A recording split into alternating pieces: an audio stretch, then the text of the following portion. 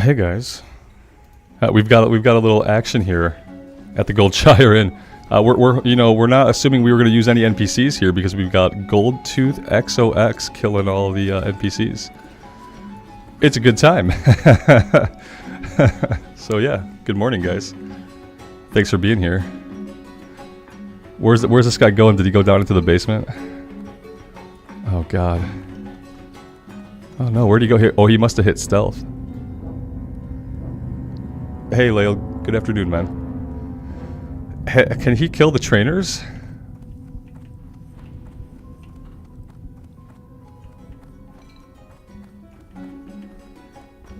Patrick, good afternoon. We had a horde rogue killing all the NPCs here. Not all of them. He left the bartender. Good choice. He killed the innkeeper. Hey Alex. Good afternoon, man. There's a Stormwind City Guard just inside the building here. Why is that? He's a little late. Yeah, if he's looking for the oh man, this is so weird. Did he kite him here and then he hit vanish? And so now this guard is kind of like bugged out. Max, it is kind of mean. Ultimately, it's not going to impact us very much.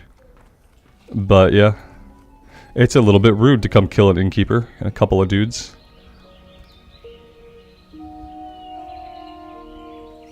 Killing NPCs is officially an bannable offense in hardcore, or just like in general. I thought it was okay for like the enemy faction to raid towns and like kill all the NPCs.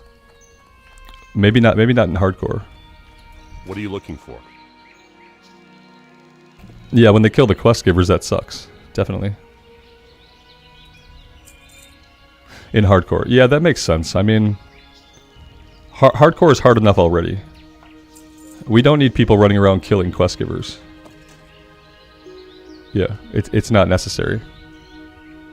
Be careful. We are gonna go fish though, so we don't really care about what's going on. There's no way that he can like get us to flag ourselves, so we should be. I like the druid hiding in a bush. I like that. I don't know why. Alex, you had one that kept killing the quest givers for Princess. It would be really annoying if it was like one specific quest that you just could never get turned in. Kiopi, good afternoon, man. Everything's going well with me. I hope you're doing well.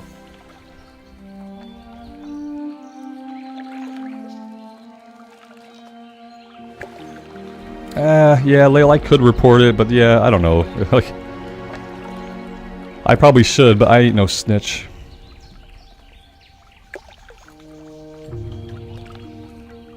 Nah, I'd rather just let him have his fun. Now if we come back in after 20 minutes of fishing, if we come back and he's at it again, then I might consider reporting him. Eventually got killed by a level 50 passing by. That's what I think would probably happen eventually, right?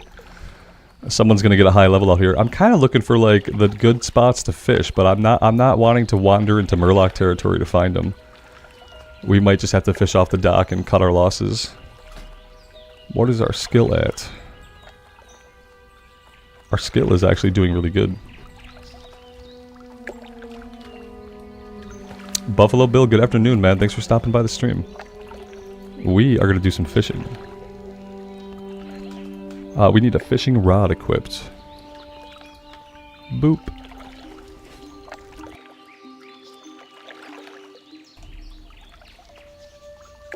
Lucas, good afternoon, man.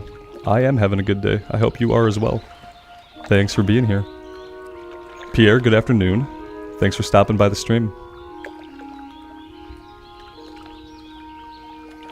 Anthony, the official hardcore servers are not up yet, although the PTR might be up. PTR was down for a week.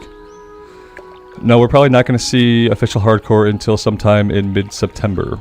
If you're trying to like make plans for it, I would say plan for September.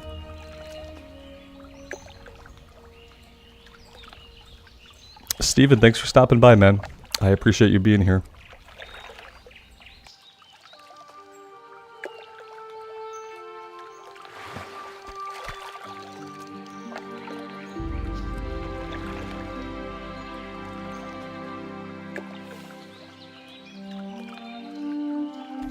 That's a smart idea, Lale. Park your max level character wherever you're questing out of.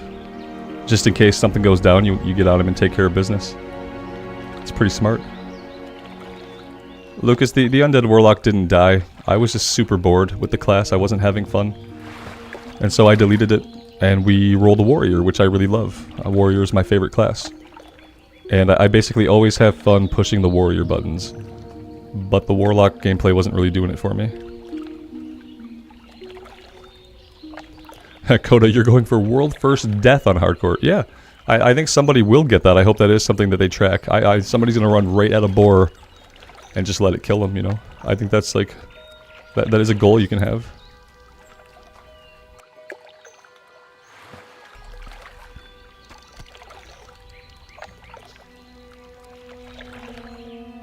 Yeah, Lael, I'm good today. I slept in a bit. And that's part of why I'm doing good. But, yeah. I was able to get outside with my son for a few minutes. It's really hot here today, and it hasn't been super hot, but today it's really, really hot. And the worst part is that it's really humid, but we managed to get outside and shoot some hoops and sweat for a little bit. And then now we'll probably spend the rest of the day indoors until the sun starts to go down. But it's been good so far. Philip, do I still play the Tauren Warrior? Not recently. What happened with the Tauren Warrior is that the lack of looking for dungeon tool severely hampered my will to play. I really wanted to do some dungeons while leveling in Northrend, and nobody wants to invite an arms warrior to a group manually, you know what I mean?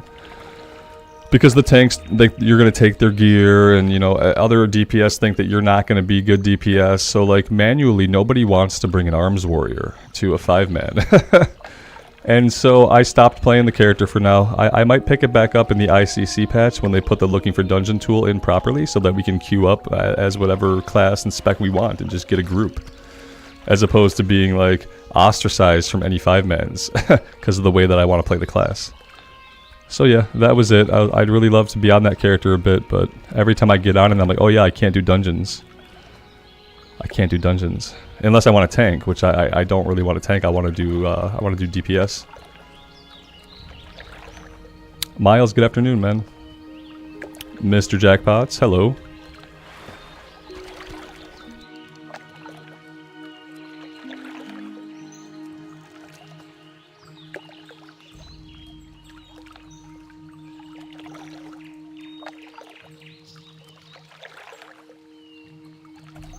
Monica, good afternoon. Thanks for being here.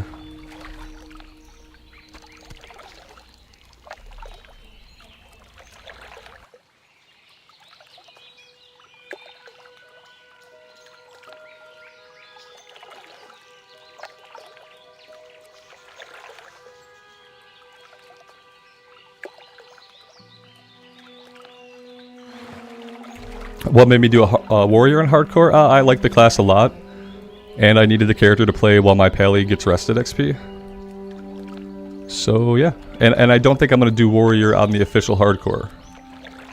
So I figured we'd do it here. I think for official hardcore I'm going to either be a priest or a shaman. Yep. Yeah, that's probably it. The only choice is like, do I really want to play horde side? Because like ultimately I'm kind of an alliance player these days. Should you level with sword and shield or a two-hander for warrior? You'll get lots of different answers to that, Kosi. In my opinion, I'd rather go with the two-hander for a couple of reasons. I think that on a warrior, the way that you survive is by dealing lots and lots of damage as quickly as you can. And that's now if you're tanking, then yeah, you want a sword and shield, but a healer's keeping you alive in that situation, you know. But if you're doing a hardcore challenge, I think more damage the better. And the reason I go with arms is that we need one weapon. Instead of needing a good one-hander and a good shield, or two good one-handers, we need one good weapon. And that's easier to sustain in a hardcore solo self-found environment, I think.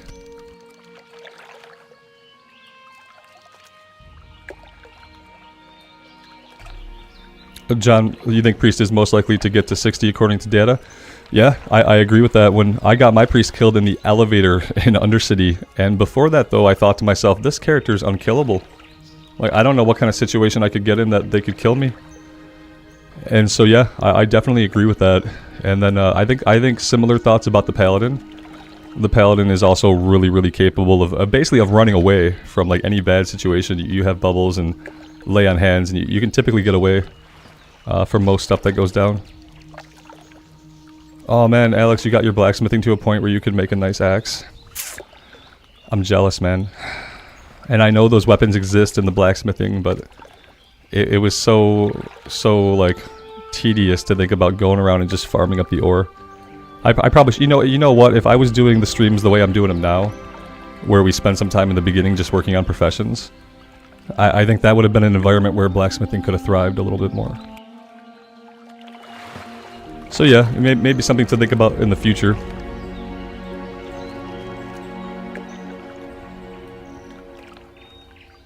Whitney, good afternoon. Thanks for stopping by. The massive iron axe. It sounds good. It sounds massive.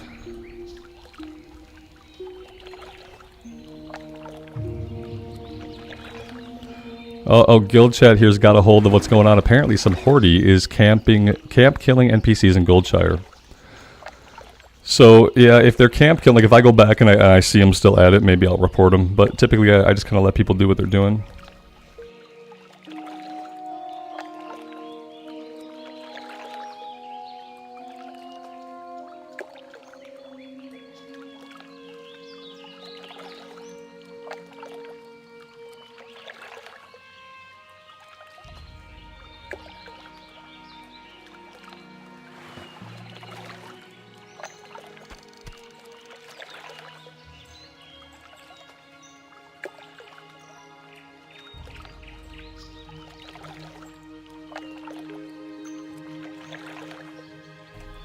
At some point today, we might jump on the Pally for a bit. I think I want to go grind on Yetis. Maybe not the level 48 Yetis, maybe like the level 45 Yetis. In Feralis.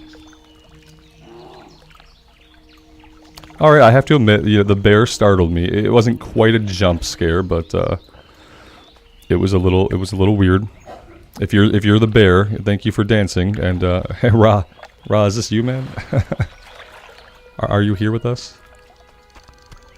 You startled me there.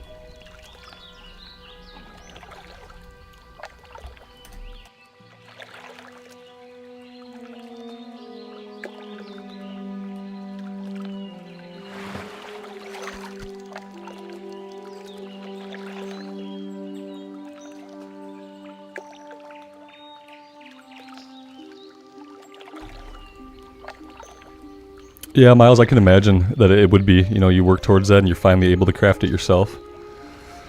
Yeah, I probably should have stuck it out. I think if I'd have realized ultimately how much of a slowdown I was going to hit in the 40s, then I might have stuck it out, because at least trying to grind up blacksmithing would have been a mode of progression that I could have been progressing something.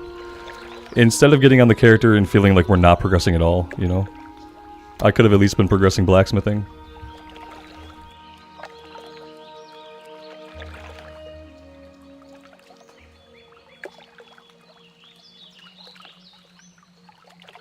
One raid later, it was worthless though.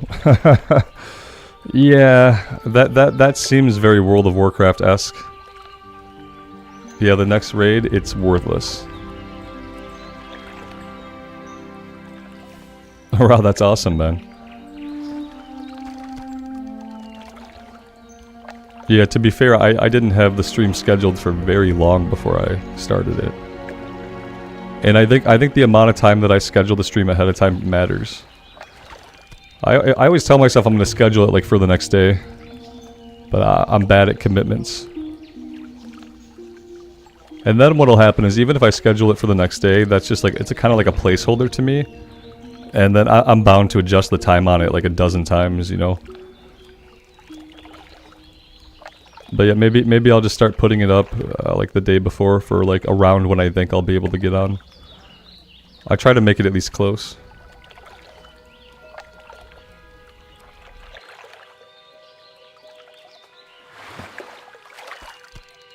Alex, that's what I'm learning on the Paladin. I've learned that, yeah, I probably should have made myself grind for that ore. Because the reality of it is, especially in the 40s and 50s, like we found out, like, you can't get into dungeon groups because there are no people alive who haven't already done it after a minute, So it's not like you can even do like, you can do one run. But I don't even think I can find a group, you know. As a DPS Paladin, like, nobody wants to take me into ZF or Ulduar. By Ulduar, I mean Uldaman. Ulda, insert last syllable here.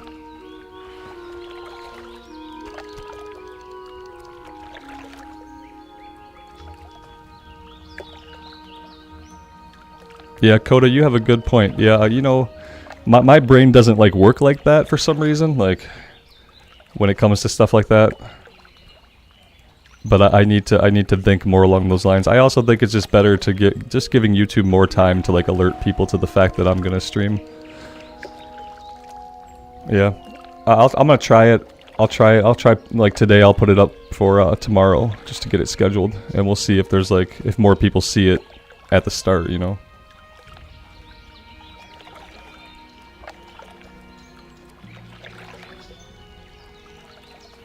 Chris, why fishing? I like leveling up the professions as a way to let people see the stream is live. And so I work on professions for the first little bit of the stream. Just to give people a chance to filter in. And, you know, I can level my cooking with it, ultimately. But yeah, this is what I've been doing on this character at the start of the streams. It gives me a chance to chat as well, without putting myself in danger.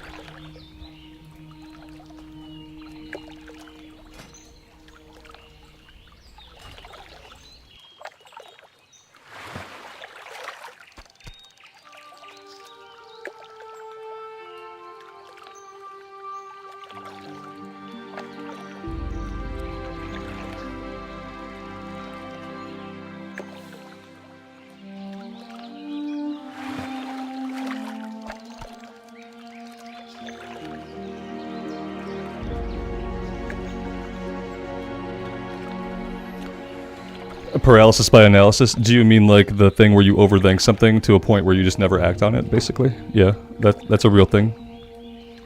I worked with someone in training development who was kind of like that. He'd take on projects and he would just keep thinking about them, and thinking about them.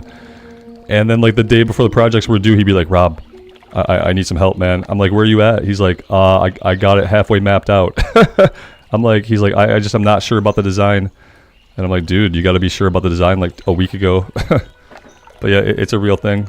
The way I kind of got over it was to just start doing the thing, like to not think about it very much at all. This was true of like writing training materials and of doing things like starting the channel, and as well as streaming. Is like, I do think about it a lot, and then there comes a point where I just start doing it and I stop thinking about it. But what happens then is that I don't often, it takes me longer to innovate on what I do. Because I just like, once I jump right in, I just go. But that was kind of how I avoided like the overthinking, the procrastinating overthinking, right? You think, well, I'll think about it some more, I'll figure out the best way to do it, and then I'll probably do it tomorrow. And then tomorrow comes, you're like, well, I had another idea, maybe if I do it like this, maybe I should see if that would work. Maybe I'll try it tomorrow. And it becomes this constant thing, right?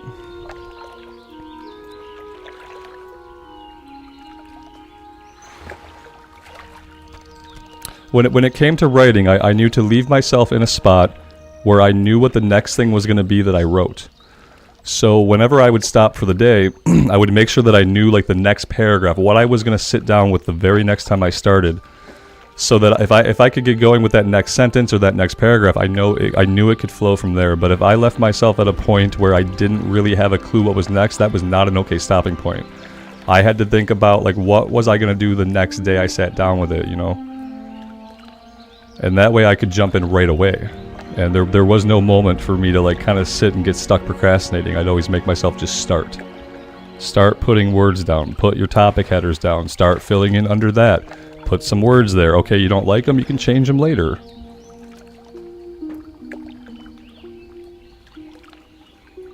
Yeah, but especially with writing, always leaving yourself where you know where you're going to start next. And it really doesn't matter what kind of writing that it is. Whether it's a training development module or a book. Because, you know, I used to write fiction a lot for myself, and I would do the same thing. I would always know, like, I'm going to stop here because I know exactly where I'm going to pick up. Even if I didn't know much after that, you know, I'm like, well, I can think more about that tomorrow, but at least I can start writing immediately. Yeah, I had to work through lots of problems to do training development and stuff like that. I had a lot of bad habits too.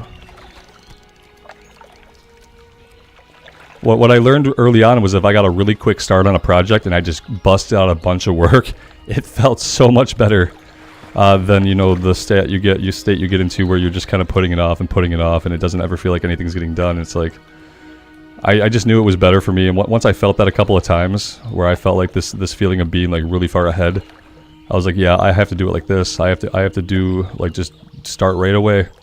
Even if I'm not exactly sure if it's right, even if I'm not really positive of the design direction, like I just have to get words, images, exercises, questions onto the page. And then tweak it from there. And then you can bust out a bunch of like core work, and then you can spend a week just tweaking the small bits of it.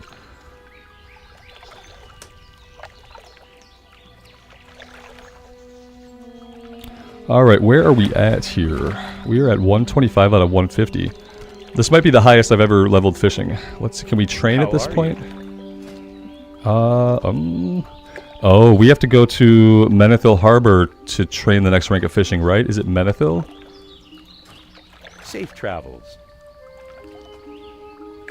John, when I wrote, because I don't anymore, I wrote fantasy, science fiction stuff. This was like back in my teens and 20s. I'm gonna be 40 this year. It's been a while since I picked up a notebook with the intent to write a story. Yeah, I don't consider myself a writer anymore.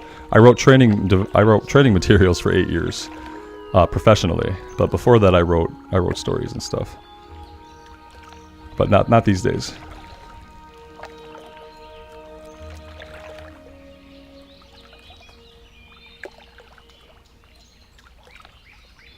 Yeah, exactly, Coda. You really have to do it. You know, I started my channel like a long time ago, and I started with kind of a junky computer, and all I had was an over-the-ear gaming headset, and I started playing Metro 2033 just because I knew that if I didn't just start with what I had, if I kept telling myself, you know, oh, wait till you get a good mic, wait till you get a graphic card upgrade, you know, if I told myself those things, I was never gonna do it.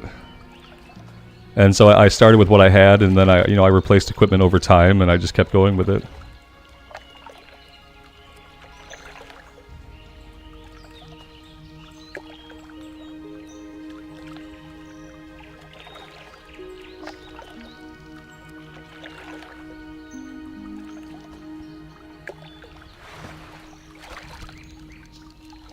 It's Booty Bay for fishing. Okay, thanks guys. I see. I thought it was Menethil. Why did I think it was Menethil?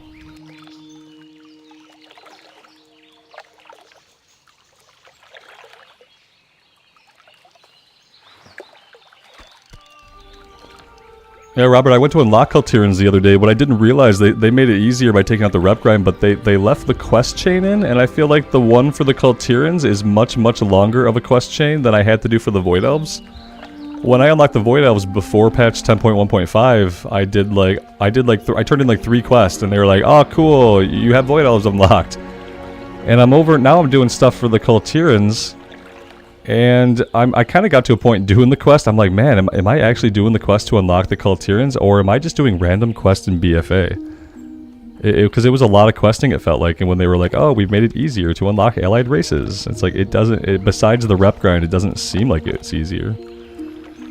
It's 20 quests. Yeah, okay. Daniel, thank you, because I was like sitting here doing it, and I'm like, damn, I'm doing like 20 quests.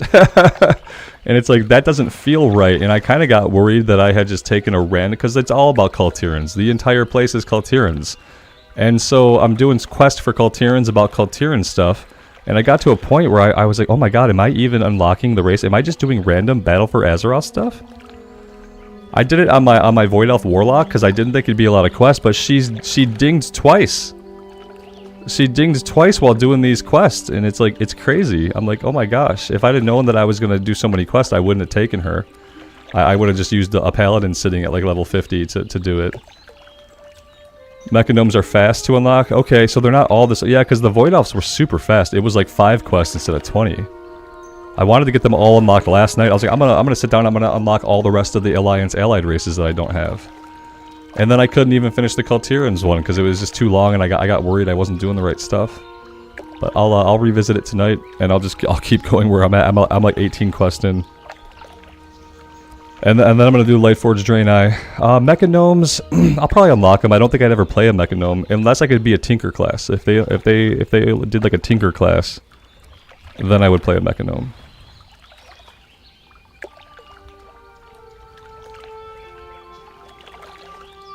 Ghost, one of my biggest achievements was unlocking the Highborn. Yeah, doing the Highborn, questing of the Suramar stuff when that first came out. Man, that was some of the coolest stuff in the game at that point. I did all those quests. I loved the storyline, and then to like get to the end of that and to unlock the new race was a really big achievement. I got all the Horde races unlocked back in BFA besides Volpera, but the Suramar questing, that's the way to like have good content in a game that unlocks something awesome. That was some of my... It was long, but it was good, because that was like the first of the allied races, right? It was like, you had not been given like a new race like in an expansion in that way before. And so like, yeah, the quest line was long. It told the whole story of the Nightborn. It was amazing because it was actually a coherent narrative. And I actually cared about the characters that I was interacting with. And then at the end of it, I got to create one. It was so cool. Good day to you. And like the other allied races, like the Highborn and the Mag'har orcs, like their quest lines weren't like that, you know. They were a little bit besides the rep that you needed. The quest lines were easy, you know. Confusion is having a Lightforged Draenei as a warlock. Yeah, Robert, wait until 10.1.7 when Draenei are gonna be able to have the Eridar skin colors. Red Draenei, purple Draenei, it's gonna be awesome. Yep, when I saw the red Eridar Draenei models, I was like, okay, yes, like I will play a Draenei. If I can be an Eridar, it's gonna be awesome. Yeah, a red Eridar Draenei warlock would be cool. But I think I'm gonna do red Eridar Draenei when they do the rogue rework, because they're probably gonna do a rogue rework in 10.1.7 the way they did the mage rework in 10.1.5. So if they do a complete rogue rework, then I want to do like a Eridar skin colored Draenei rogue. I think that'd be pretty cool.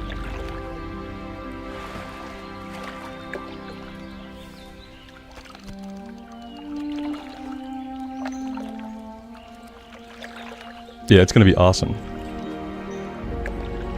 Yep. The 10.1.7 patch seems really cool in general. Yeah, I watched the Bellular video. I guess the PTR has been up already. Like, how fast do they make content now for retail that the PTR for 10.1.7 is already up? Already has features and stuff in it. It's pretty crazy.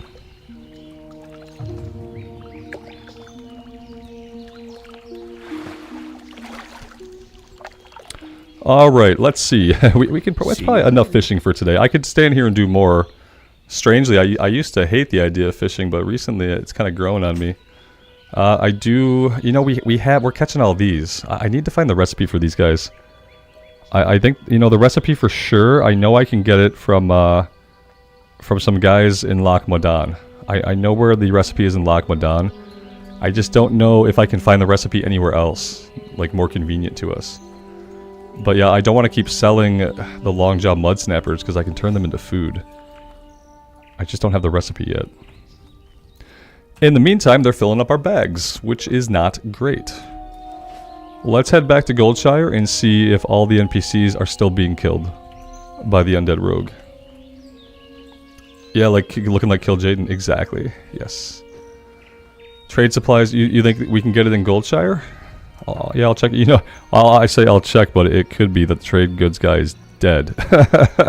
Oh wait. No, he's dead. How long does it take for NPCs to respawn? Oh no, there he is. He's fine. He's fine. Everybody's fine here. That's awesome. He doesn't look like the rogue stuck around unless he's just killing people inside the inn. The fisherman didn't have it, I don't think. I don't think he had anything for sale. Ah, here we go. Awesome. Thanks, guys. What is this? Oh, that's a tailoring pattern. Light bless you. Alright, let's learn this, and then let's go cook these up. And then we'll think about what we're actually going to do. I think we're going to head over to the Westbrook Garrison, maybe. Do we have... The only stuff we have here is level 10. What else do we have in Dunmoreau that's like a low level? We have level 12 elite, level 9. Okay. Yeah, we gotta eventually make our way over here to do this stuff. Level 10, lost pilot. Okay, yeah, we can stay in Elwynn for a little bit, but eventually we're gonna want to get out of here.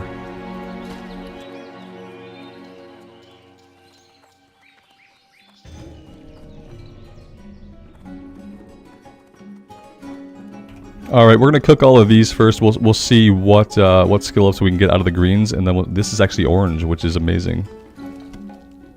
I sold some of these mud snappers already, which I kind of regret, but I thought it was gonna be a while before we got the recipe. So yeah, I had no idea we can get it right here. It's good that I'm learning these things. It'll make future cooking a lot easier to like kind of know where the recipes are at.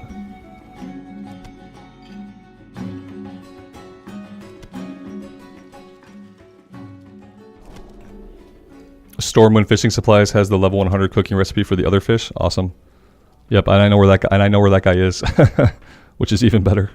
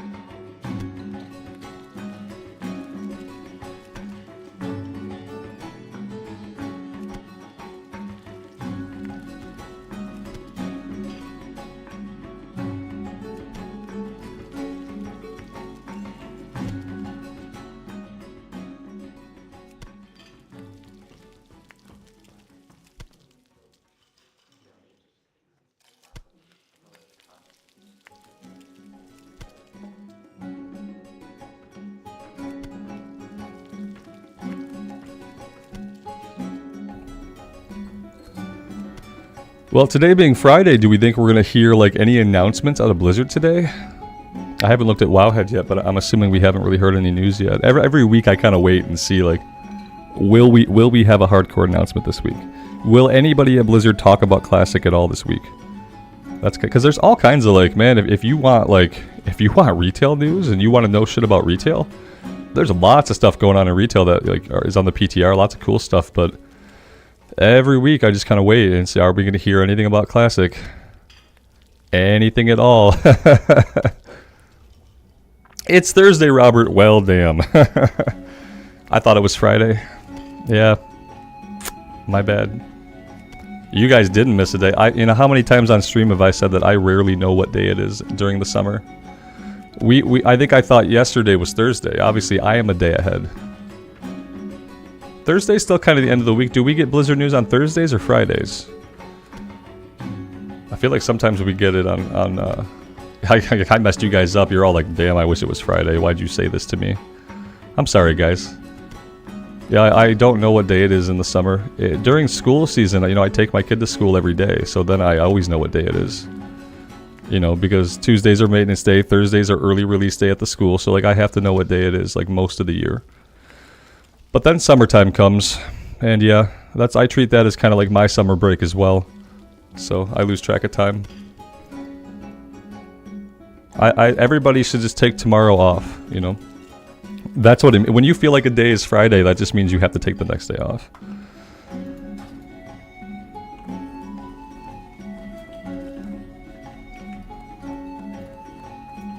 Alright, let's sell most of this stuff. I don't think we need most of it. We want to keep, let's keep this, and we'll sell the small fish.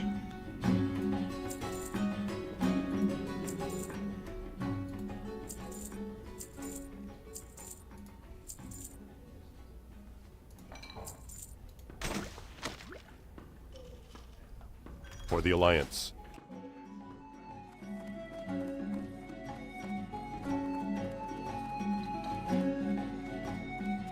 All right, let's see. Yeah, let's go over to the garrison, and we will probably fight some gnolls for a while. We're gonna fight gnolls until they drop the gold schedule. So even though we're bound to get the items we need pretty quickly, we need the gold schedule.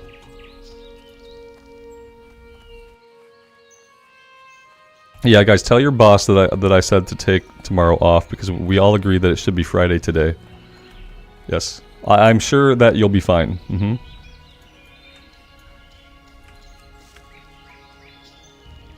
Keep the clam meat? Yeah, have I been selling clam meat? I feel like we haven't fought too many murlocs yet. Alright, let's stay on the road maybe.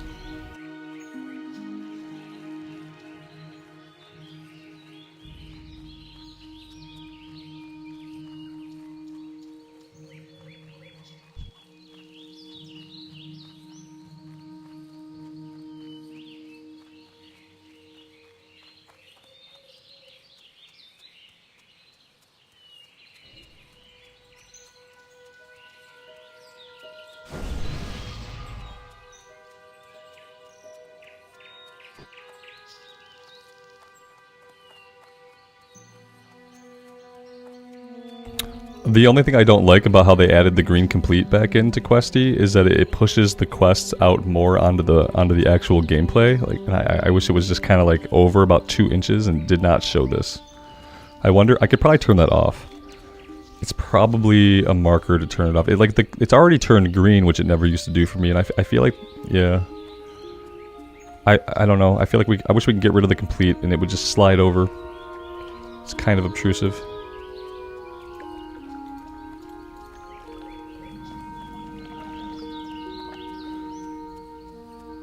Robert, that's amazing because, like, yeah, for me, I've been playing like the same length of time, and I have never known what's on the vendors, but I wasn't a person who really ever worked on professions.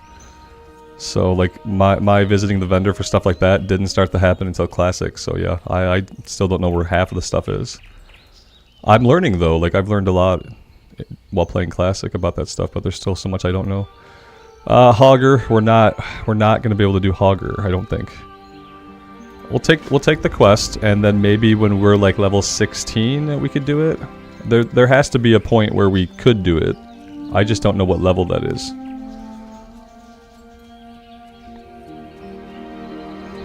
Don't forget to re-equip your weapon. The thing is, it looks like we still have a fishing rod on David, but we don't. Yeah, and I've glanced at it a couple times too.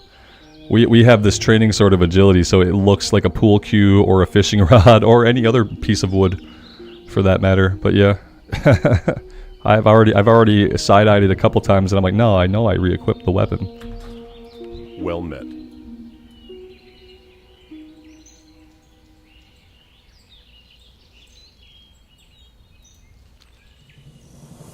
Go with honor, friend.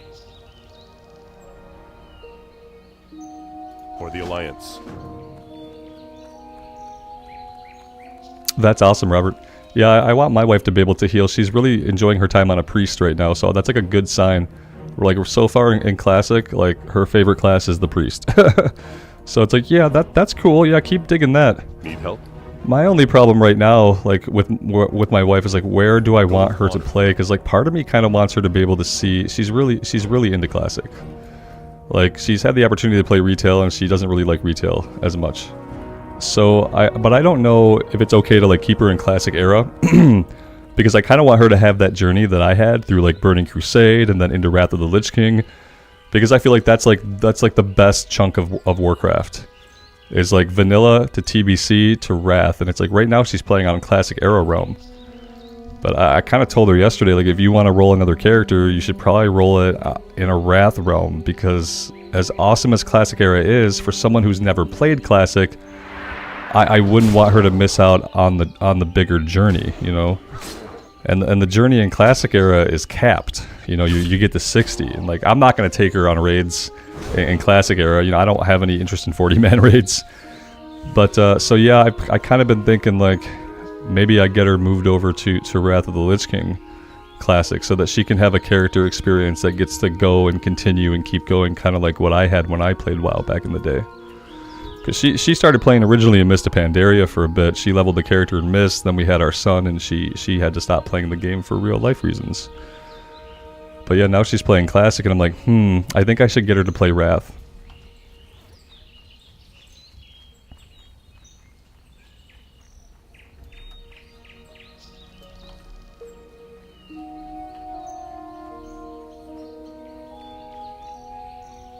A double druid combo? Yeah, you know, she might like a druid if she can get through the first like 10 levels of hard casting Wrath.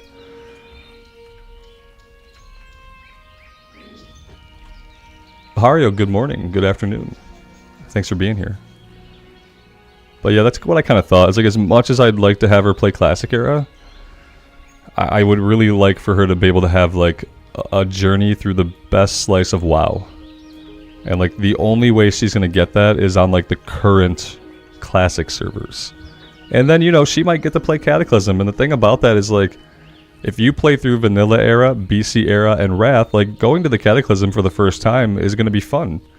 You know, like I don't really have an interest in Cata as Classic, but like there are people who did not play Wrath, there are people who did not play Cataclysm. So for them, like going into the Cataclysm and getting Cataclysm Classic could be awesome. For me, like not as awesome, as much as I like didn't mind Cataclysm when it came out. I don't really see it as Classic, but for someone else to be able to continue their journey with their character that they leveled through Vanilla, then BC, then Wrath, like that's probably just a good thing for that person to continue to like have that experience and have it be new to them, but have them be like reliving some of the best parts of WoW.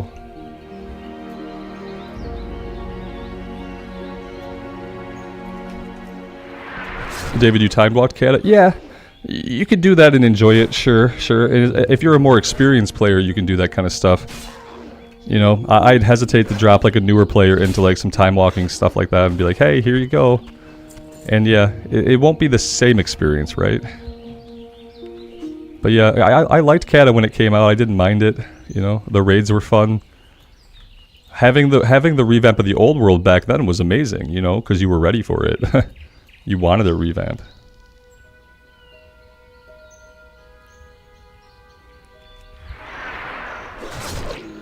Oh, we pulled the bear.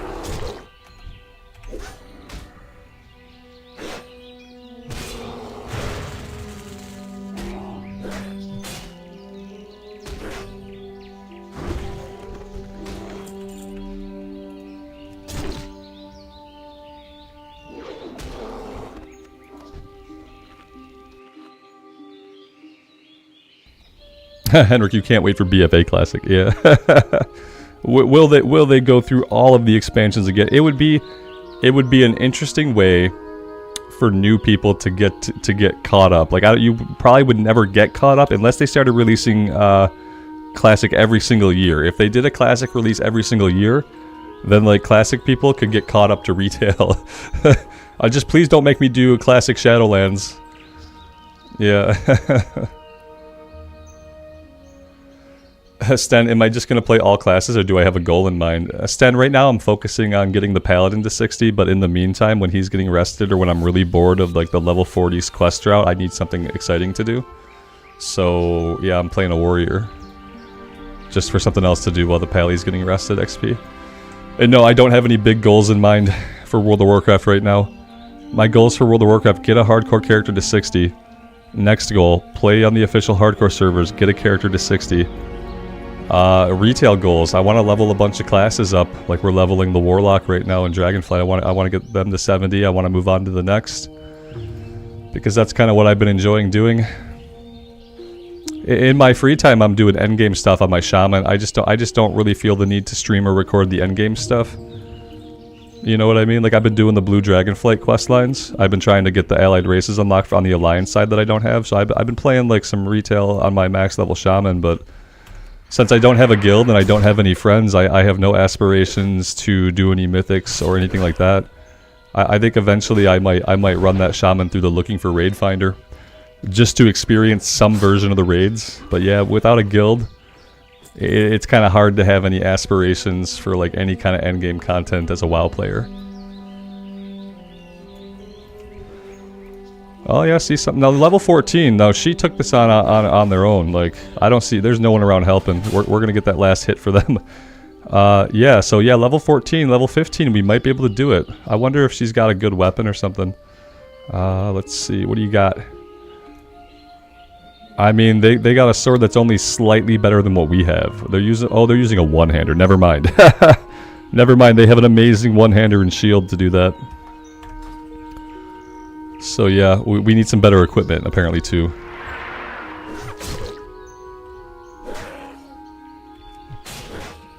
Yeah, David, a lot of people want me to play endgame, but I have to have an endgame format that I'm really enjoying in order to record or stream it. I did a couple Nax runs in Wrath, and that was okay. I think I have two Wrath videos up. One of them was like a pretty full run. One of them was not. I want to save this potion. And I think I'll be able to. Maybe we're good, we're good. There, let's eat really quick. Yeah, Sten the Paley's hardcore right here on Bloodsail Buccaneers. I'm probably going to jump on him sometime today and grind up some of his rested XP that he's got. Yeah, we're level 46, which is the highest level I've gotten a hardcore character. I have gotten every other class killed, though, at least once. This will be our second warrior. The last warrior died to pillagers at level 19, so... David, I don't mind doing the fight. You know, like I always say, when they put the LFD tool back in the game, especially if they do it right, and they let you LFD for the Titan dungeons. Blizzard, hello. Let us queue up for the Titan dungeons. Cross realm, please. Otherwise, it's pointless. Yeah, if they if they push out LFD and they do it properly, and I can automatically queue for the hardest of the hard 5-man content, then I will do so many 5-mans. Like, I love doing 5-mans. It's like basically some of my favorite content in the game is 5-man content. I don't like 40-man raids. I don't like 25-man raids that much. I think it's too many people. 25-man raids is just like shit going off everywhere, spell effects filling up the entire floor, everything is indecipherable, I can't even see my character half the time. Yeah, I like a 10-man raid, I like a 5-man dungeon. I'm really interested in the mega dungeons, like which have been described as 5-man raids. But again, I would need to be in a guild. And I'm not the kind of person who is going to go fill out a guild application, you know what I mean?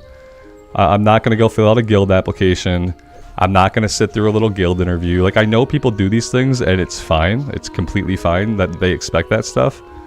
And that's why I'm not in a guild, because I'm not going to do any of that stuff. I'm not going to have logs for you to look at. I'm never going to log.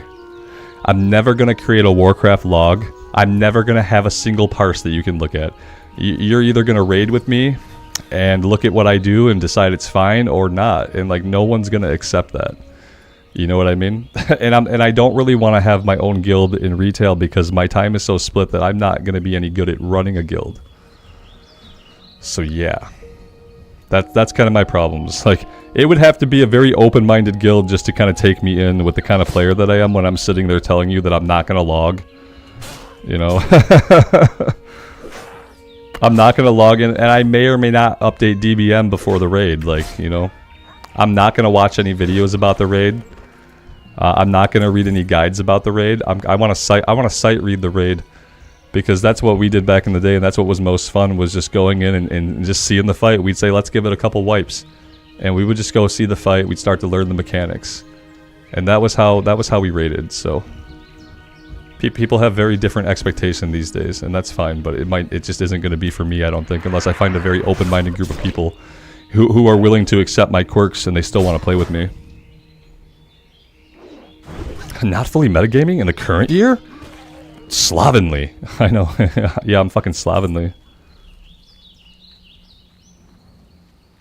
I can't, yeah, I appreciate that, Floopsy, but like, I can't run a guild. Like, the mentality that I just described to you about, like, refusing to log, not caring about parses, like, that's the shit that would make me not a good raid leader. You know what I mean? Because I don't care. Like, I don't care. And what I care about is having fun in the game and seeing the fights. So, yeah. Like, for me, gear score is enough to care about. It's like, okay, so I already got a gear score. Is my gear good enough to just not get crushed out of existence? Okay, then let's go see the fight. Like, no, I don't have a parse for you to look at. And so, yeah, that's it. Like, that's kind of why I think I probably won't ever be able to raid in retail, because I'd have to go look for a guild, you know, and then I'd have to explain to them who I am, and then I'd have to explain to them what I am and am not, and by then they're just gonna be like, they're gonna move on to the next, you know.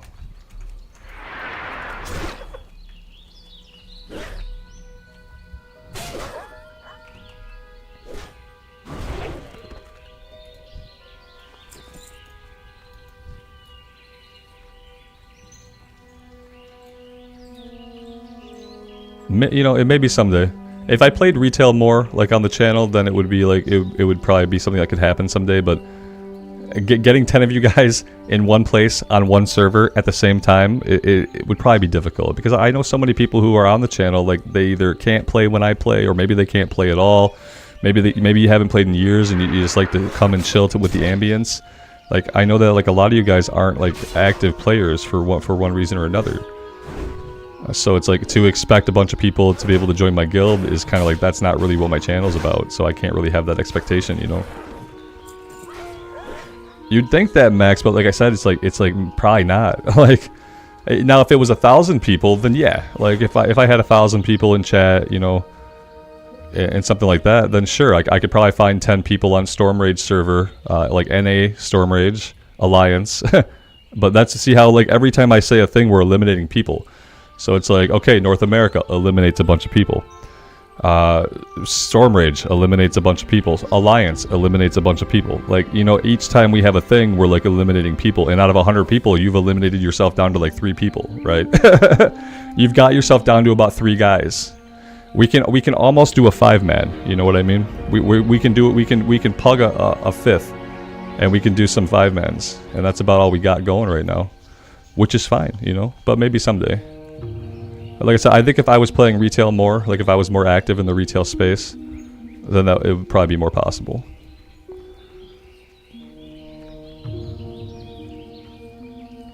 Yeah, Jared, I'm only here for the WoW music. That's exactly right. And if that was the case, I would completely understand.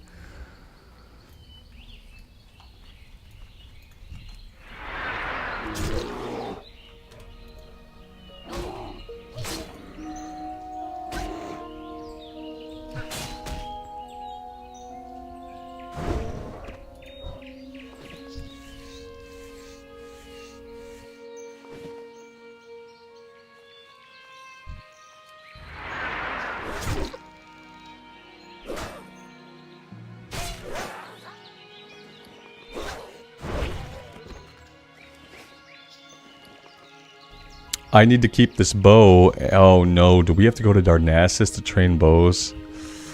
Let me rephrase, I need to find a gun. Yeah, I think we have to go to Darnassus to train bows, don't we? That's probably not going to happen until we're naturally in Menethil Harbor. Like, I'm not going to make the trip to train bows specifically. So we'll have to wait. Yeah, I need to find a gun so I can, before we do dead mines, I have to buy a gun or find a gun so that I can pull. I'm not going to be able to pull the dungeon effectively if I don't have a ranged weapon. So yeah, we're gonna find a rifle. Because yeah, I'm not going to make that journey before level 20. Yeah, I mean, we could do it at level 20. We could run out there, but by then this bow probably won't be good anyway. So we'll just sell it for now.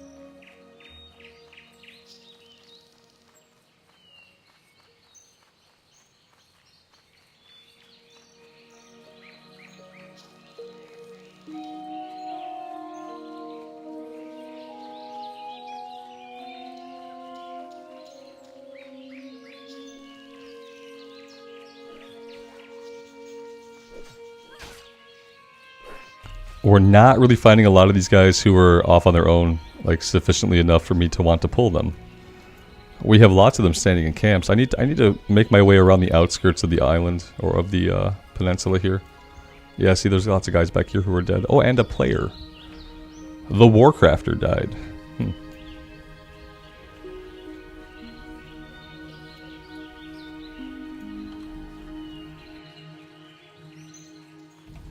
The BFA music is really good. I was doing those Cultiran quests last night, and that was one of my thoughts that I had. I was like, at least the music here is really good.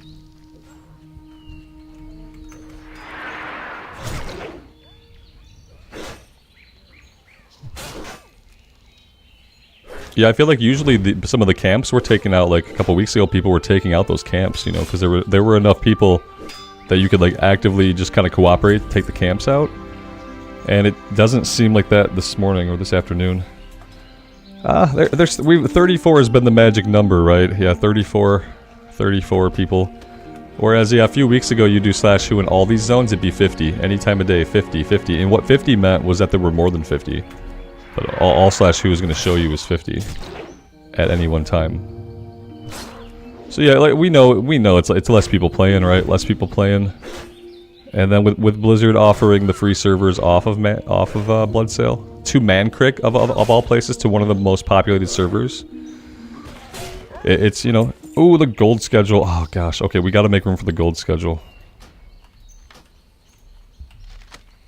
Okay. I did not really want to pull that guy, but it's fine. We need to work on our first aid. Would be a good thing to work on. Yeah, the free route, like, hey, no, we're not trying to kill hardcore. We just announced our own servers, didn't give you a date, and then we offer free transfers off of the hardcore server you're currently on. But we're not trying to kill hardcore. No. Why would we do that? Inventory is full, so I can't take a quest? That makes very little sense to me, but okay. Okay. It had to be able to move the item from one slot to another slot in order for me to be able to take the quest. That's fun. Let's go ahead. We'll head back to the garrison. There is a vendor at the garrison that we can sell to. Let's head that way.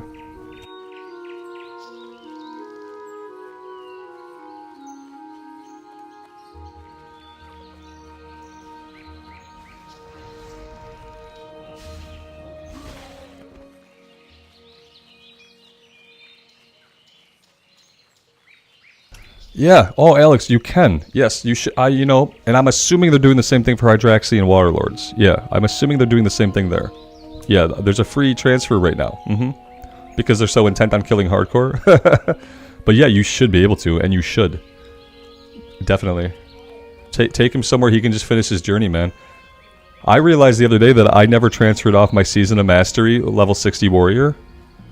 And I'm wondering to myself, like, well, I mean, that's a level 60 classic era tune. Like, why not take it somewhere, and then maybe someday you do something on it. You know, who knows?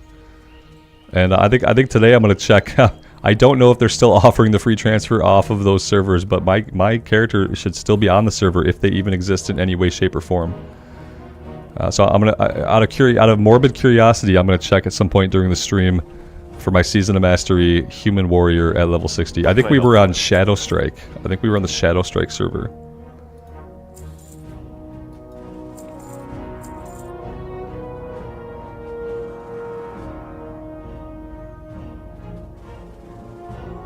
I've got this main hand mace here. I'm wondering, should I use this to level up my mace skill? We'll worry about it later. That's probably a good attitude to have. We'll worry about it later.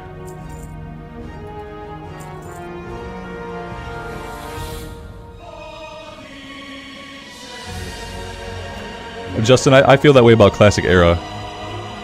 You know, I feel like there could be a future where I do some endgame stuff in Wrath or Cataclysm or whatever, but in Classic Era, like, I'm not like super hype for raids. I don't like 40-man stuff. What can I do for you? I don't like 40-man stuff, really. It's too many people, and like there's no real personal like accountability for anything that happens. I just don't care. I don't care for it.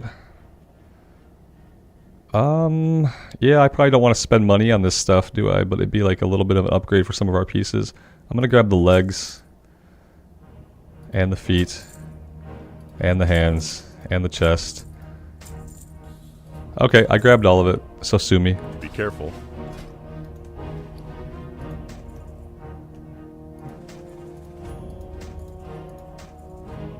I buy and trade.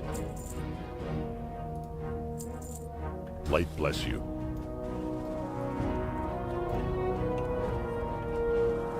Bishop, good afternoon, man. I'm doing well. I hope you're doing well. It's a free transfer of one tune. You don't think it matters? Oh. They gave everybody a free transfer of any Classic Era character? Or just any from that server? Jared, yeah, even 25 men can be like, you know, you can have a 25 man raid and like 4 people could die in the fight immediately, and you could finish the fight just fine.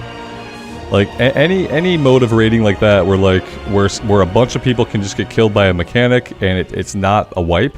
I don't like that many people. I don't like that many people. I don't even like it visually to look at. I would like 10 man raiding is probably just like where it's at for me. Like 5 or 10 men. That's all I want.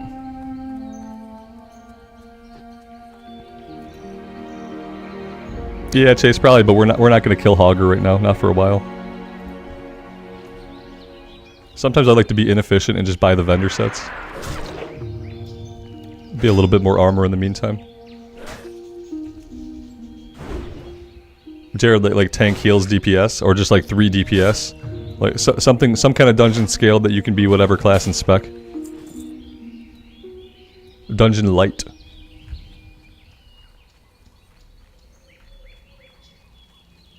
Yeah, it'd be cooler if you like almost didn't have to worry about the Holy Trinity. You know what I mean? If you wanted to have like a 3-man dungeon run, I feel like making it scaled in such a way that you didn't have to worry about the Trinity would be okay. Even if you had somebody who would be taking some hits, like if you had like an arms warrior or a ret paladin, I feel like maybe there'd be a way to scale it so that like you didn't have to. I don't know, maybe not, but it's an interesting idea. It's only for the hardcore server tunes. Okay, yeah, that's what I thought, Alex. And yeah, you should get your warlock off of there, get him somewhere more long term, you know. At some point today, I'm gonna look at my Season of Mastery Warrior. I'm gonna indulge myself a little bit. Maybe when we go to switch over to the Pally, I'll take a look at it.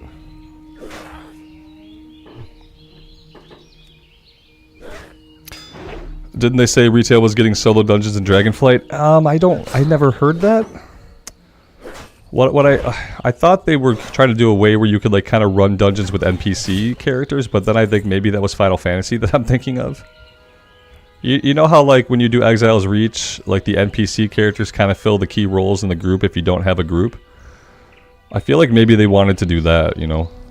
But I haven't heard anything like in any of Bellular's videos about that being a feature yet. So I don't know about that one. I mean, to be fair, like, yeah, they could probably just like make things not elite, and then you would be able to solo the trash. And then you would just have to make the bosses. Yeah, I feel like you just like, you make it not elite. And then you see if that's scaled right. And then maybe you do need to adjust some like things down a little bit for a solo player. But I feel like just making everything in the dungeon non-elite would be a start. If you wanted one person to be able to go through it on their own. 3-man scenario existed in Legion. I don't remember that at all.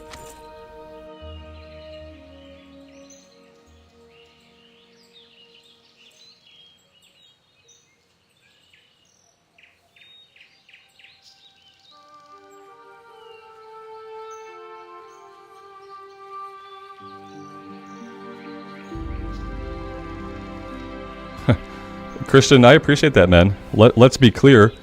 You probably play the game differently than me, right? You're probably playing at a little bit of a different pace. To be fair. You're also probably not talking to chat, you know?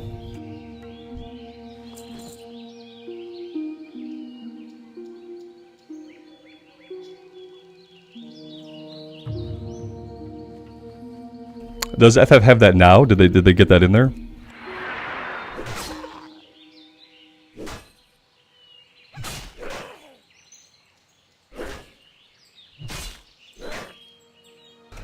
Will, this is Bloodsail Buccaneers.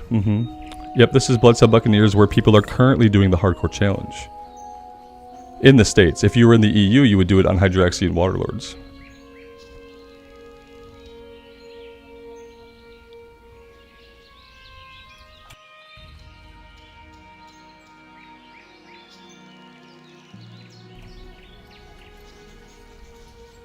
Yeah, Monica, so far I've been pretty lucky, and like I haven't, as distracted as I get, and I'm basically always splitting my attention, but Familiarity with the controls and stuff helps a lot. Like, I don't know, if I was a less experienced player at this game, as bad as I am sometimes, like if I was less experienced with the controls and everything, I probably couldn't talk to chat and play at the same time. I think it does take just kind of like a lot of familiarity. Yeah, Davis says chat's very needy. Yeah, and like the other thing is like I'm not here to level quickly. I don't really care how long it takes me. If I wanted to level quickly, I wouldn't stream, I wouldn't record, I would play in a vacuum, and then I would just level quickly, but definitely not my goal.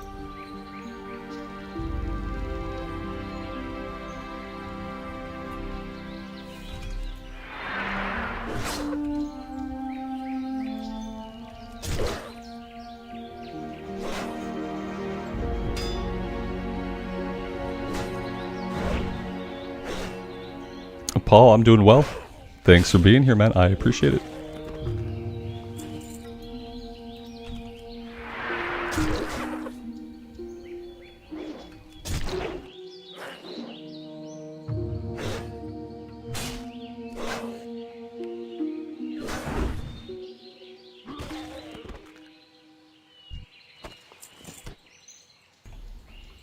Yeah, I think adding like a solo option. I think adding a solo option for raids as well, like especially when you're doing a time walking campaign, and like how like you know a lot of the stuff is gated behind raids. Like if you're talking about like the story content and stuff like that, like I feel like they should let people solo queue for dungeons and raids, especially when you're doing a time walking campaign. So you can just get all that stuff done on your own. You don't have to worry about finding a group or coming back at a super high level or anything like that.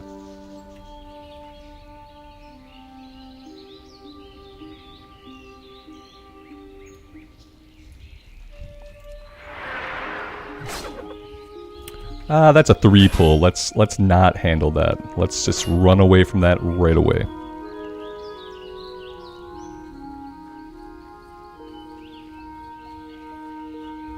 Floopsy, I appreciate that, man. My sanity's okay. It's really not a lot of challenge for me to multitask.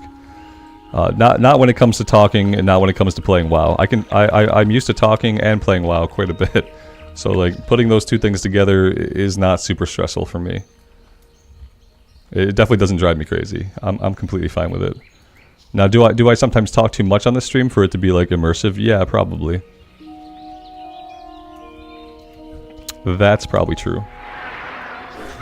Paul, I'm loving the lock in retail. That's the really funny thing is like I just didn't like the lock at all in classic, and I'm like having so much fun on the destruction warlock. It's the flashy spells, man. I love the spells. I love kind of the rotation, how like one enemy I'm doing chaos bolts, the next enemy I'm putting immolate up and hitting them with the green fiery balls. The next pull I'm using soulfire because now that's off cooldown.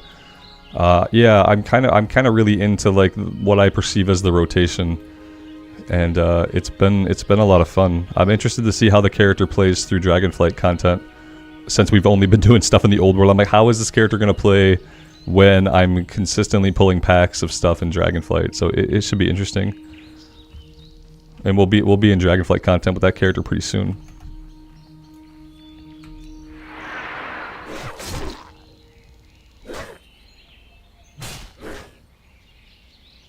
That's a good point, Robert, about the botting. Yeah, that is a really good point. Like, yeah, they would just bot run it.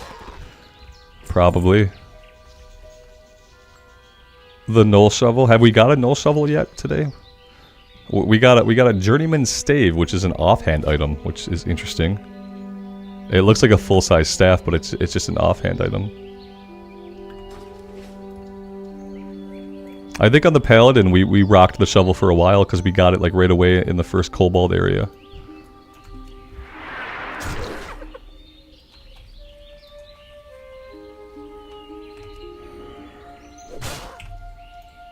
Jackie, good afternoon.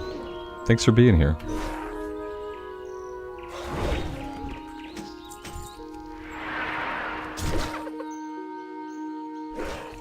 I do realize, I guess we're done with the quest now, and we probably have been for a little bit. Just kind of grinding on these guys for a minute.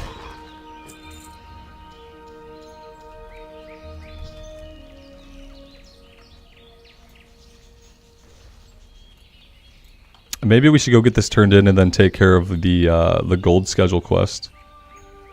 Am I going to squeeze by here? Maybe we body pull this one? Oh, we didn't. Okay, yeah, let's head back to the north here. We'll get this one turned in. And we'll see about heading back over in this direction. We have to get Princess. I think at level 13, with a potion and some buff food, we could probably take on Princess, right? Even if we have to fight Princess and her entourage, we could probably do it. We watched that level 13 take out Hogger, so I have to believe we can take out Princess and her two henchmen. Did I see the customization options for the Warlock pets? Not fully yet. I saw some of them, but I haven't sat down and looked at all of them. All I've been using is the Voidwalker, so... And I'm not familiar enough with the class yet to know like what I will be using kind of later on. I think while leveling, I'll probably always be using the Voidwalker, and I didn't see if they had any different customizations for them or not. Yeah, they have the new Fellhounds. They're doing so much stuff, man, for retail just to make classes cooler and just like constantly... It's like the complete opposite ideology they had in Shadowlands. I remember there was an interview after they had put all the new customization options for characters into the game. There was an interview where they were asked like, oh, will you guys keep doing this? Will you keep adding stuff to the game like this and adding more customization options? And they were like, no, we see it as kind of an expansion feature, and we don't really plan to be adding more stuff like this anytime soon. And people were like, what? And now they add customization stuff all the time. It's a complete 180 from how they were like in the beginning of Shadowlands with that kind of stuff. It's really good to see. Go with honor, friend. Alex, we did not do Hogger yet. No. No, we saw a level 13 warrior kill Hogger. They had a good one-hander and a shield. So. Greetings. Yeah, all the spell effects are awesome in retail on the Warlock. I love the spells. The Soulfire where you lob that giant fireball, it has like such weight to it the way we lob it. It's incredible.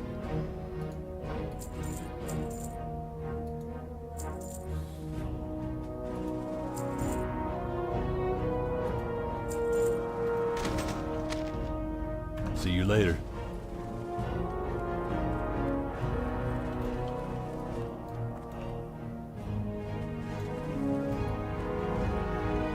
How many times will I get lost in this building? 1,000,000 times. 1,000,000 times across 20 years. There we go. Alright. So, back to Goldshire.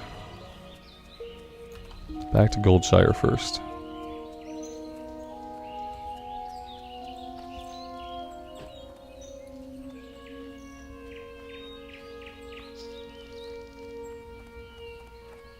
I wish I could do Shadow Priest in retail. I need it. I need the shadow form to not be as like smoky, cloudy, vaporous, voidy looking. I need to be able to see my character a bit more. If there was a Shadow Priest option that just let me see my character instead of like a ball of like fog, then that would make me really happy. Because originally I was gonna do a Void Elf Shadow Priest. I thought that was like also super like iconic of them. But then I created one and like I couldn't see my character at all. So I just made a character that I thought looked cool, put on shadow form, couldn't see it, deleted the character. There might be a glyph. I think someone said there's a glyph to make it less, but there's not a glyph to get rid of it. And what I would love is a glyph to get rid of it. Yeah.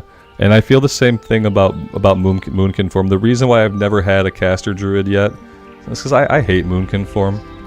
I don't want to look like a Moonkin. I don't care what version of Moonkin it is. I don't want to be a Moonkin. I want to be my character. I want to see my character's gear that I've earned. And I know they have star form. And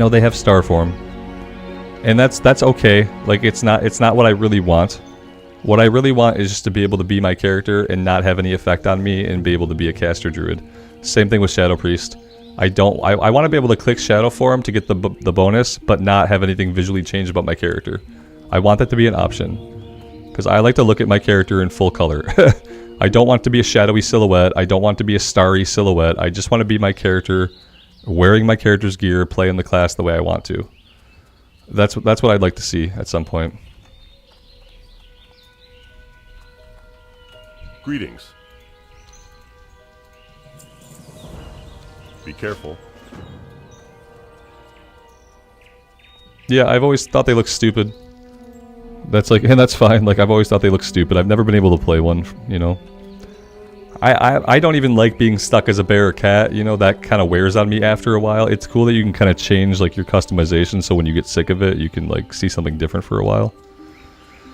But yeah. Now, am I going to be able to go after the collector? I think so. I think there might be enough people around there kind of pulling stuff that maybe we'd be able to get him, because I bet we can catch him on a respawn where not all those guys pop back up at the same time.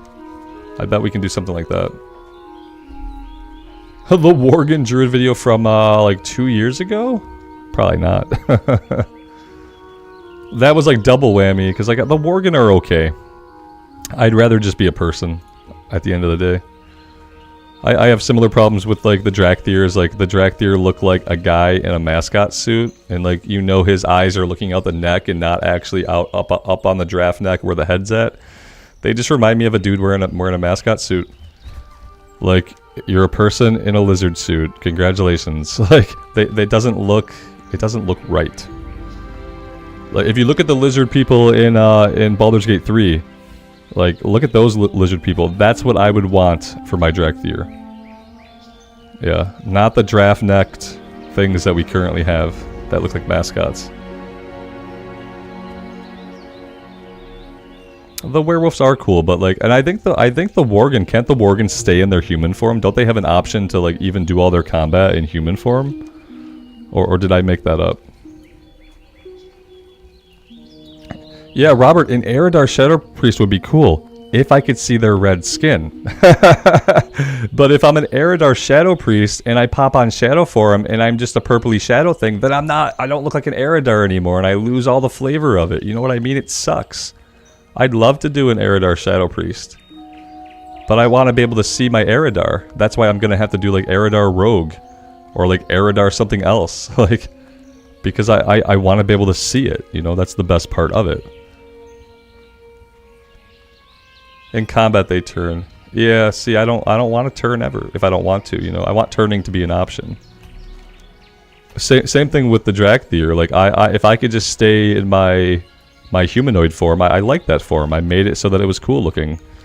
And so I'd love an option just to stay and do all my combat like that and not have to pop into my dragon form. Because I think the dragon form looks like a mascot. The Worgen starting zone is really good. Absolutely. I always want to play it like around Halloween. I get the urge to play through it.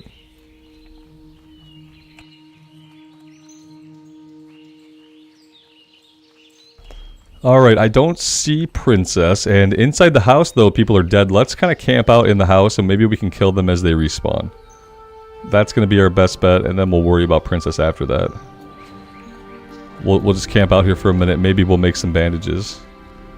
And then as these guys come back to life, we'll kill them as they come back to life.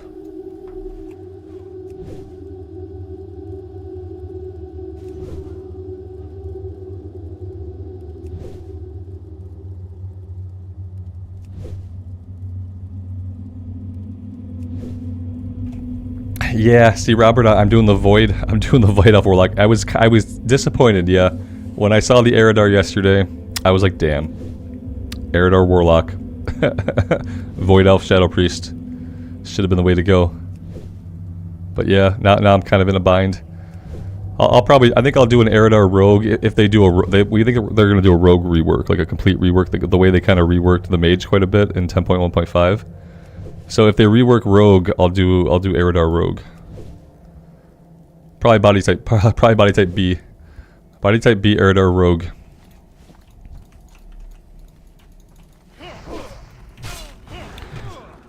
Well, we didn't get the tag off and they hyper spawn, so like I'm not taking part in any of that. I'm out, as they say. Yeah. We didn't get the tag we needed, so.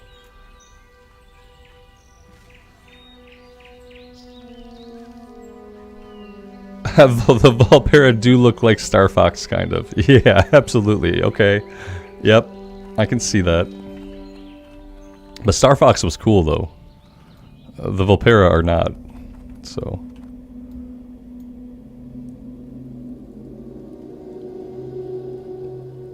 Yeah, they're updating Hollow's End. From what I saw, they're doing like there's a dragon riding Halloween themed mount. There were a couple other things. They didn't reveal everything yet, but yeah, the dragon riding mount is one of the new things. There's also going to be, like, for Brewfest, there's going to be some kind of dragon riding event worked into the Brewfest, which is not exactly the Hollow's End event, but it's kind of around the same time. I'd like to not see the Headless Horseman again. I really wish if they're going to do the Headless Horseman, it could be something different than just going to the stupid graveyard in Scarlet Monastery. After 20 years, I'm kind of sick of the Headless Horseman event. Like farming it for your ring, or for a bag, or for whatever stupid item they put on it.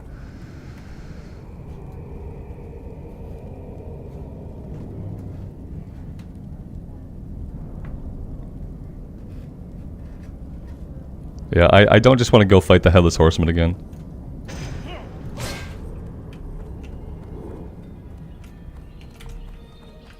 Look at that! We got him by himself, man. That's awesome. Look at that. They didn't even know what was happening. They didn't have time to, like, come into cognizance.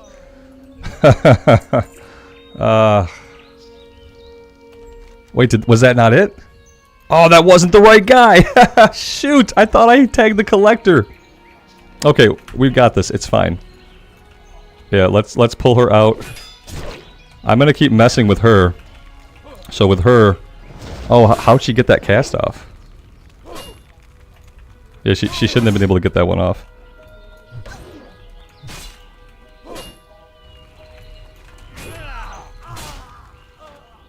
Alright, we got him. We're getting out of here now. Now we run. We run. Okay. Not as smooth as I thought. I thought I tagged the collector right away. I tagged the wrong guy. Big disappointment. We still did it, but not even nearly as clean as I thought I was doing it. Yep. Okay, but we're fine. And now we have to kind of hang out and wait for Princess. Well, Princess is up, but I don't think we're going to get healed before we get over there. Okay. The good thing is we didn't have to blow a potion, so... We should be able to tag Princess here. Oh, someone else is going in. Oh, no, here we go.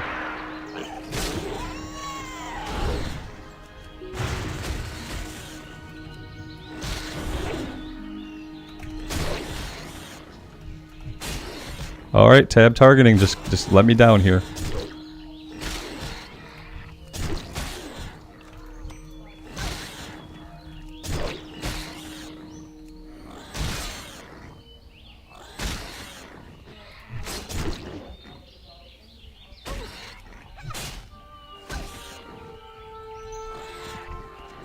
Alright, there we go.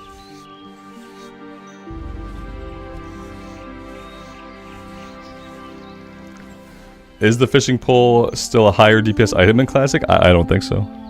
Maybe. Let's see, we have a fishing pole. No, it's only 2 to 4 DPS. It looks like we have a fishing pole on, but we're using a training sword. Yeah. Alright, let's skedaddle. We're going back to Goldshire. Yeah, I think both quests go back to Marshal Dugan. Oh no, the one is going down to the south.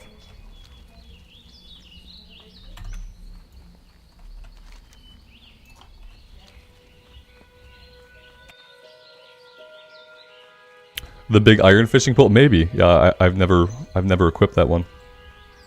It's possible. I mean, it's probably more DPS than some other weapons. Like, we can say for sure that it will be higher DPS than weapons that have a lower DPS.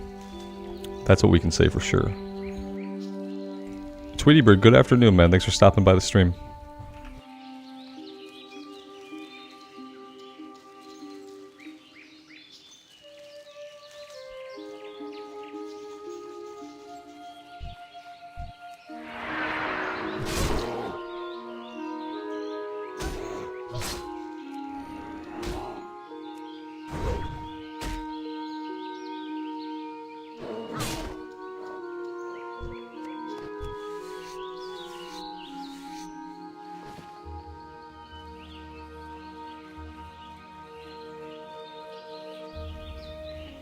Robert, I don't think I ever figured out the outfit thing. I saw like I was doing leatherworking for a bit on the shaman. I haven't really touched it in a while, but yeah, I was making like stuff that was like it was gear for the profession, but I didn't really understand like how many slots there were for it, and I thought it was cool, but yeah, it requires me to do like reading and studying to figure out what the hell is going on, and I'm adverse to that in video games. So I still never figured out like the whole profession gear thing. Just that I would occasionally equip pieces of profession gear that would do something for me. You know, they were doing something for me when I was doing professions, which was rarely ever. But I think the profession revamp in retail is awesome. But I do think it made things like it added a layer of complexity to it, right?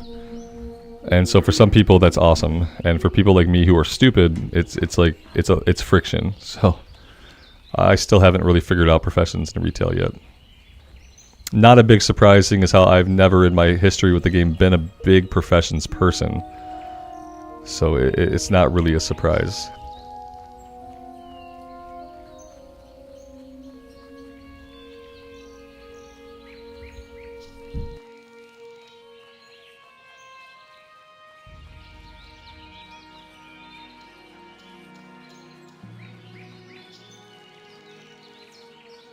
I think like for leatherworking in retail, what it was is like they wanted me to have so many different types of mats. And so I'd go to make something and I'd have most of what I needed, then there'd be like one mat that I didn't have any of, that I had never encountered before, that I didn't even know where I was supposed to get it. And I was like, oh cool, this is where I now have to go to the internet, I have to open up a web browser outside of the game, I have to search this item, and I have to find out where I can farm it. And oftentimes once I get to that point, what I do instead is I don't worry about it anymore. I'm just like, well, I've been skinning everything. I've been killing and skinning, but you're telling me I don't have this one item I need. It looks like an item I would get from killing and skinning, but I don't have it. And I don't know where to get it, and I've never seen it, and so I will not worry about this anymore. That was what happened to me with leatherworking in retail. King's honor, friend.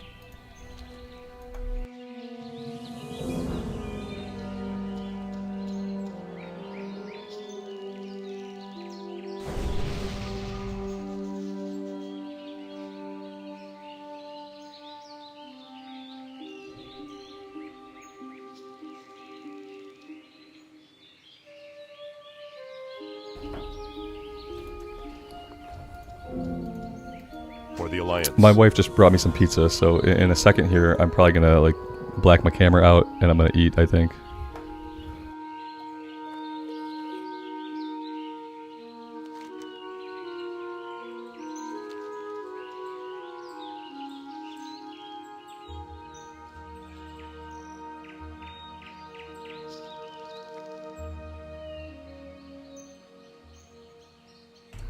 Alright, yes, let's see, what do I want to do here? I honestly feel like we might be at a good point to swap over to the Paladin for a bit and do some grinding.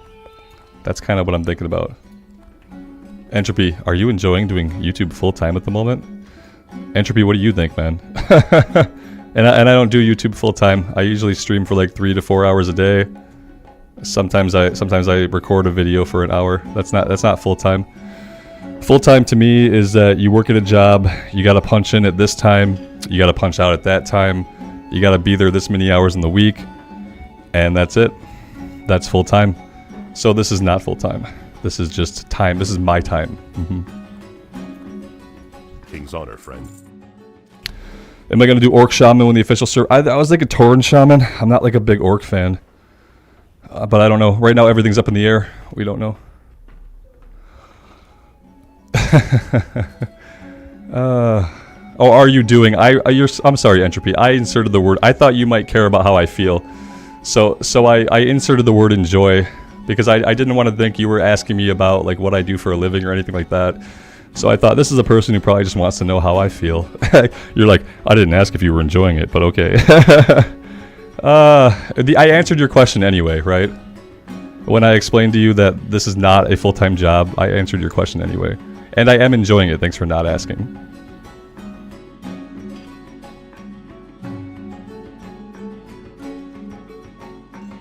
Llama, no I don't. That's the fun part about it, is yeah, no I absolutely don't.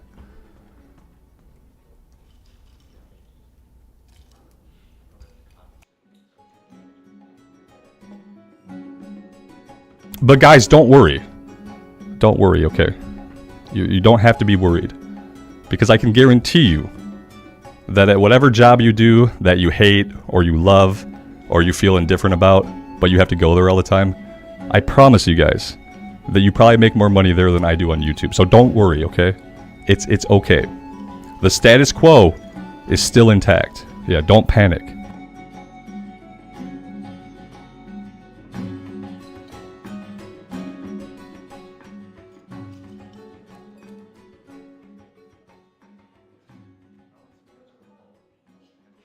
Is it weird that Volpera is one of your favorite races? No, I don't think it's weird. I don't like Volpera, but you know, I don't think it's weird. I think they put a lot of options in the game for people, so like, no matter what, like you're bound to find a race that you really like, and it's awesome that there's so many options. Gab, good afternoon. I wish I knew when the official Hardcore Realms are coming out. I wish they'd tell us anything. So, yeah, they haven't said. They're probably not going to tell us until August, because it's not going to happen, we don't think, till September. But, yeah. I wish I had more info. Alright, guys, I think I'm going to switch over to character select here. I'm gonna get the Paladin logged in, and then I'm going to go camera dark and eat. And I'll get us to somewhere where we can do a little bit of grinding. And then I'm going to eat this pizza. So I'm going to black my camera, I'm going to mute my mic. But we are going to keep going. Robert, September 20th. Yeah, the last day of summer. Yes, that's what I think too, man. And I don't think we're being cynical when we say that. Especially if the last day of summer is like a Tuesday. Then yeah, I would definitely say, yeah, that. I'm gonna put a little pinned comment here to let people know that I'm eating.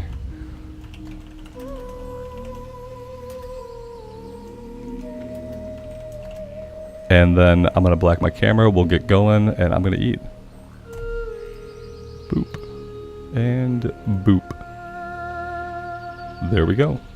I will see you guys on the flip side.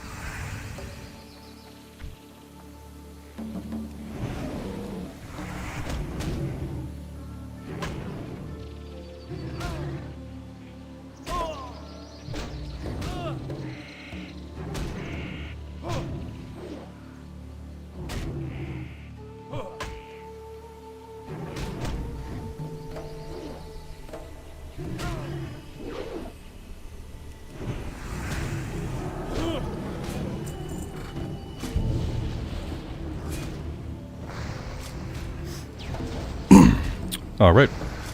Sorry about that. Yeah, sometimes I forget the Pally's not a Skinner either. I think I'm back. We're back. I hope I was muted some of the time I was eating. If I wasn't muted any of the time I was eating, sorry you guys had to listen to that. But, guess it happens.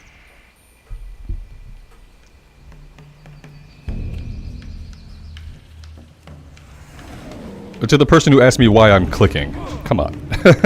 If you were paying that much attention to every single thing I'm doing in the game, you knew that I was eating. Give me a little bit of a break. You've also, if you're here at all, you've also seen me not clicking, so I mean, come on.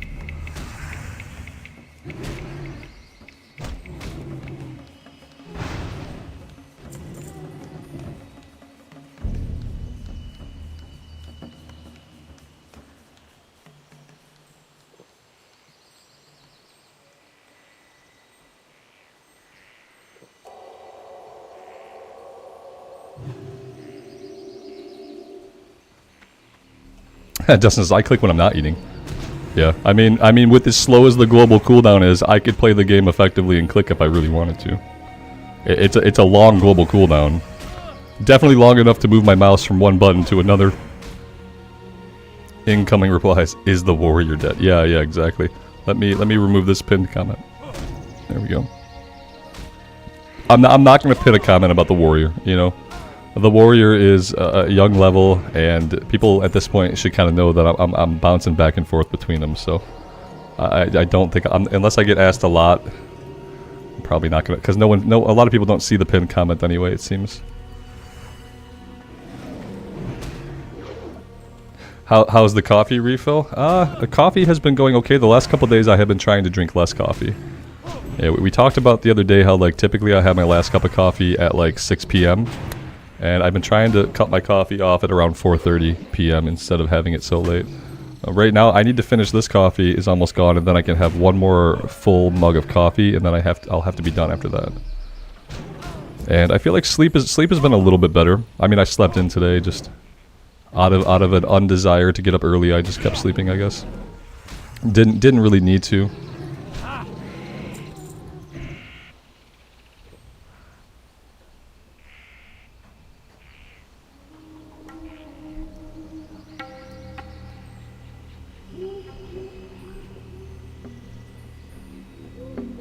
Yeah, it starts to feel really sluggish in the level 40s. What also hit me pretty hard was not ever getting any gear.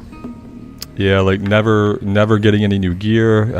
It's just like it makes it a lot more tedious. And I messed up early on. I should have kept blacksmithing, and I should have just ground out blacksmithing, because that would have been literally the only way. The only way for us to get gear, you know, past level 40 would have been from blacksmithing. I'm kind of hoping that on the official hardcore server, since people are allowed to group up in the open world, that more people will be alive in the 40s to take advantage of the fact that we can do the runs like every day. We can do a dungeon run, it like resets. But you know, doing a dungeon run at level 40, 45 requires other players to actually live that long, which isn't, statistically that's not the case, you know. I think someone said only like 1 or 2% of hardcore characters ever reach level 40. Yeah, David, you can do weapons, you can do armor, Yeah, you can do everything a growing paladin needs. But you have to have a lot of patience, especially early on. Like, you need an unbelievable amount of copper to get things off the ground. I think always you need, like, what feels like an unbelievable amount of materials, just constantly. And you have to really, really farm it. And you got to take, like, time out of your day to go just get ore. Regardless of whether you've leveled past that area or not, like, it doesn't matter. And early on, I wasn't really willing to do that. So yeah, we dropped blacksmithing when I ought to have kept it. We still have mining, but I haven't really been mining a lot of stuff. So that's probably behind as well. Alex says he's had around 600 copper. Yeah, that's like part of what you need. Yeah, it's an incredible amount that you need. But I guess especially in solo self-found, it's absolutely worth it, because otherwise you're in my position where, like, we've gotten lucky. We've got a few pieces of plate to drop. You know, we've got a few pieces of plate to drop, so we're actually really lucky. But we're not rocking a full set of plate, and we're level 46, so I probably need to not be in this cave. I feel like everything in here is about to respawn like really, really quick.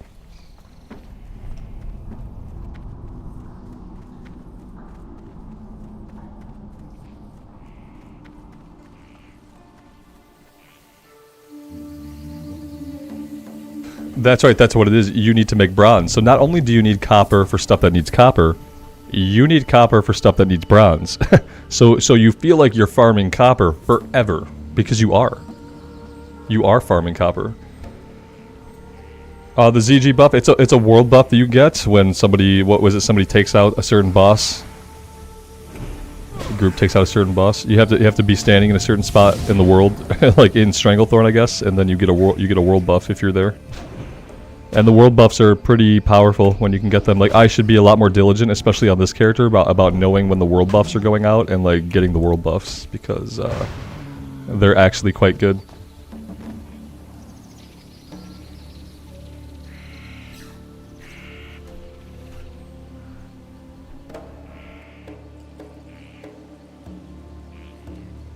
Justin, good afternoon, man. Thanks for stopping by the stream. 15 minutes. we're set to Booty Bay, so 15 minutes. I mean, that's a weird time. 15 minutes would be 2:35 p.m. my time. Maybe they mean at the turn of the half hour at actual 2:30.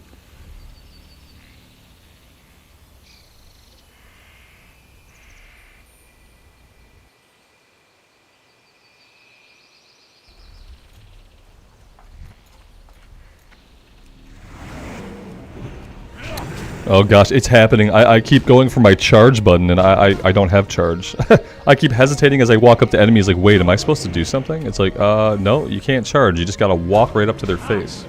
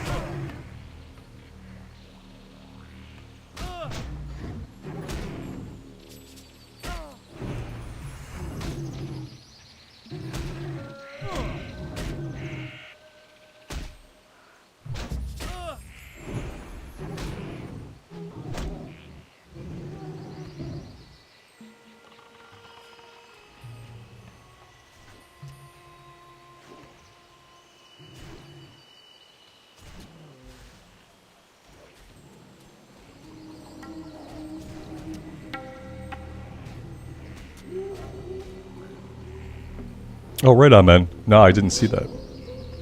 But thanks for letting me know. I do like to know when people switch names, because if sometimes it is hard to keep track of. But if you're on the same name for a while, then it's easy to learn who you are.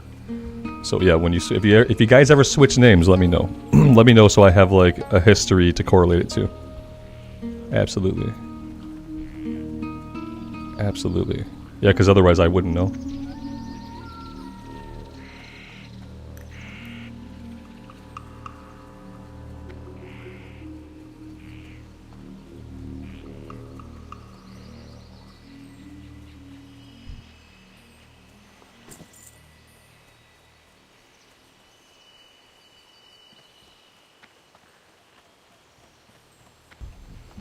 Well, if it's J, like as in the letter, and not J as in J-A-Y, then it could.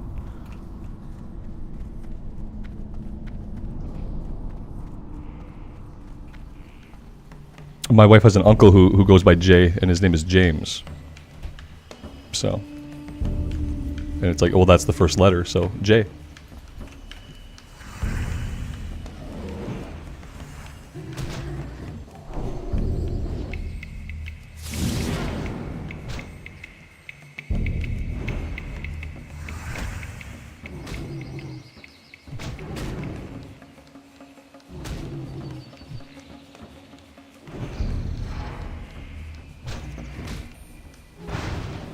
Robert, you have an awesome neighbor. My wife is about to bring me coffee, but we don't have neighbors bringing us coffee. So, that's a special neighbor.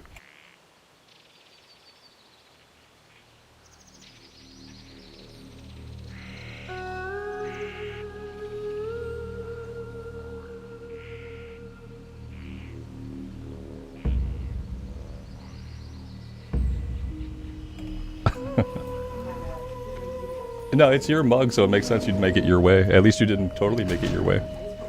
One scoop? I'll live with one scoop. I used my wife's mug today, so when she went to refill my coffee, like by muscle reflex, she started to make coffee her way, which involves quite a bit of sugar and creamer. But she stopped at like a small single scoop of sugar, so I might be okay. It tastes good. It doesn't taste like it's super sweet. Don't look a gift coffee in the mouth, basically. If someone brings you coffee, you drink it.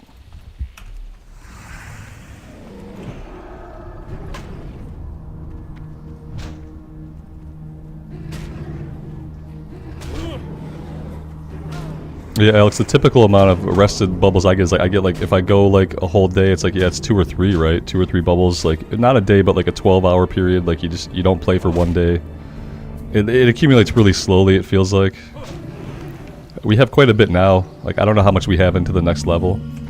But at least now I'm at a point where I know that I can probably grind out 47 if I really want to. But Robert, does it really taste like Tim Hortons coffee? Because Tim Hortons coffee is like very good and like very unique.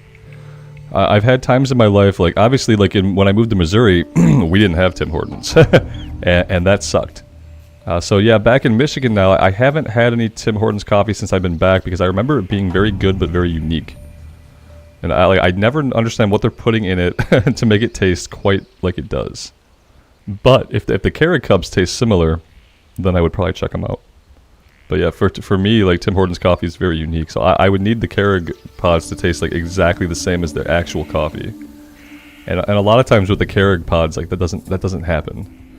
I know like the Starbucks Keurig pods like don't taste nearly as good as when I make Starbucks by grinding up the beans and using it that way. Like for my Keurig, I have like a little empty one that I can fill with ground coffee, so I can grind up whatever coffee I want, I can put it in there, and then I can use the Keurig. And that's how I do it. Yeah, I like grinding it myself. My wife likes the pre-made pods, you know, she uses the pre-made pods, and I swap out to the one that I fill. Because I like to get different coffees and grind them myself and make them like fresh.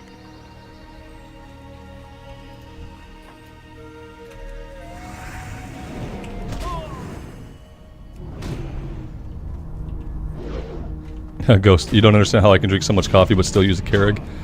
Yeah, the thing about the Keurig that I've come to kind of like is I know exactly how many ounces of coffee I'm drinking. Yeah, whereas if it's a pot of coffee and I have some of it, my wife has some of it, we make another pot, I pour a little bit more, then at that point I don't know how much coffee I'm actually ingesting. So like with the Keurig, I tell it to, I have my 20-ounce mug, and I tell it to make 10 ounces, and then again I tell it to make 8 ounces. Now I know I have 18 ounces of coffee, I put some milk in it, I'm good.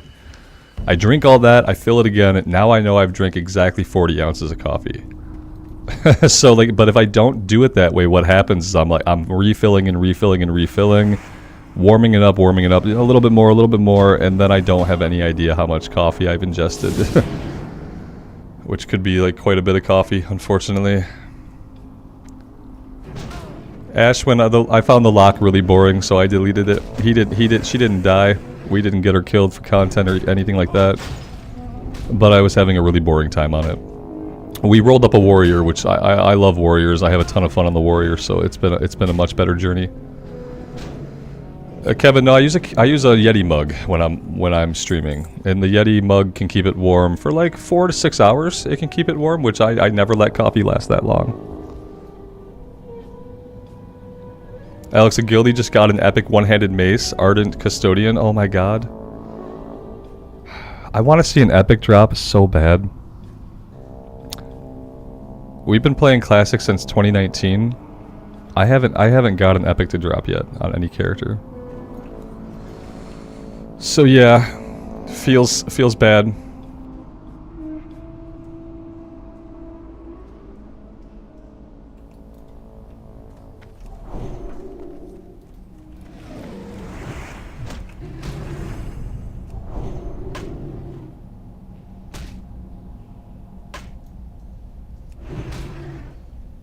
Jay, thanks for stopping by, man. We'll see you next time. I appreciate you being here.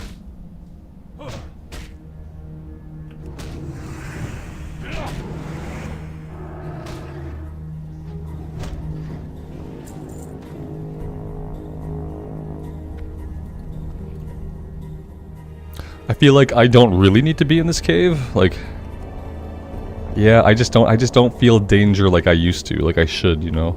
I'm out of mana now, so that's bad. Let's go ahead and get our mana back. Okay, we wasted that one. A little bit of a misclick. Talking about a Yeti mug while killing Yetis. David, I didn't even think about that, man. That is funny, actually. Yeah. I pour the coffee right into my Yeti, and he screams out.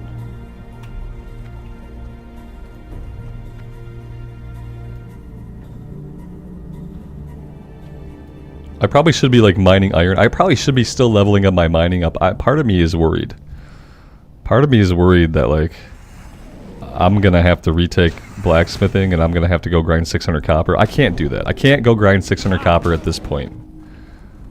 I don't think I can do it. It would be bad. Yeah.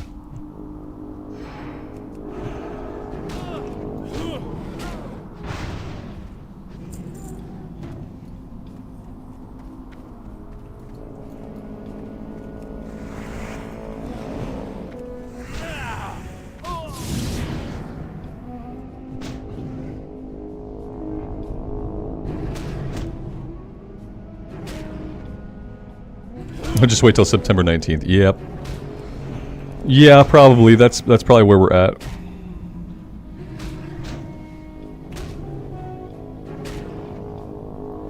I like how often we miss with our execute. It's really fun.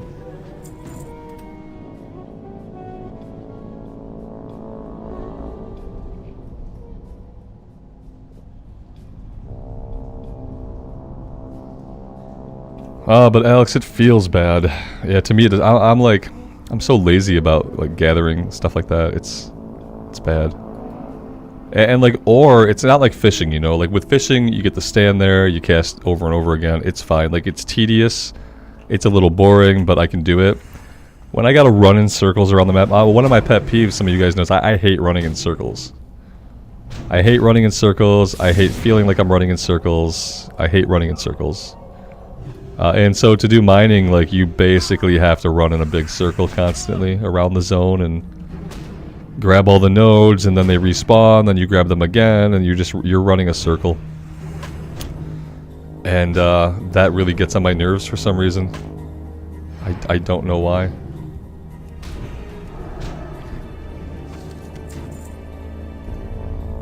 We got some male intellect stamina boots that we don't need.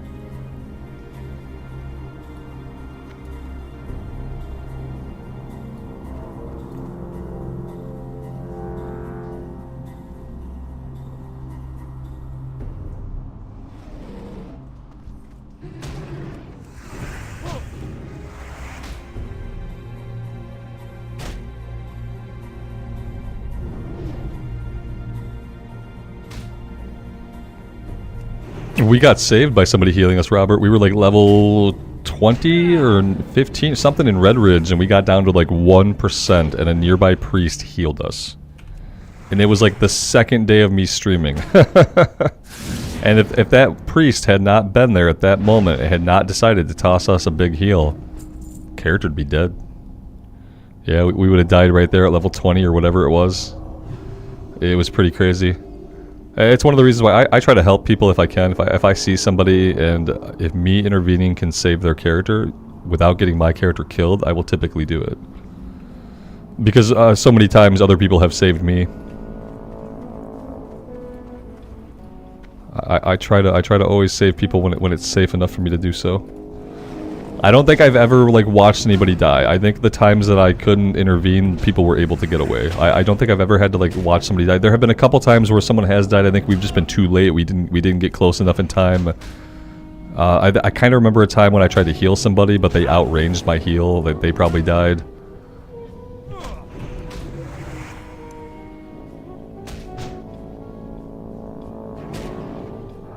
Oh, 5-man groups? Yeah, well, that's a whole nother thing.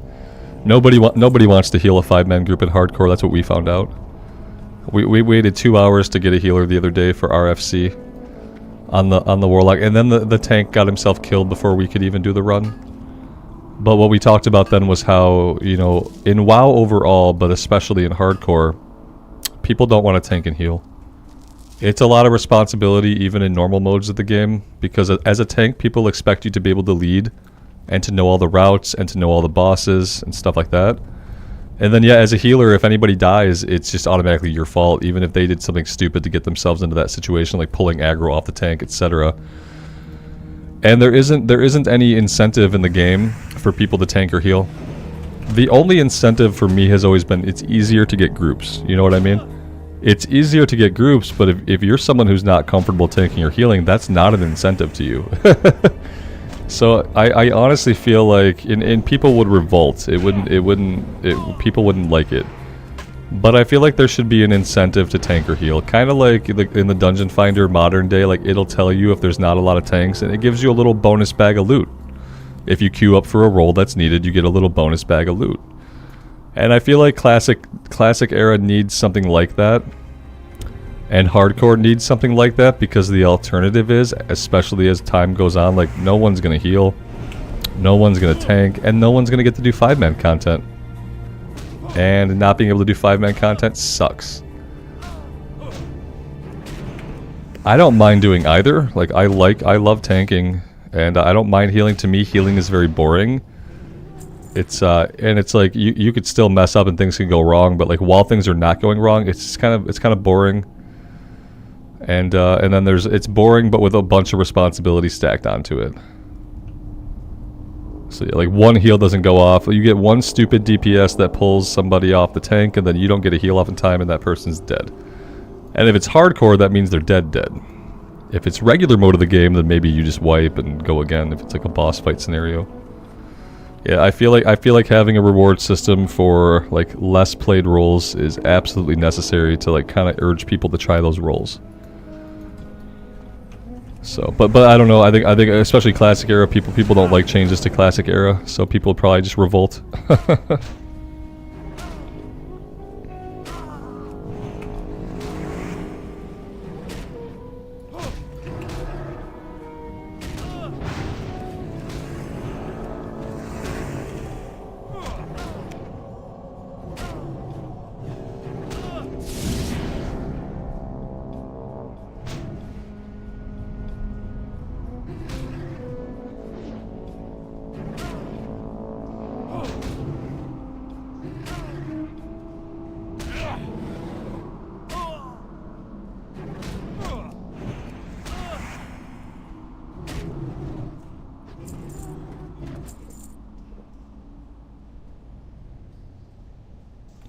You'd think you'd get the go type of tanks. Yeah, like that's the other problem. Like sometimes you incentivize people to step outside their comfort zone for like a big reward, and they do it for the big reward, but they're not really good at it, and they don't take feedback, and so it creates kind of a worse situation than just waiting for someone who is confident and capable to come along. So yeah, there's like pitfalls in it, you know. It's like it's not resolvable.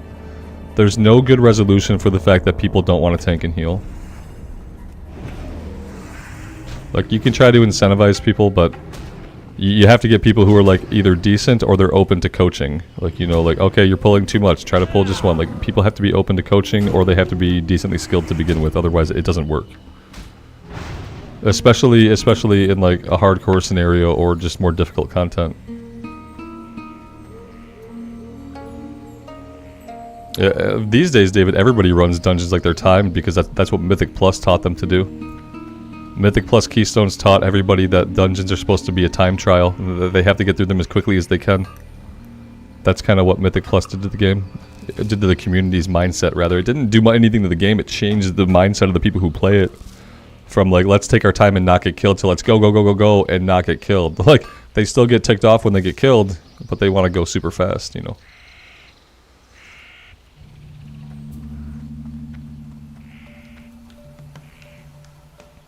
Even in ZF, you guys had to yell at your tank to look at people's mana? Yeah, fucking absolutely. If you are not used to tanking in Classic Era, any Classic Era, you are not used to looking at mana. Because in retail, for the longest time now in retail, mana has not been a resource that people have needed to worry about. So if you're coming off a retail, you might be a great player in retail as a tank. You start tanking in Classic Era like that, and yeah, you're going to end up in bad situations because people use mana really quickly in Classic. But in retail, it's not even a blip on a tank's radar in retail. That's the problem. Even good tanks, they don't have to worry about it, and so they don't think about it at all once they get into Classic.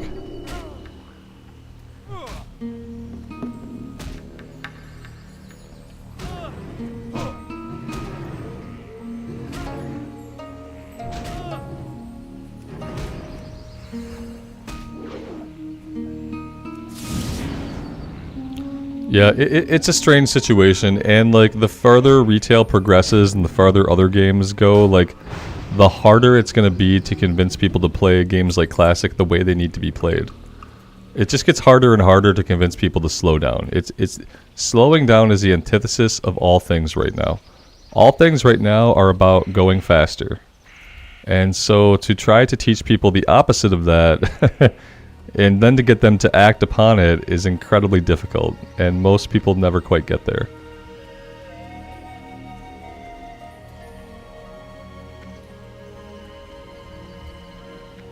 I kind of wanted to stay out here in the safety of the outside of the cave, but it's cleared, so yeah.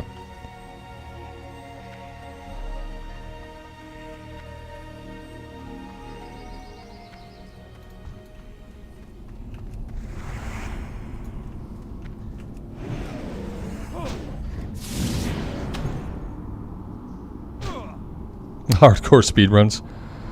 Ooh, I feel horrible for the people that try to do hardcore speedruns. How do you speedrun a game that minimum takes 200 hours to get through? It seems like an endeavor that would just incite madness in the person attempting it. Let's see, what's my slash played here? At level 46, we're at 6 days, 15 hours. So, and granted, like, I obviously I level up more slowly because, you know, I don't really rush. We have a lot of interactions. You know, sometimes I get confused as to what I'm doing, and that slows us down. But yeah, I think that's still a lot of time.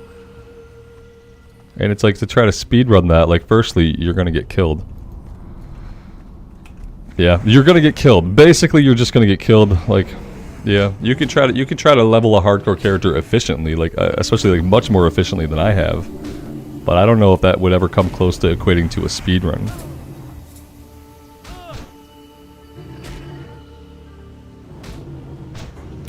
Johnny, good afternoon, man. Yeah, I got outside a little bit before the heat started and shot some hoops with my boy and got the dogs outside. But after that, like, I don't plan to go back outside now until it's dark, or like dusk at least. The sun has to be down now for me to go back out. We got hit with a lot of humidity today. Just a ton. It's like, it probably wouldn't be as hot here. Like, the temperature's probably not as hot, but the humidity just became absolutely stifling today. So yeah, it's been crappy.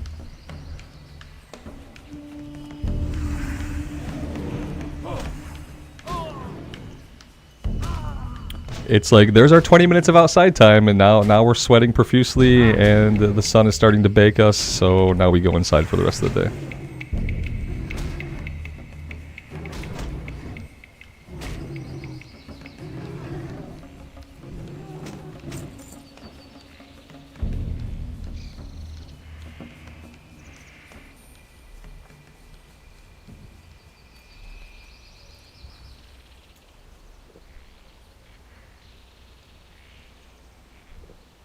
Yeah, I mean, if you're outside in the sun, you either have to use sunscreen, or you got to limit yourself to like 10 minutes. The sun is trying to kill you. Yeah, it's trying to irradiate the cells in your body to cause them to kill you. So like, don't trust the sun. The sun is not your friend. It never was your friend. You know, it has always been trying just to kill you at a molecular level.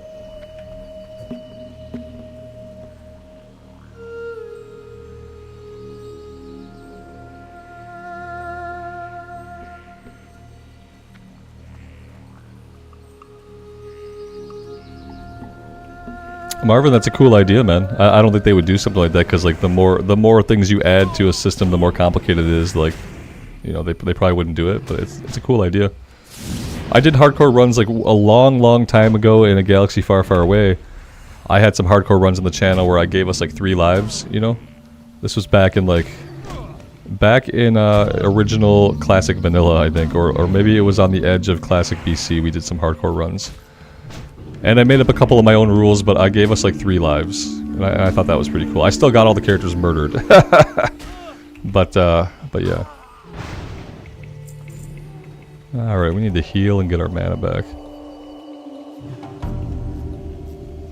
Keza, good afternoon. Thanks for stopping by.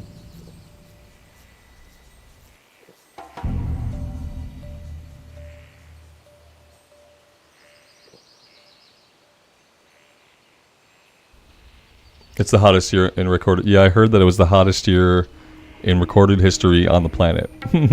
But, you know, global warming's not really happening. It's not a real thing. It's never going to happen soon enough to affect us, right? Said everybody for the past 40 years. It's not going to happen quickly enough to affect us. We'll be dead before it happens. Don't worry about global warming. It's not a thing we have to worry about. We'll all be dead. It's like, no, it turns out we are worrying about it now because it is affecting us now.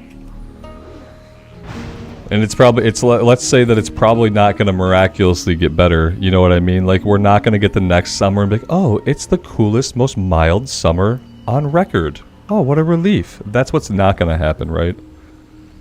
With shit like this, you can be assured of one thing. It will get worse. Because that's kind of what happens when, like, problems compound. When you compound problems and you don't solve problems, shit gets worse.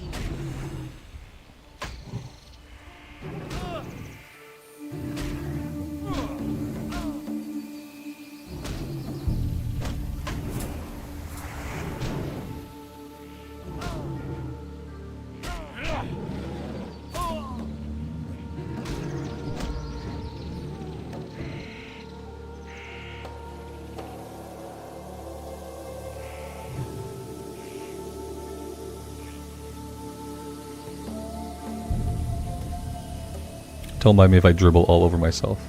My coffee is very, very full.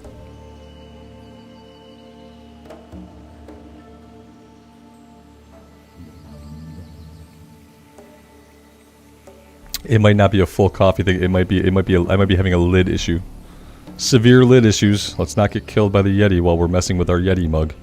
Now that'd be a... If I get myself killed by Yeti while messing with my Yeti, that would be pretty messed up. Let's see if we can figure this out. There we go. That might be a little bit better. Less dribbling, more drinking. Max, the comment about me not leveling faster frustrated you? Don't get frustrated by guys like that. Guys like that just try. They try to say that stuff to frustrate somebody. You know what I mean? They were trying to say it to frustrate me.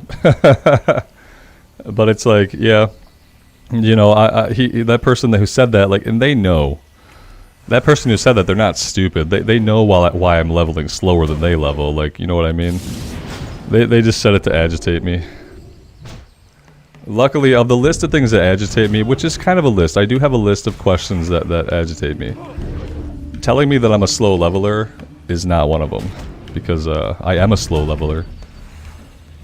Even if I wasn't chatting with you guys, I'd probably still be a lot slower than most people. And that's absolutely fine with me.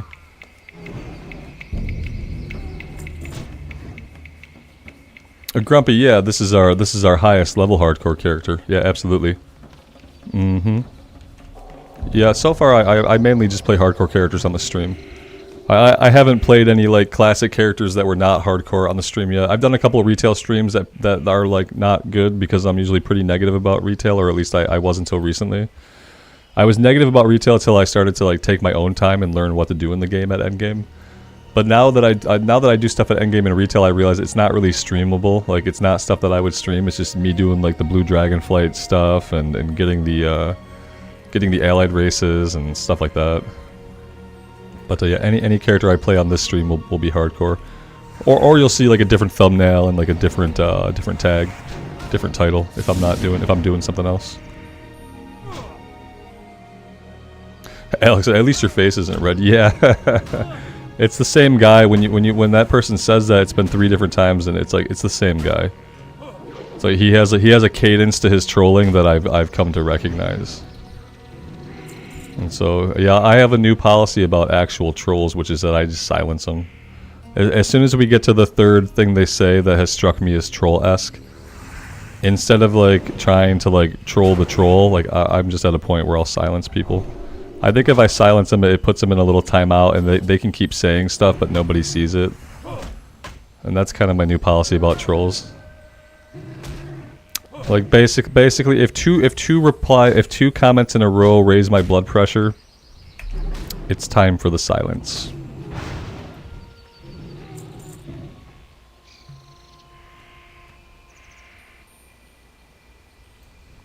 If Baldur's Gate 3 is out, there will be no more WoW videos here. That's not true. I'm gonna play a lot. Okay, I'm gonna play a lot of Baldur's Gate 3, I think. Yeah, but we're still gonna be working on our hardcore characters. There are certain things that that are gonna keep going. Now that being said, like yeah, when Baldur's Gate first comes out, like for the first couple days, especially if I'm having a really good time with it, like I think I will, then I might be focused on Baldur's Gate 3 for like August 3rd, August 4th, and August 5th. There will still be some WoW hardcore. Like that's not gonna stop. Because if I stop playing hardcore, I lose the instincts and the muscle memory that are keeping us alive. So I'm not willing to let that happen. But I am hoping that I love Baldur's Gate 3. I'm hoping that you guys enjoy some Baldur's Gate 3. And that Baldur's Gate 3 can have a place on the channel. Because I would really love another enormous RPG with infinite replay potential. Similar to what I have with Classic. Like for me, Classic has infinite replay potential because of the classes and the world. And I'm hoping that Baldur's Gate 3, even though it's a different genre of game, will give me a world big enough and like story options wide enough and classes specific enough that it has some kind of like infinite replay potential. So yeah, that's my hope. I hope that I get to spend a lot of time in Baldur's Gate 3. Now if I play it on the channel and nobody watches it, everybody hates it, or I'm not having a good time, then we'll be back to more WoW.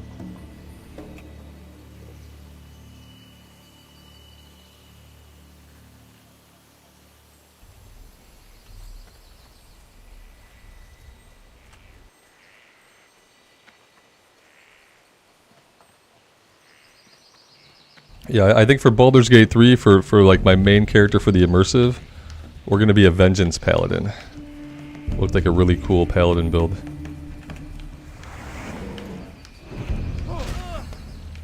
I'm kind of hoping people get into Baldur's Gate 3 because, like, ideally, I'd like to have an immersive recorded series, but I'd also like to do a separate playthrough as a stream where we do like opposite choices. We put together a totally different party of characters. And we just have a totally different class, and we make different choices. Not necessarily like a good evil playthrough, but maybe something similar to that. You know, I'd like us to fall in love with Baldur's Gate 3. Will that happen? I don't know. I don't know, because it's not really like in the genre of what does well on my channel. But we're gonna see. Miles for PC, it comes out now August 3rd. They pushed the PC date forward recently to August 3rd. For consoles, it's still September 6th. So yeah, it's actually, for us on PC, it's coming soon. Sooner than we thought it was going to, which is amazing. There are clerics, yeah. Yeah, the classes are awesome. Okay, it has like, it's using 5th edition D&D rules. It's actually set in the Forgotten Realms universe, which is a D&D universe. And so yeah, it uses 5th edition classes for the most part.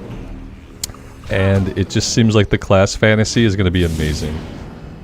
The game looks great. The classes seem like they're going to be really deep. Like, yeah, it's going to be good.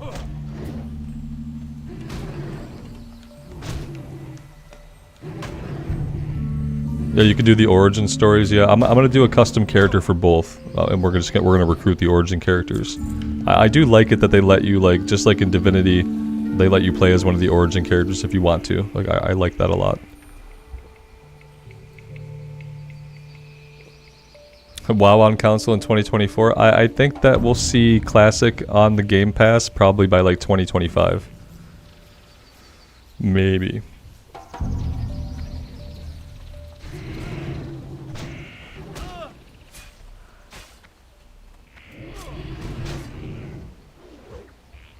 I think eventually we will see Classic on Game Pass.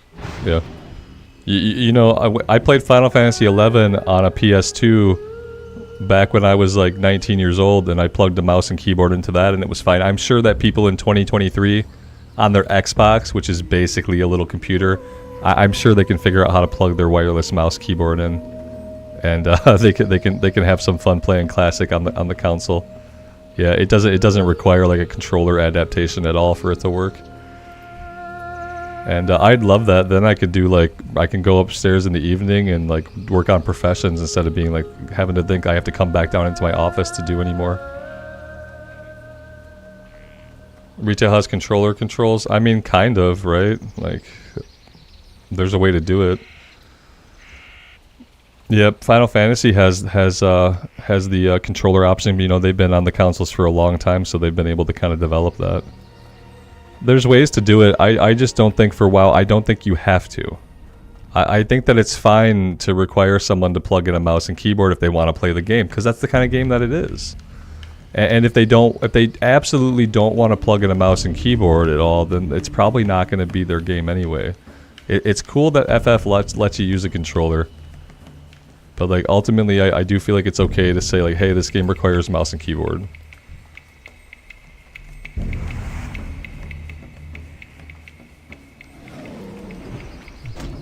Grumpy, you get stuck in character creation?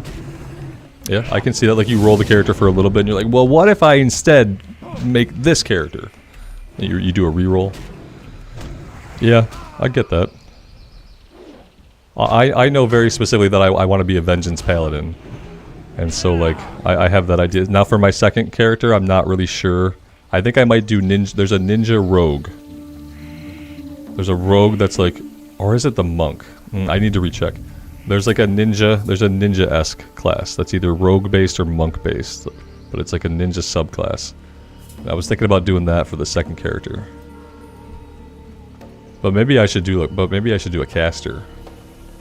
Might be a better idea.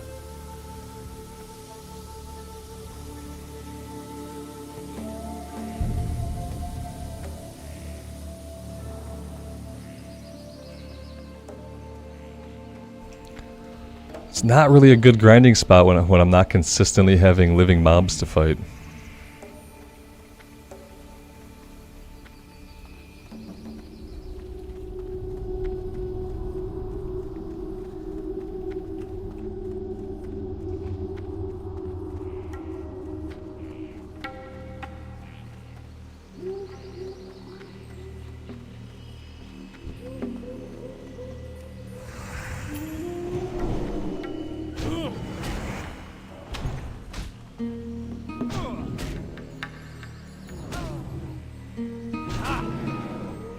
Unfortunately, I don't think we're ever going to see a WoW in Unreal Engine. As cool as some of the demos are that people put together where they do like the walkthroughs of like what Elwynn would look like, or what Mulgar would look like in Unreal, I don't think we're ever going to see it. I don't think that if we ever see a new engine in WoW, like it'll be something that they build themselves. I don't think they'll go out, I don't think they'll use Unreal. As easy as it would be for them just to do that, it would probably be good, but like I just don't see them doing that. Yeah, like I've seen the videos where they like run the camera through the zone. It looks really pretty. But I don't see Blizzard Activision saying, okay, let's pay for Unreal 5 and just put the game in that. I think that if they ever did anything, they'd probably have to build their own proprietary their own engine, you know. And that's why they haven't upgraded their engine, because like that's so much work. It would be so much work for them to build a new engine, but then somehow have the game function similarly to how it functions today still. Would probably be quite an effort.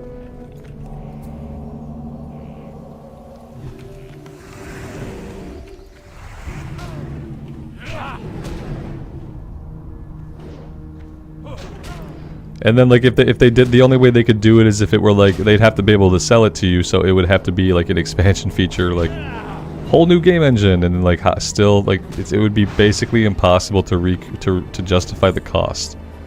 Because you have to ask yourself, like, how many people quit playing WoW because it doesn't look better than it does? Not many. The people who like WoW and enjoy WoW, especially in retail, like, they're not really ever going to quit just because the game doesn't look as good as it could look in Unreal 5. And so from like a business perspective, there is no incentive to rebuild the game engine from the ground up, because you're not going to make more money by doing that. You're going to spend a bunch of money. You're not going to retain more people by doing that, because most people have come to terms with how the game looks if they're still playing it. So they're just like, unfortunately, there's no incentive from a business standpoint, and that's what, when I say like stuff like it won't happen, that's what I think about. It's not just to be negative; it's just to be real. As cool as it would be.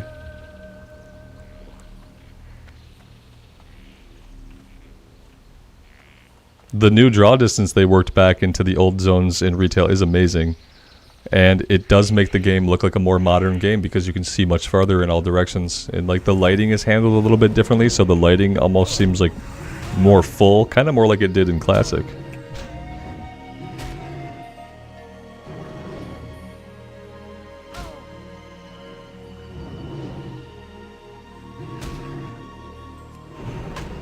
My wife just let me know we might have some severe storms rolling through. So I'll try to keep like an ear open for when that starts happening. Right now we're still mostly cloudy.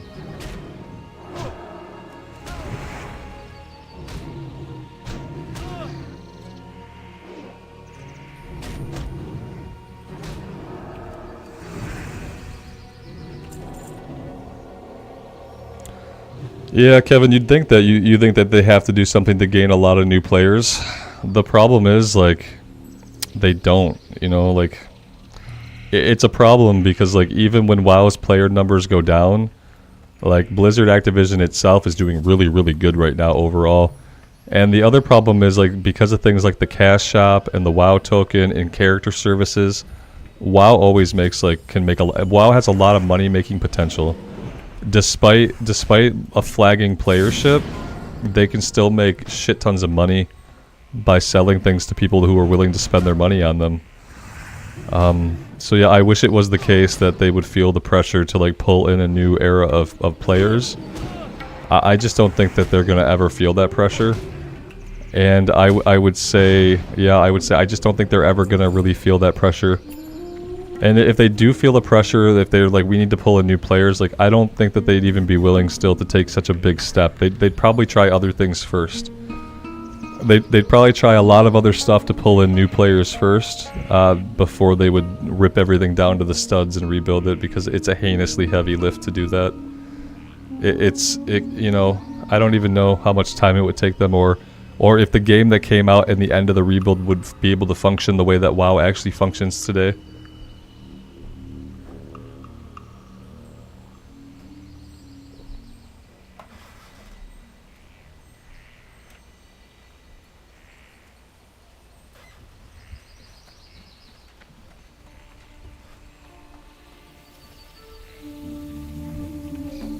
And the thing is, like, retail's in a really good spot right now. They add so much content to retail every single fraction patch, like the 0.5 patch, the 0.7 patch. You're getting more content than you've ever gotten before if you're a retail player.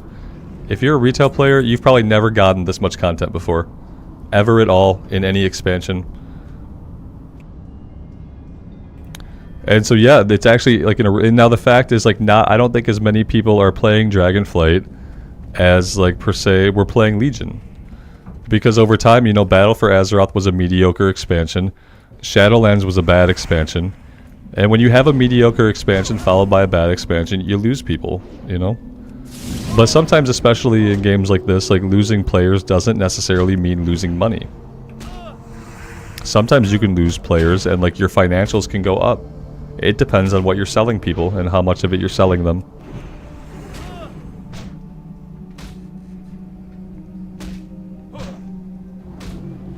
Grumpy, what do they sell in the in-game shop? I mean, anything and everything. You want mounts, you want cosmetics. There's lots of stuff on the in-game shop. You want toys. Little pets. Yeah, they don't sell any character power stuff, obviously. But they sell lots of things. And the people who like that stuff, they spend money there.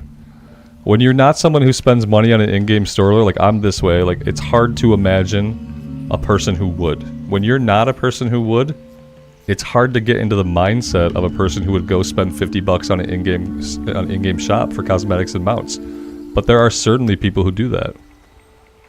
You know, they say, hey, I just need to have that mount. It's amazing. Or I need my character to look like that. It's amazing. And they pay the money, you know?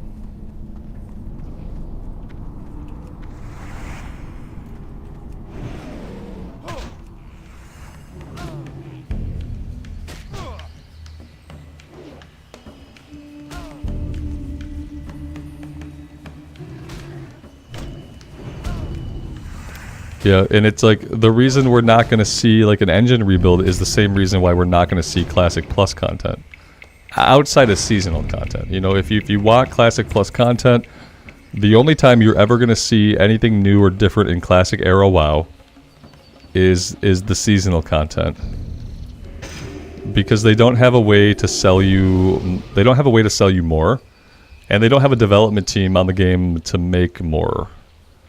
And if they wanted to have Classic Plus content, they'd have to make enough content to be like the size of an expansion, because they'd want to get that big box money from you to play it. But then it's like, how many people would want that? Because all of a sudden now, Classic becomes a game that I can't play with just my sub. Now I have to buy the most Classic Plus expansion in order to actually play Classic Plus. I don't think people want that. When people talk about Classic Plus, they imagine that it's like it would be new content to Classic that they would get for free.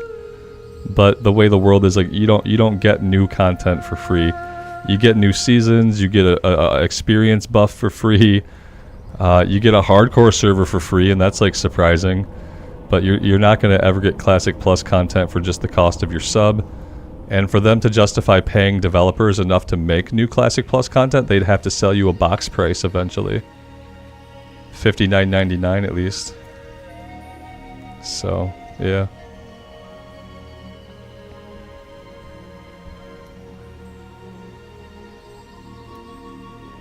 Bobby. Yeah, it's just how it is, because they got to be able to go to the shareholders, and they have to have a case to present the shareholders. Hey, shareholders, we want to do Classic Plus content. And the shareholders will be like, wait. You want to pay people to make more content for free for a game that's a nostalgia trip for old players and doesn't make us any actual money? Yeah, we think it'll be good for players. We think that if we make a bunch of new content, people will really love Classic. But it's not going to make any more money. Well, no, we're going to give it to them for free. And then see how the conversation kind of falls apart. The conversation never happens. It never gets off the ground because, like, it can't be. It can't happen. So, yeah. If you're a person out there like just waiting around for Classic Plus to happen, like, please stop. Please stop, because like you're just setting yourself up for like disappointment basically. Be happy about the hardcore server. Be happy that they're doing a new season of Mastery at the end of the year. But you're not going to get Classic Plus, Classic Era content. Not if what you want is new leveling zones, new dungeons, new raids. You're not going to get those things in Classic Era. It's not going to happen. Yeah, the private servers are the only place where you'll find Classic Plus. Yep, absolutely. Mm-hmm.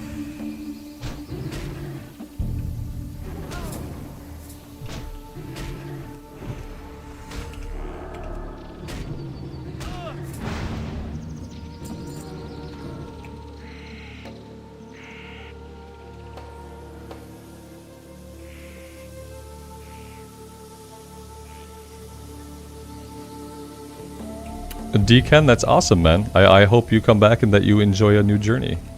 That's really cool. And you have a fresh palate to enjoy it too, which is awesome.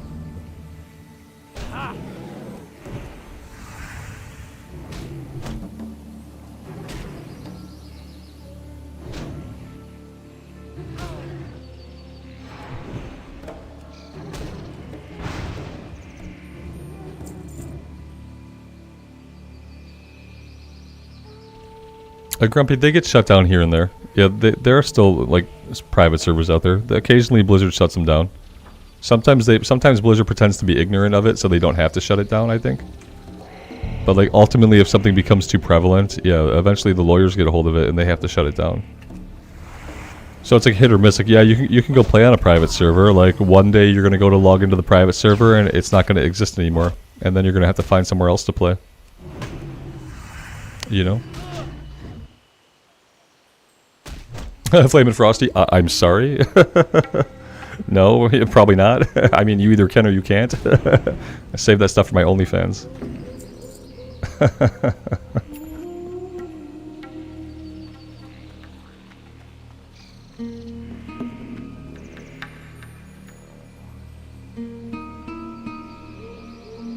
Yeah, if they feel like the private server is pulling too many players away, then maybe. I don't think Blizzard ever really feels that way though. That's why they don't go after all of them. If they felt that way, they'd probably go after them all.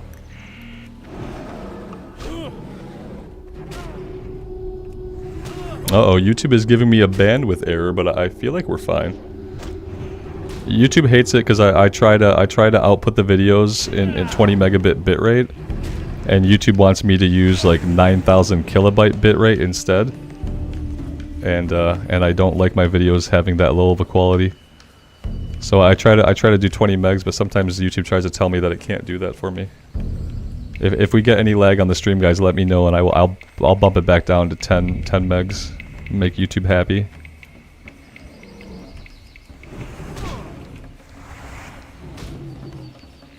Yeah. Amy, stop it. I told you before, don't encourage people. There is not an OnlyFans. Come on. It's just a joke. We're all just joking.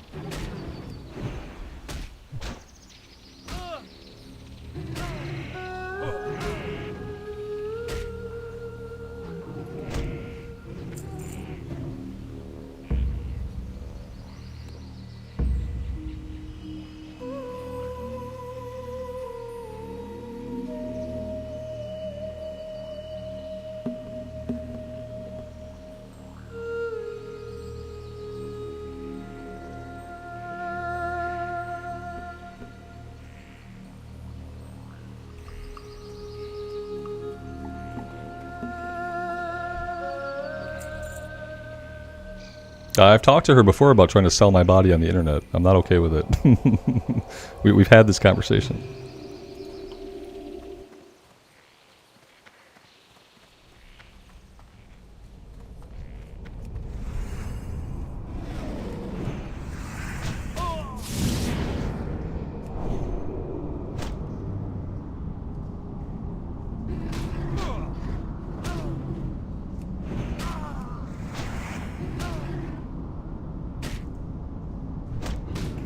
Flare Gamer, you're too young to be in this chat, man.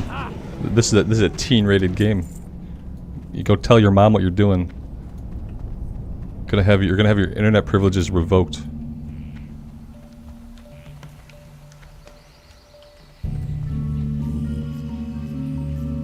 And I am not here to explain the dark corners of the internet to you, nor will I.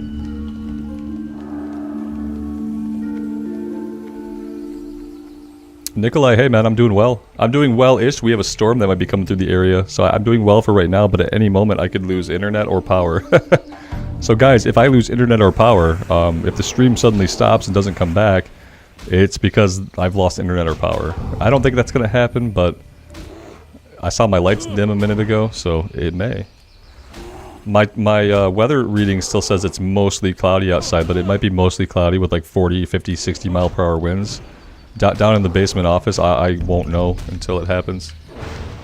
So, yeah. Yeah, OnlyFans is a place where they sell ceiling fans and only ceiling fans. That's, yeah, David has it right. Absolutely. Mm-hmm.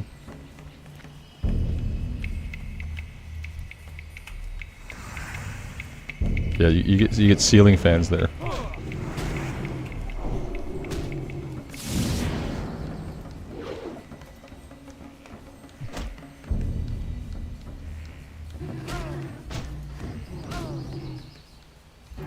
There we go. It's fine. If you're not a 10-year-old, don't tell me you're 10. Because if you are actually 10, I can't. I have to be a parent. This is no place for a 10-year-old. Steve, what happened to it is that they're doing the official hardcore servers, and I'm probably not going to play much on Bloodsail after that. So yeah, I was looking forward to trying a hardcore duo. But you know, with the way the normal server is going to work, where we're able to group up, we're able to trade, we're able to use the auction house, it has a lot less appeal. I think what I might do, I kind of decided that I want Amy to play Wrath. Because I want her to be able to experience the vanilla content, the TBC content, and the Wrath content. Because that's like the parts of the game that like me and a lot of people fell in love with. And she's really digging Classic Era. But I think I want to get her into Wrath. And if I do that, I was thinking about us doing an immersive, just an immersive playthrough of Wrath of the Lich King. Like just the two of us leveling up in Wrath, and then like I want her to be able to see Cataclysm if it happens, you know. Because that would be her first time seeing all that stuff. What I worry about is like having her stuck in Classic Era, falling in love with Classic Era, and then not having anywhere else to take her character, you know? Because she's probably not going to like get to endgame and do a bunch of 40-man raids. So I kind of worry about her like spending so much time playing just Classic Era. I'd like for her character's journey to be able to continue, you know? Yeah, and the Wrath was basically... I want her to like experience that, and like I want her to see Outland, and I want her to see Northrend. And if the Cataclysm happens, that will be cool for her too, as I think it would be cool for many people who are like, who came into Classic and they had never played through the Classic Era before. Like younger folks who found the game and like they've been enjoying Classic Era as a new experience. I think that like she could do that because when it was Mista Pandaria. So very different than Classic or BC or Wrath of the Lich King.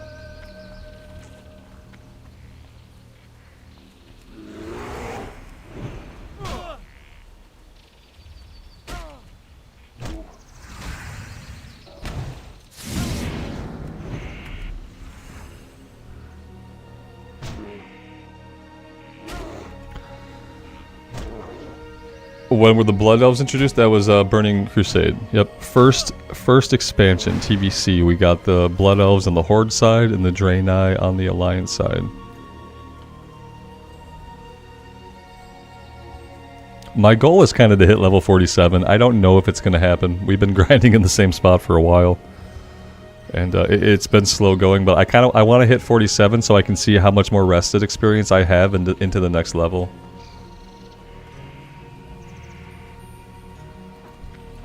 Grumpy, for that to happen, I feel like there'd have to be a lot more people on my channel who actually play the game, you know? Like, I think a lot of people who come to my channel, they are not in a position to play the game when I do. And some of them are not in a position to really play the game much at all. And, you know, they come here just to kind of chill and, like, be around the game, even if they can't play it. I think only, like, a handful of people actively play. And then there's, like, the whole time zone difference. You know, some of you guys are over in the UK, like, I'm in the States. I think it would be hard. With a channel as small as mine, it would be challenging. Like I have played with some people in the past. In Season of Mastery, I did some things with viewers, a couple of quests, stuff like that. We had a guild that didn't do anything. But ultimately, when your channel is like small like mine, it's harder to do stuff like that. Like every time you introduce something, you like rule people out. So I say like, okay, I'm on a US server, that rules out a bunch of people. And then I say, okay, I'm on this server on the US side, that rules out a bunch of people. And then I say, okay, I play at these times, and that rules out a bunch. And then there's like 2 people left who meet the criteria. and you can't do much with a 2-man group, you know? Ideally, like, I'd love to have a guild in the on the hardcore realm that we could at least do 5-mans with, you know? That would be a good starting place. Like, if I can get 10 people online at the same time on the official hardcore realm to sign the guild charter, then we can have a guild and potentially we can do some 5-mans in hardcore. That would be like, that's my starting point. But if I can't even get 10 people in a room at the same time, then, you know, there's not much point.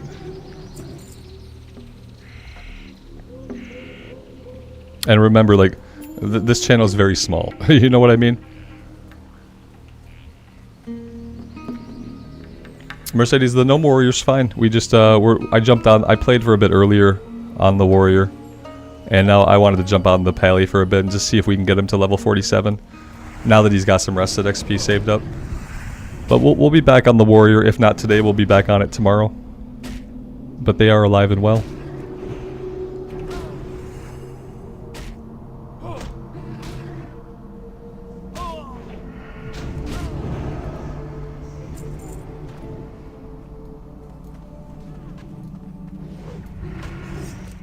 Yeah, Alex, I'm going to try to get it together. You know, once we know what's going on, I'm going to have a time, a day. I'm going to see if I can get people on and get the guild charter signed. It takes 10 people, 9 people besides myself to be logged in, standing in town, and we can try it. Nothing would make me happier than to get all of you guys killed in 5-man runs. No, I'm kidding. Yeah, I thought you were leading. Stop it. Don't put that on him. Yeah, it would be cool. If we could do it, it'll be really cool. You know, it just depends on like how many people are actually able to play. And then you guys keep in mind, like I play at the times that I play, you know. So I think a lot of people play in the evenings. And so like, yeah, for folks in the UK, if I play in the mornings, like for you it's evening and it like kind of works out. But then it's like people in my time zone, like a lot of them can't play in the middle of the day, obviously. It's going to be interesting. We'll see how it goes. It'll be probably called the Ramblers, yeah. I want it to be reflective of the channel, but I don't want the name to express my ownership over it. I don't want it to be like Robert's Ramblers or anything like that, because I don't want to imply ownership over a group of human beings. It makes me uncomfortable.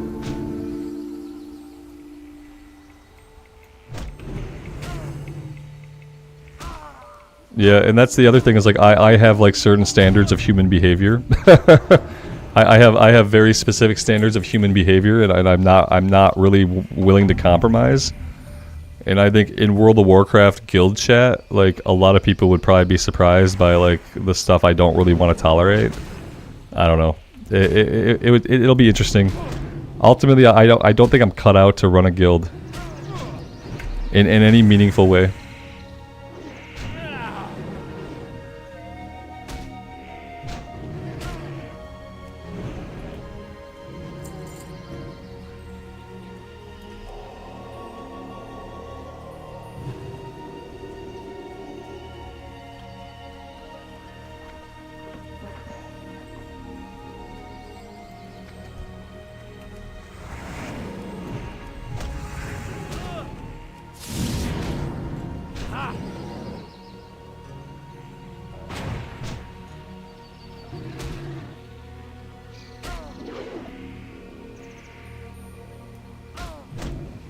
I appreciated the Starship Troopers reference, though. Yes.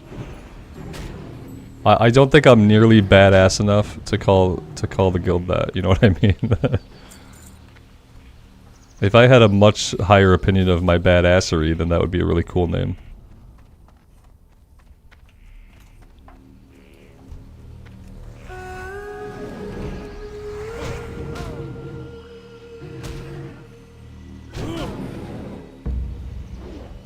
Yeah, the kind of guild I run, man, like if we were raiding in a guild, it would just be like, it's like, let's say like I get a piece of gear, okay, and I wear the same kind of gear as you.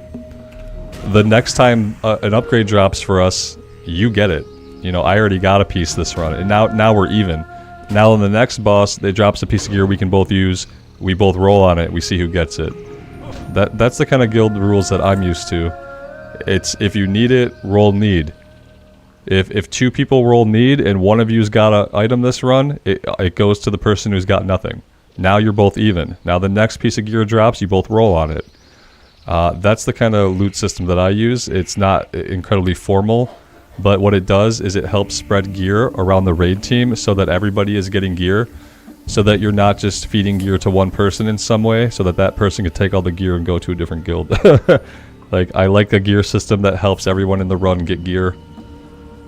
So yeah, that's how I run it, how I would run it. That's how my guild ran it in the past. And it's like that way when you roll off against somebody and you lose the roll, you know that next time an item drops that both of you can use, you're gonna get the item, you know. Don't let Tiny Violin raid with you. No matter what he says about his griefing days being over, yeah, we won't let Tiny Violin into the guild. Yeah, I don't do GDKP, I don't do like a point system. It's not like you show up for raid, you get a certain amount of points and you spend them. I don't want any system like that. You're there in the raid, everyone starts with the same chance to get gear, you roll on shit you need. When you get a piece, I put a little mark next to your name so I can keep track. You roll off against somebody next time, even if you win the roll, like the other person's gonna get the item.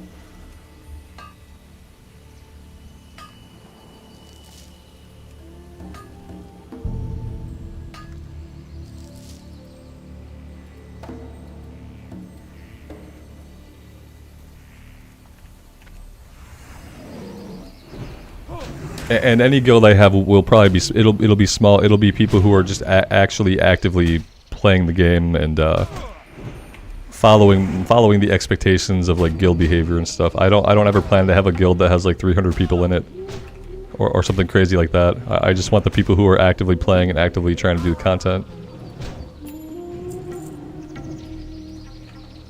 We are running out of waters, and I'm like, I don't think that I'm gonna hit level 47 before we run out of water. And I'm probably not gonna go restock water and then run all the way back out here to grind. So I think we're gonna grind until we're out of water, and then maybe we'll switch back over to the warrior for a little bit. How long have we been going? Oh, we've been going for 3 hours already. Yeah, not like Asmongold's guilds. Yes. I'm not sure what my first character will be. I'm not going to decide that at least until we have a date for the servers. Mercedes, I just don't think there's any way they can enforce it. That's all. I don't think there's anything they could do to actually enforce that, and I don't know if they should.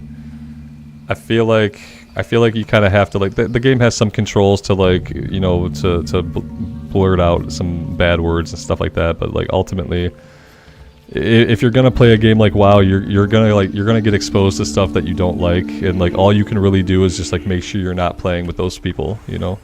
Like you're always gonna, in an online game, you're always gonna get exposed to stuff you don't like. What I do is I create a little immersive mode tab. You guys can't see it because I'm covering the chat. I create an immersion mode tab, and I tell this to only show me certain things, so that I don't have to see like the stuff that I don't want. All this is disabled. I can't see any of this stuff. I can't see text bubbles, so I've disabled text bubbles, so someone can come stand next to me and they could spew profanity at me, and I would never see it. And so that's what I've created to make sure that I can have an experience where I'm not being affected by guild chats, profanity, by general chat spam. Like I create a tab for myself where I only see the stuff I want to see. And I don't see anything else, and that's how I create like a PG environment. Like when my son plays WoW, he's in the immersion mode tab. No one can talk to him. He can't talk to anybody. Like there's no way to even see it. So yeah, that's kind of how I create like a PG environment for myself. Is just in my chat tab, you know. Nikolai, I don't even know that. I'm so about it. I don't know. I should probably play Horde because we've been playing a lot of Alliance. So, oh, we got a little lag spike. Little lag spike.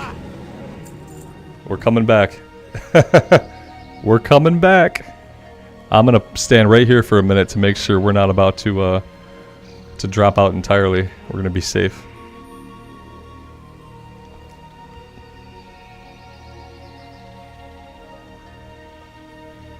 WoW is not a kid-friendly game, and it never was. Yeah. Definitely, yeah. Warcraft 3 was not a kid-friendly game. Warcraft 3 had a rating. Warcraft 3 was T for teen, and so yeah, it's not a kid-friendly game. Not really, you know. Like, and a lot of it's because of like online interactions can make it non-kid-friendly. But there's a lot of material in the game too that's just not really super kid-friendly. Like, I let my 8-year-old play, but you know, I have conversations with him about things, and he knows the difference between reality and not reality, because I talk to him, you know. It was never intended to be. Exactly. Like, there are lots of kid-friendly games. Like, yeah, my boy spends most of his time playing Minecraft, and he's amazing at it. He'll play Minecraft, he'll play Pokemon, and so like I got him playing the games that he like needs to play as a kid. WoW is not one of those games, especially when you're playing it in a way where you're like having interactions with other people. Yeah, the game itself is fine just because there's not a lot of blood and gore, but there are themes in the game that are adult themes, and it's mainly like online interactions. So yeah, like what I do is I have my immersion tab, and then I'm fine. Like then I know my son can play a little bit while I'm in the room, and I don't have to worry about somebody like messaging him profanity or stuff like that, because he can't communicate with other players the way I have it set up.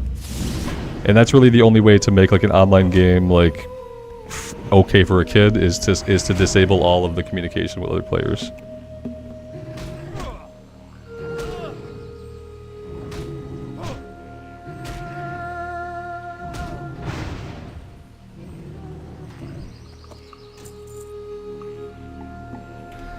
Rod, thank you so much, man.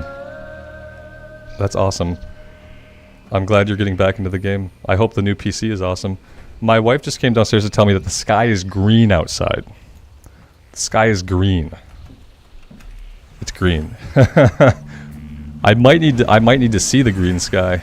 I might need to step away and take a look at it. But what it really means is that with every moment that passes, the likelihood of us losing our connection increases, I think. So, you know, guys, don't be surprised if the stream drops out. If the stream drops out, it doesn't come back up after a minute or so, just kind of assume that I've lost either internet or power or both of those things. Because the storm is out there, yeah. And the temperature is dropping, so that's like not a good sign either. Switch to the warrior? Damn, dude, that's...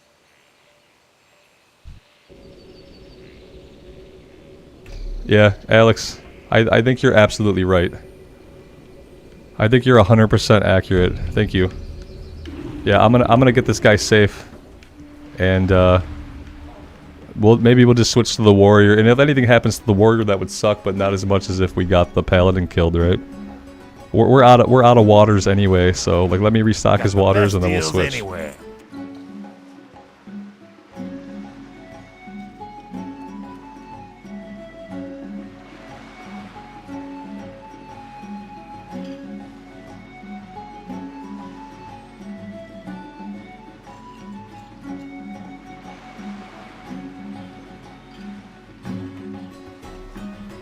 Yes, Eric, yeah, I'm in the east, or I'm in the southeast. So yeah, we're apparently getting slammed right now. Nikolai, I'm gonna keep streaming for a little bit unless I lose power and internet. Or one or the other, you know, like I'm gonna go for a little bit more, I'm gonna see how it works out, but we have a pretty bad storm outside. My office is in the basement, so I'm kinda like, not affected directly until something really bad happens. Yeah. I don't think I could appeal a death really if it's like my own internet or power that goes out, especially if I know it's storming, you know, like I'm kind of putting myself in a bad position, so like I don't feel like I could like appeal that death if it happened.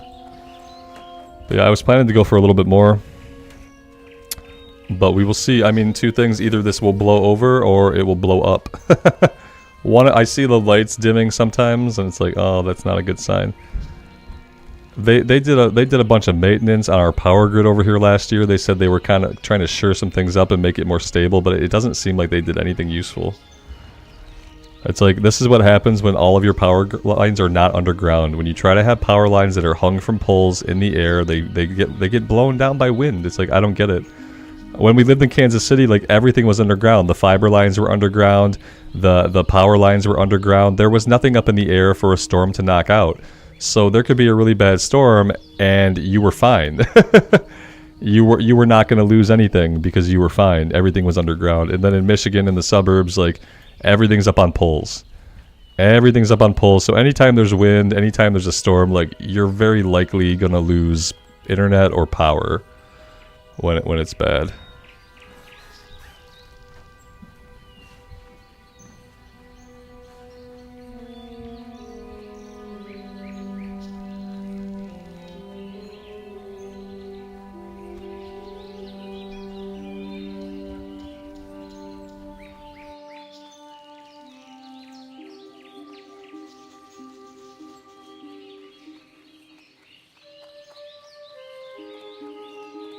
Hey there. Have a good one. Max, I don't remember any big storms last week.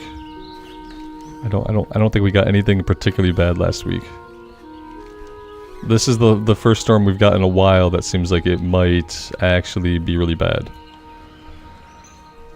But we'll see. I mean, right now it's just like wind and rain right now. But like I said, I do see the power just kind of fluctuate occasionally. At least the lamp I have here in the office, I've seen it dim over and over again. Where would I be headed now anyway? I'm basically done here. Except for Hogger. We could try a Hogger type situation, but I don't think fighting Hogger is good when you're about to lose power and internet. It's probably not a good choice. Let's see if maybe we can get back over to Dunmorrow. That might be an okay idea. It would be relatively safe. We'll travel for a minute. That'll keep us relatively safe.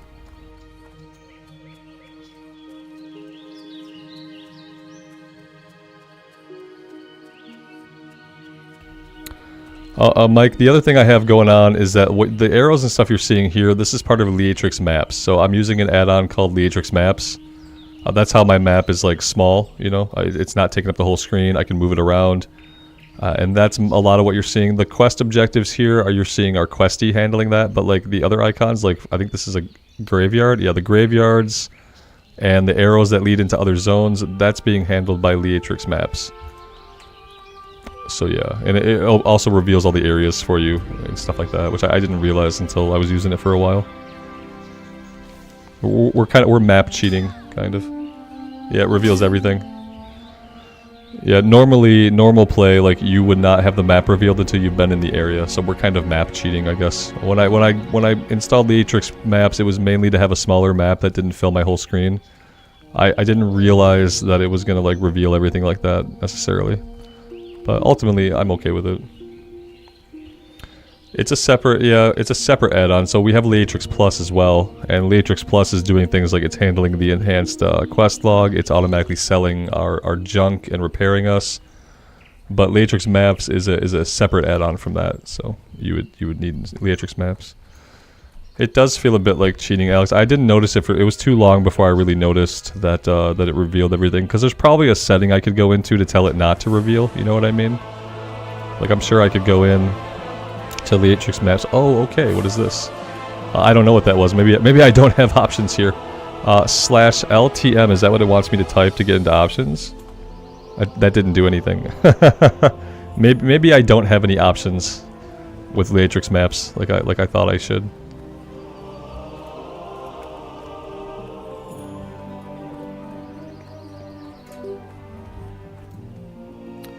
That was my surge protector just popping. I'm not sure how I didn't lose any connection there. My surge protector just tripped. My battery backup tripped. we're getting lots of power fluctuations over here. Lots and lots of power fluctuations. Yeah, my battery backup just went to click on. I heard it. Interesting.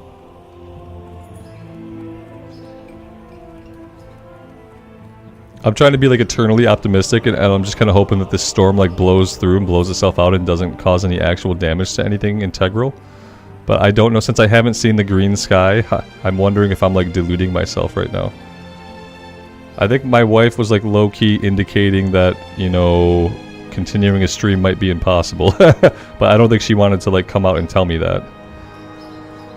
Don't go into the darkness. Yeah. Oh man. Yeah, out the window I can see from where I'm at, it does look pretty dark and grim out there. The script, we're doing well. How you doing, man? The only thing about today is like right now I have a storm blowing through my area. So if you're just joining the stream and if the stream stops at any moment, it's likely because I've lost power or internet or both of those things. Because apparently I have a little bit of a storm going on outside.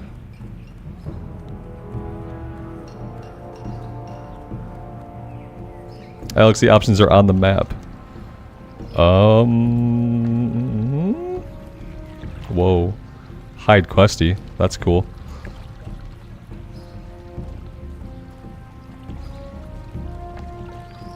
Mike, you keep thinking I have the fishing pole on? Yep. I know exactly what you mean, man. It's like, especially on a gnome, because it's so small, you can't see like the guard at all. Like you can't see any of the details of it. And it looks just like a fishing pole.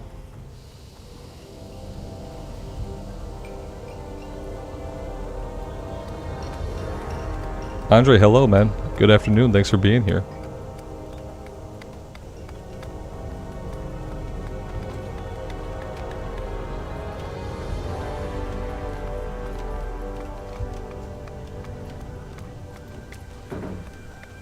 You guys are saying it's a mini-map button where the options are at. I guess I just don't see it. What am I looking for exactly? Oh, mini-map. I got you. I'm not looking at I'm looking at the map. Mini-map button. Leatrix Maps. There we go. Thank you. I figured it out. I finally figured it out. So I could remove map border. Okay, that's fine. Map opacity. Here we go. Yeah. See, all this was checked by default. You know what I mean? So like I could go in there and I could uncheck that stuff, but it's kind of like too late. Show zone levels is fine. Show coordinates is fine. I don't really know about hiding the city locations. Okay, we're just waiting for it to reload. I guess when you're in the tram doesn't have like an actual map. So there's that. Yeah, here we go. Now it's at a point where like we don't see the entire map revealed, which is probably better. I kind of wish it would have started like that, but I'm sure a lot of people who install that kind of add-on, like they do it so they can see everything on the map, so having it enabled by default makes sense.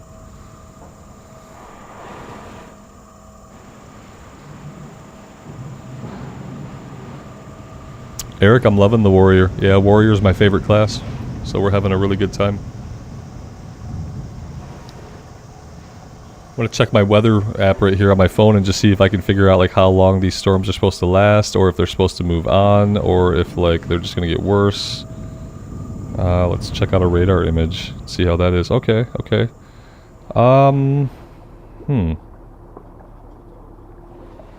I think this stuff's gonna blow through. Yeah, it looks like if we make it through the next like 10 or 20 minutes, then the storms might blow through for the most part. Maybe. If I get super lucky. Yeah. I feel like every time we don't lose power in a storm, it just increases the probability that next time we will lose power, so. It's a fast mover. That's good. It looks like it on the radar image. It looks like it's blowing through really, really quick. So yeah, I'm hoping this is like a temporary blip in the day, and that like things will even out here. If I hadn't had a battery backup installed, I think I already would have lost power enough at least one time to shut my system down. So I'm glad that I have a battery backup, because if I didn't, I'd be screwed, I think.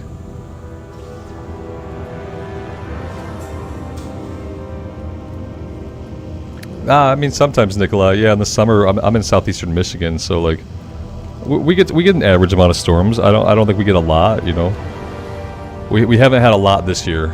Every once in a while, like every other week or so, we'll get a storm of some kind, but it's usually not that bad. I don't even know if we've lost power yet this year. I should knock on wood. We lost power last year during the winter. We lost power actually. Yeah, back during the winter we lost power to like heavy snow. Heavy snow took out some cables, and that sucked. It was out for like almost 2 days. It might have been 2.5 days that it was out. But that was a snowstorm that took it out.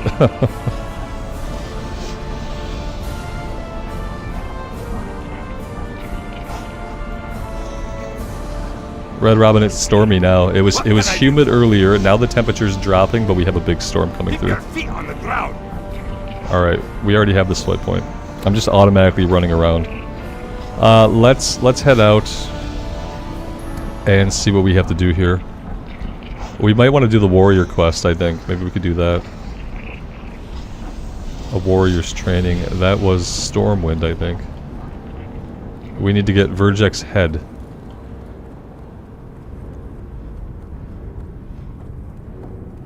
Kevin, that is really lucky. Absolutely. David, yeah, in Texas you lose power for literally no reason. I'd hate to say it, but there is a reason. And the reason is because the power grid in Texas, because it's not regulated nationally, the power grid in Texas is obscenely old, frail, and really bad. And so honestly, you guys have power problems because like you're not on a regulated like power grid that adheres to national standards of what it has to be. Because Texas is a big fan of like doing its own thing. Texas has always been a big fan of like doing its own thing. And unfortunately in this case, like the politicians and the money people there in Texas, like they saved themselves a lot of money over the years by doing their own thing with the power grid. But the result of that is you guys have like the worst power grid in the entire country. It's kind of like a sham of a power grid. So it's like there is a reason for it, but yeah, it's not directly related to any atmospheric events. It's just shitty politicians and shitty rich people who don't want to actually invest in the wealth of their state or the people, and they're not regulated by the national government of the United States for some reason. That was an explosion that I heard. I wonder if you guys could hear that lightning strike through the mic, because that was loud AF. It's getting dicey here. I'm hoping that it blows through really fast, because that lightning strike kind of made my heart pound, and I'm usually not affected by things like that. Oh, now I hear some hail hitting the house.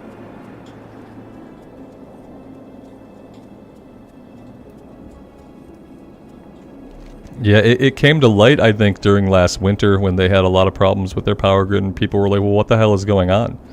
It's like, oh, it's all really old and archaic and barely functions. It's held together with twine and duct tape. Because twine and duct tape are really cheap. And new cables and new infrastructure is really expensive. So, they went with twine and duct tape. Are the dogs hiding? They might be. My little guy, I don't think he's been through a big lightning storm. I think everyone is hiding in the basement right now outside of my office. I'm pretty sure that we've got everybody, including the dogs, like we're all downstairs now. Just in case, you know. It's a safer place to be. Now I've got Questie not showing objectives. Oh, here we go. That's what I'm looking for. Vajrek's head. Let's go try to get Vajrek. One guy got a $45,000 power bill. I think I remember that being on the news, Robert. Yeah, I think I saw that on the nightly news. Yep. Mm-hmm. You know what you do with a $45,000 power bill? You fucking rip it up and throw it in the trash. And then you just laugh, right? I mean, what else can you do? You're not gonna pay it, obviously.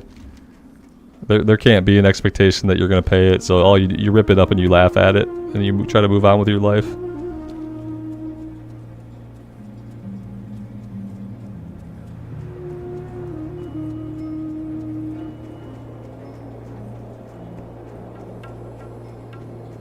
Yeah, slide away. I have my stuff in a surge protector, but then I also have a battery backup. So I'm kind of hoping that, like, any power fluctuations that have happened so far, it's been able to handle. I'm kind of hoping it stays that way.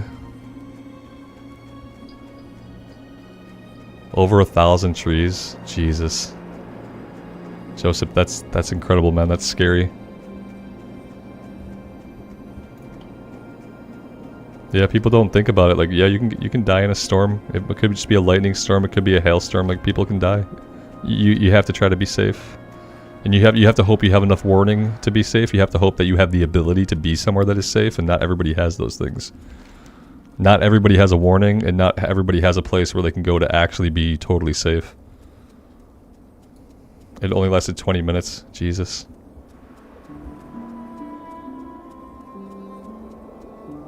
Yeah, I mean, obviously the best place you can be in a storm is if you can be in a basement. And if you can't be in a basement, it's kind of like, you know, depending on the severity of the storm, you're at risk.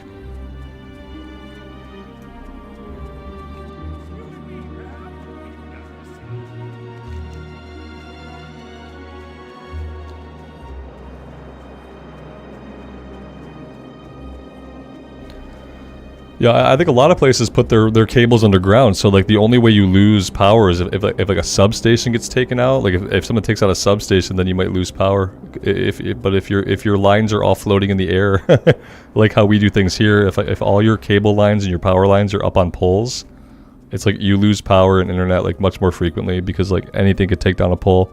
And the poles are basically fucking lightning rods when you think about it. It's like you have a telephone pole that goes up like 30 feet in the air. On top of the telephone pole, you have like cables. Some of them you'll have a metal transformer box that handles the current. And yeah, you're basically putting a lightning rod up into the air, and you're saying we're gonna hang all of our power lines and all of our internet cabling lines from these poles. It's literally the stupidest thing you could ever do. But since in a lot of places in the States we've always done it that way, and it's expensive to dig lines and rebury lines and do all that, like we don't change it. We just keep hanging them from the poles. So yeah, it's bad.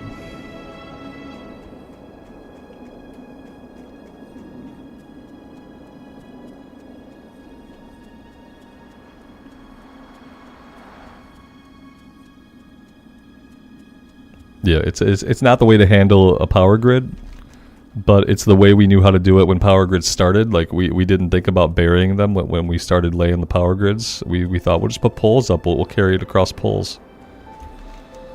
And yeah, it obviously has its problems. Yeah, they're wood and metal. The big ones get struck all the time. They are essentially lightning rods. And so yeah, it kind of sucks. So that's what I loved about Kansas City is like everything was underground. You could have a huge storm roll through, and you had to worry about your physical safety, and that was it. Like, you didn't have to worry about was your power going to go out, you know, were you going to lose internet. Like, you could, like I said, like if a substation got taken out, then you could lose power, but like you weren't going to lose power because a telephone pole got struck by lightning, or because the winds blew some cables down, or because the snow or ice was too heavy on the lines. Like, you're not going to lose power for those reasons. And that rules out a lot of opportunities for, like, power to be lost. Not my herb! No! Dang it. Stole my herb.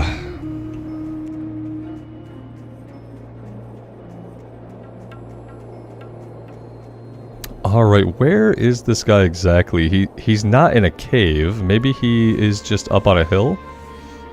It seems to want me to think he's just kind of up on this hill. Let's go find out if that's actually the case.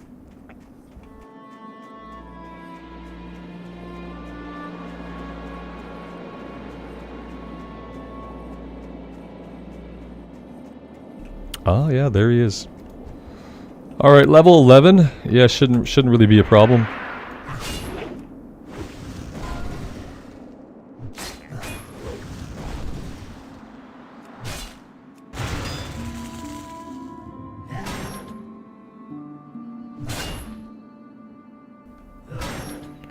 Eric, exactly. It's so different when you don't have to feel that anxiety. You know, when a storm comes through and you don't have to feel the anxiety of like, oh man, is the power going to go out? How long is it going to be down this time? Let's charge all the devices. Let's keep the refrigerator closed. Let's if it's summer, then you got to worry about losing your AC. If it's winter, you worry about losing your furnace. Like, yeah, it's a lot better to be in a place where like you don't have to have that anxiety whenever there's like inclement weather.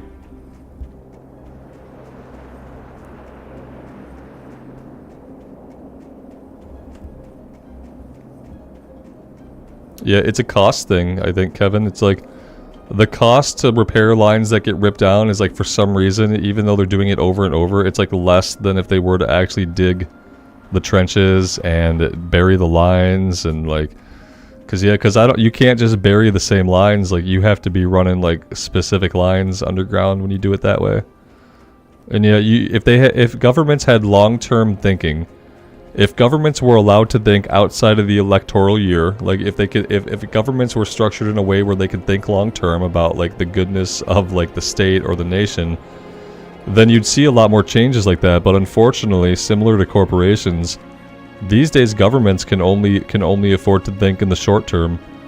So like, you don't want to be the governor who spends a shit ton of money, you know, deprives all the rich people of their money, you know, digs up the ground, creates all this noise pollution. Like, you don't want to be the guy that does that, because like, you got to get reelected. You can't really, like, it's not a system that allows you to think about like what's best for humans.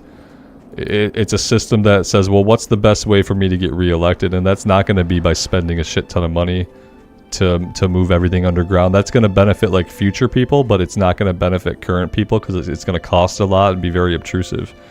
And so like, politicians and policymakers, they have to be very wary of forcing through any changes that are going to be even minutely unpopular to rich people. And when you spend money, you're spending rich people's money.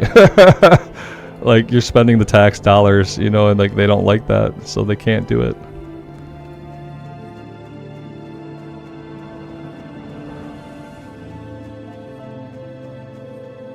Yeah, the words government and long-term thinking are never in the same sentence, yeah.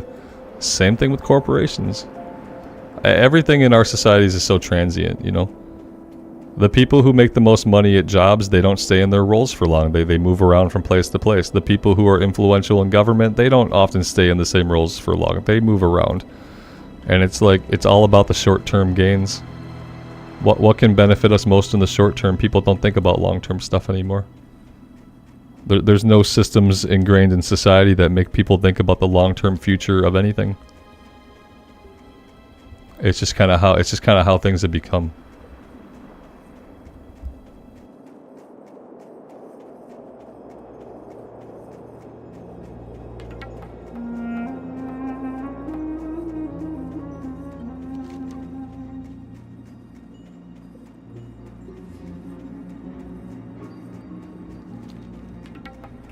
let's go turn the warrior quest in first, and then we're gonna check out the eastern part of the zone over here, and maybe do some stuff out that way. It sounds like, and it kind of looks like I might be in the clear. As far as like the lightning and violent part of the storm, it might have blown through. We may be good, he says right as the stream falls out. No, we might be good.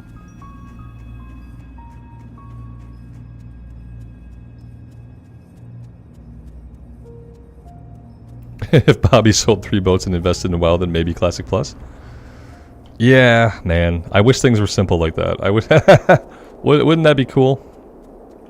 If things like actually were just simple and like correlated easily together, like.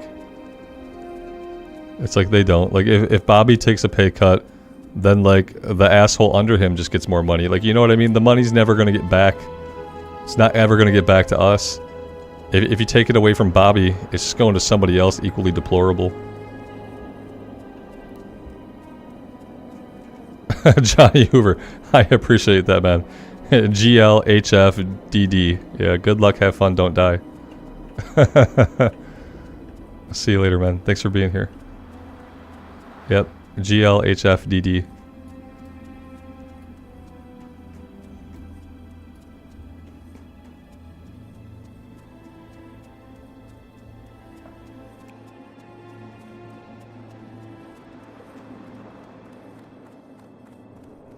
He stands to make 400 million from the merger. Yeah, to him that's like pocket change, you know, he doesn't care. It's funny because he stands to gain money from the merger, but they're going to get rid of him when the merger's through, you know, but it doesn't matter. Like someone like that, it literally doesn't matter. When you get to that point where like Bobby Kotick's at, you have what's called infinite resources. Like, you don't just have the money that you have, you also own a bunch of shit. You own land, you own businesses, you own companies, like, you own a bunch of stuff. And so, like, your inherent value is not even, it's only partially measured in, like, the lucrative cash that you have. It's more measured in all the shit that you own. You know, you own office buildings, you own chunks of real estate in California, like, you own all these other things that have so much inherent value. And they make you money, and then you own shit that makes you money, and you don't have to do anything. You're making money just because you own a thing. And that's why, like, that's why society kind of falls over under capitalism, is because ultimately the people who have the most money and make the most money are just the people who own land. And if you don't own land, you're never going to be a part of that. And you have to own a lot of it. How are ya? Watch your back. What quest did I just pick up? Now that you've learned some moves, it's time to get you a decent weapon. Speak with Tormus Deepforge. He can make you a weapon I'm sure you'll like. Find him at the Great Forge here. Okay. Are we going to be able to do this quest at all, or is this going to come up against like an elite, or am I going to need items from the auction house that I can't use? I wonder if I'm going to be able to even do this quest. We'll follow it through to see like what it's about.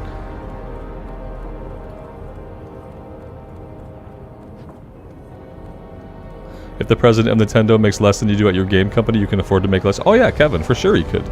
Dude, Bobby Kotick could make like a 16th of what he makes currently, and he'd still be a billionaire. Like, it doesn't matter. Yeah, the thing is also Nintendo. Like Nintendo, they're Japanese, and they have a different society. And a different idea of what's okay and what's not okay. Yeah, they're just very different as a society. Great to meet you. Safe travels. Let's see. My mentor Sturgy had a compound south of Helmsbed Lake. There he taught blacksmithing. Okay. See you soon. So, Umbral Ore. Enter Ironbrand's compound and avenge my master's death. Bring me a load of Umbral Ore. I think I know where that is. There's trogs down there, right? Okay, I think we're kind of headed that way anyhow. So maybe we can do that on the way.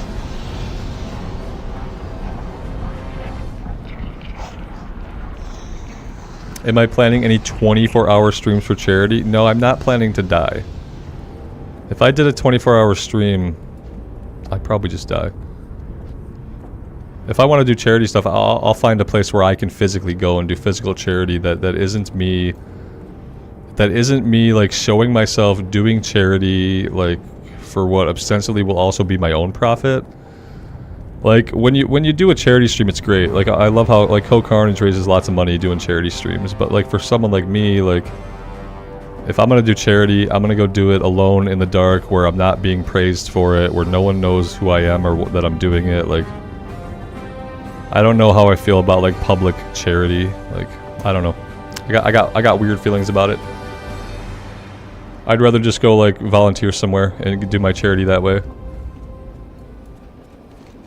Than try to like get money for charity on a platform that is designed to make money through advertising. Like I don't know, it just seems weird to me.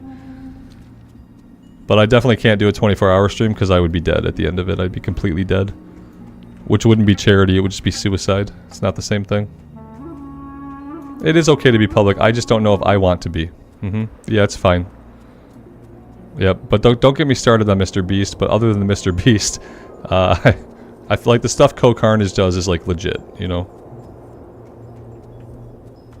But for me, that probably wouldn't work.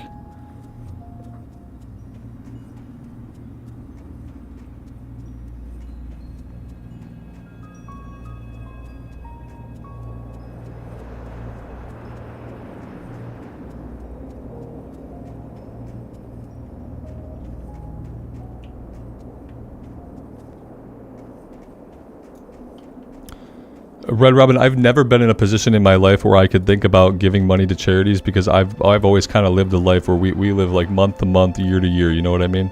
My wife does volunteer work and like, yeah. I've never been in a big position where I can like, I've never been able to write a big check to a charity of my choice. That's not really been like a spot that I've been in life.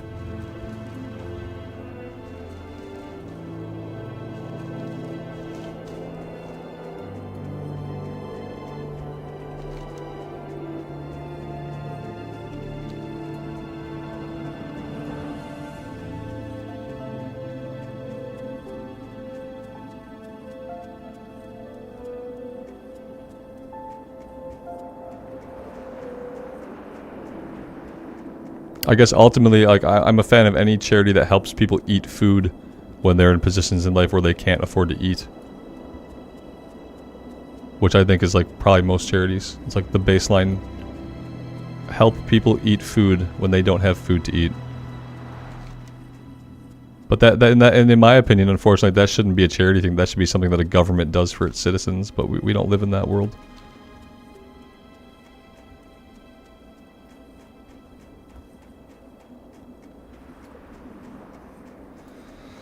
Robert, I'm using some kind of Logitech camera. It's like a webcam for like video conferences.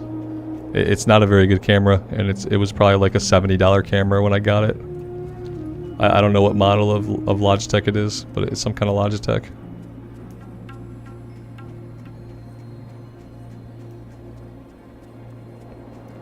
It's the camera I had that I used for like corporate meetings and stuff for when I'd work from home. It's just like a standard Logitech face cam. The ore is all the way back here in the corner. We could probably do this elite quest when we're like level 15. Same thing with Hogger. We should be able to take that guy on eventually. Joe, where am I going? I'm heading over this direction to grab a couple quests and to try to do this warrior quest over here in the corner. Alex, we're doing okay now. The storm is past. I think that I'm like basically in the clear as far as having to worry about the power going out or having to worry about like internet going out. I think that the storm has blown through. My little weather widget says the rain is to stop soon, so I think we're good. I think we're good to go for a little bit more.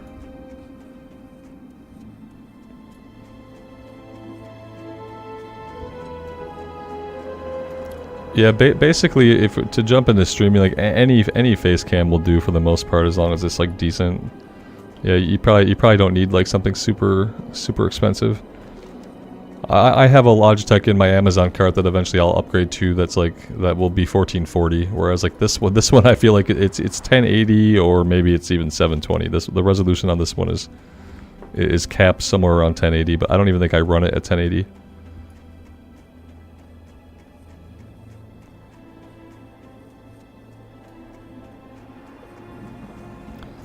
I want to grab these quests, but I mean, I kind of want to prioritize the warrior quest, but I guess it's fine. Well, let's see what's going on here. We have to go in the cave and kill trogs. So we'll see. We'll see what level they are and if I want to go into this cave right now or not. What can I do for you? Off with you. Yeah, I kind of like having a shitty camera because I don't have to worry about my lighting as much. I mean, you guys see what my lighting is. I just keep it dim. Yeah, I keep it dim. See you soon. And I feel like that's probably for the best. I need a safe way down.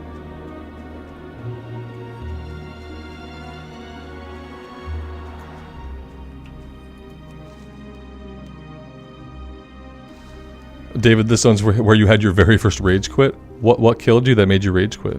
Do you remember?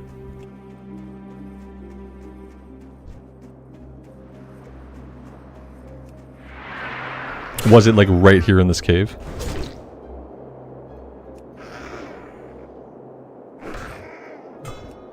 Because if so, we'll take some vengeance for you.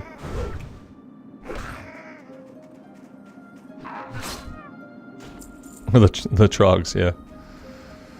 Yep, yeah, this cave can be a little bit of a pain.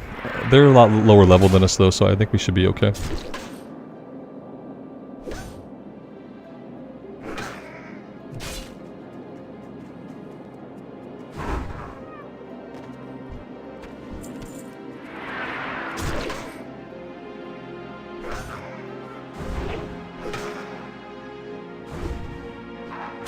The other weird thing is there are no other players around right now.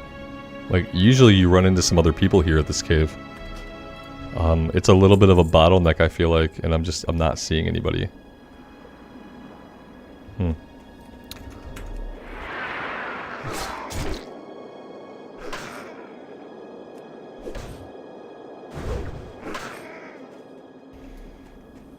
Frada21 asks, how did you get to almost level 14 and still have level 10 quest? I'm zone hopping. So I'm doing a little bit in one area, then I'm going over to a different factions area and I'm doing stuff there. And the purpose of zone hopping is to intentionally be working on lower level quests as much as you can. Because the more lower level quests you work on, the higher probability your hardcore character has of surviving. So yeah, I'm intentionally leveling in places that make sure that I'm trying to do low level stuff, yeah. Yeah, it is. It's an actual practice sword. Yeah, training sword of agility.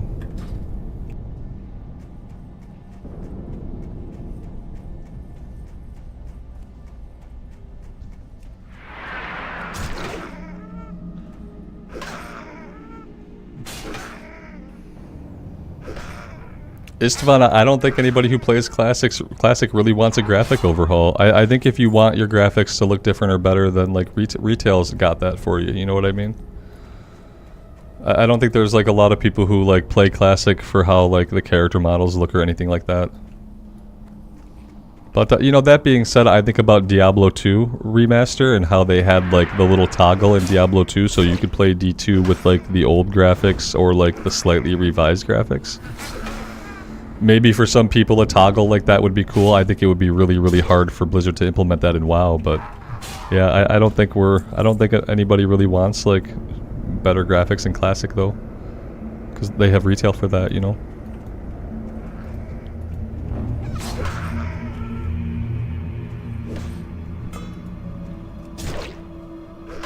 Leatrix music, you can play any zone of music in the background. That's really interesting actually.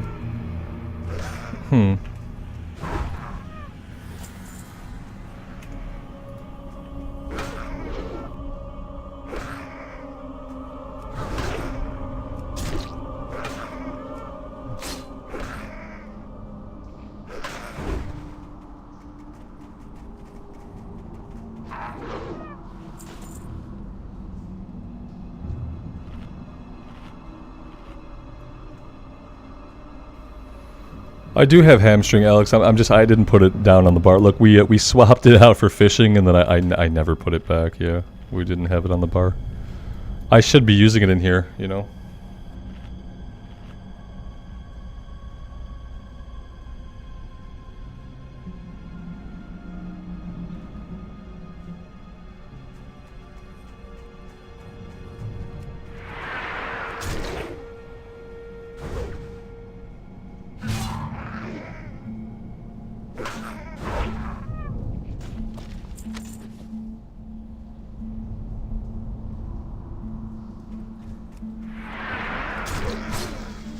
Well, that was a tab targeting snafu. I meant to target the skull guy, not the bone snapper, but I think, oh, well, we were gonna be fine until that happened. That was annoying. Oh, that guy bled out. Hey, that's awesome. I love it when they wander away and just bleed out. Okay, we've got some problems here. A little bit of a knockdown mechanic. Luckily, the guys back here haven't respawned yet. And there we go, we're free.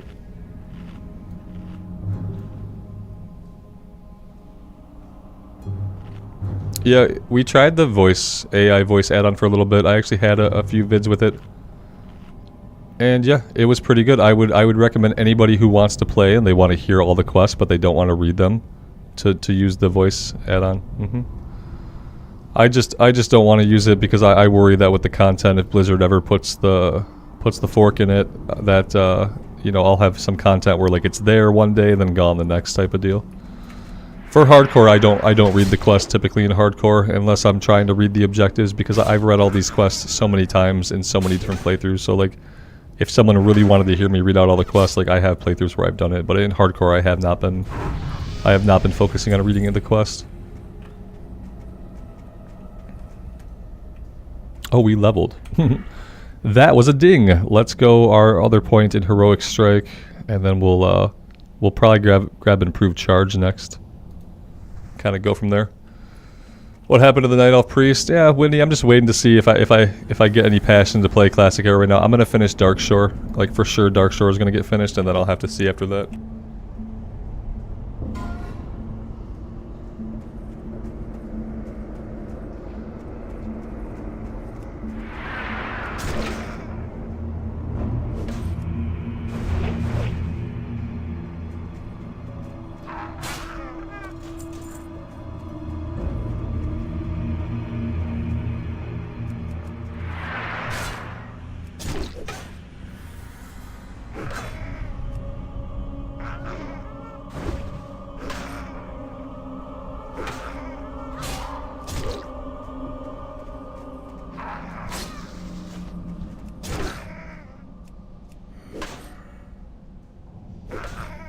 David, why a Gnome Warrior? I did a poll and Gnome won.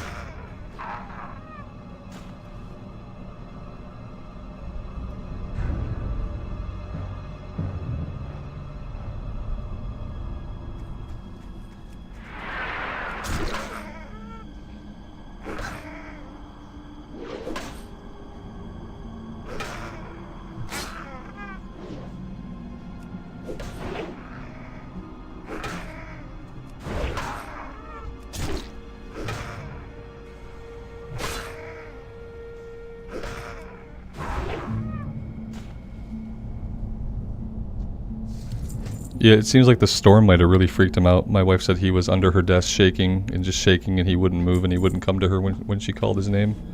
So I think he just got really, really freaked out from the storm. I think it was his first really big storm. So I'm gonna try to let him hang out in my lap for a bit and see if he's okay.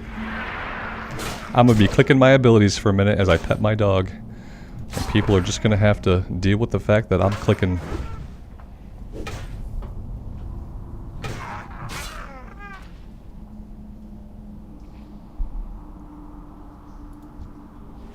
I like the gnome too. Yeah, absolutely. I mean, I don't not like the gnome, but we put it up for a vote between human, dwarf, and gnome.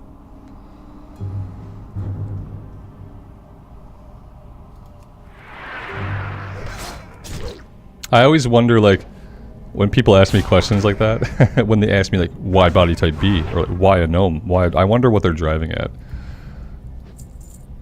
I wonder what they're driving at. I often think that, like, yeah, I won't say it. I just won't get into it, but it often is really funny to me and makes me very curious about, like, the sentiment of the question and, like, its source. Ultimately, like, what does it matter?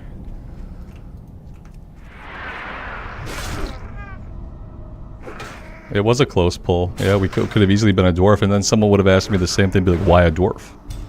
Why dwarf, man? What's wrong with you? Why dwarf?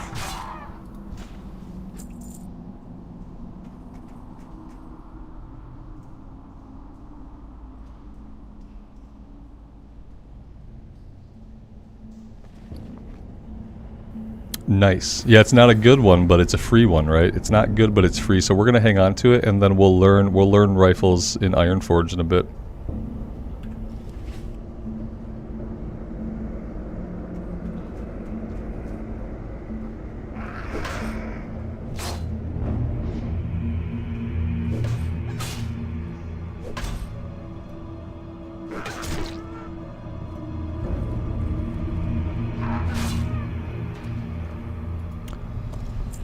Alex, you never knew there were Horde NPCs in Duskwood? Ooh, are there? I once ran into Horde NPCs wandering around in Loch Madan that I never knew were there, but I don't think I've ever seen Horde NPCs in Duskwood.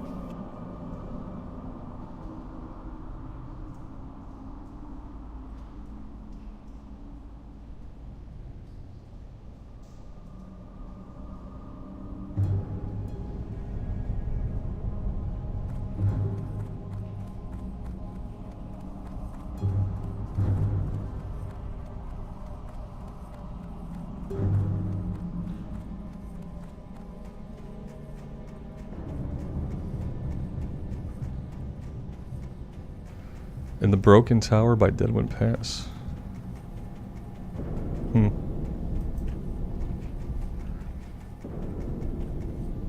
Yeah, I never knew about the Horde guys by Deadwind Pass. I don't think I've ever seen them.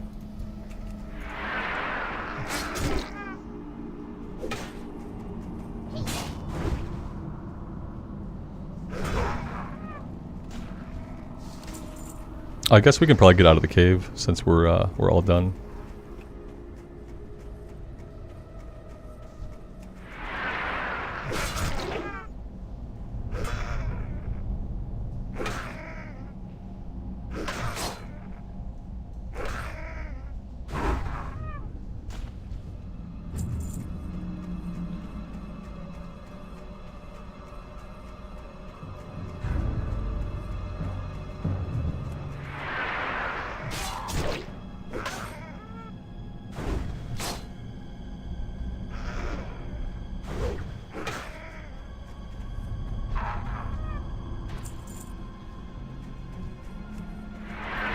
Oh, it's the place where they put Abercrombie in well, that would have been in Cataclysm though, right?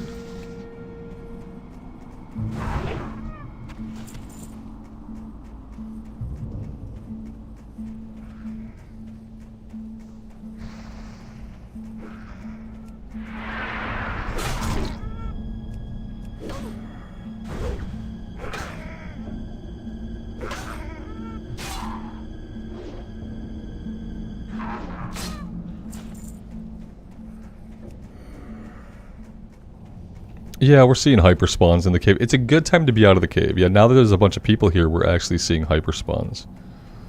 So yeah, let's get out of here. We did good. We didn't really get into any big trouble, so. What's up with the non-aggressive trogs over here? What's going on with these guys? Why don't I trust the fact that they're non-aggressive? Does this seem weird to anybody else?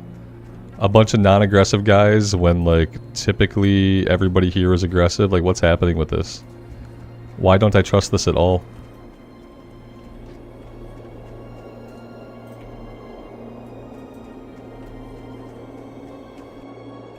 Are they coming up here to fight the NPCs? Like, what's happening?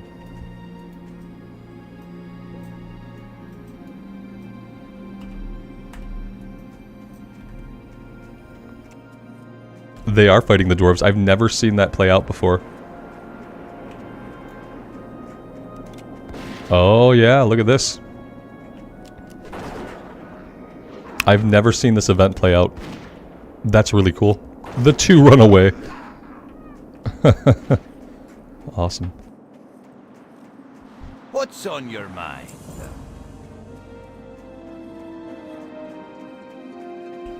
It's really hilarious that you could play this game for 20 years. You got my attention. And then one day you can see an event or a place or a thing that you've never seen before.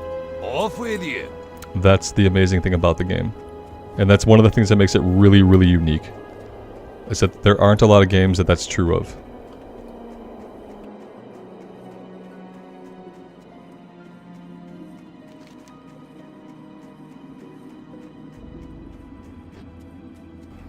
Alright, now we're going to head over here and we're going to try to get the Umbral Ore.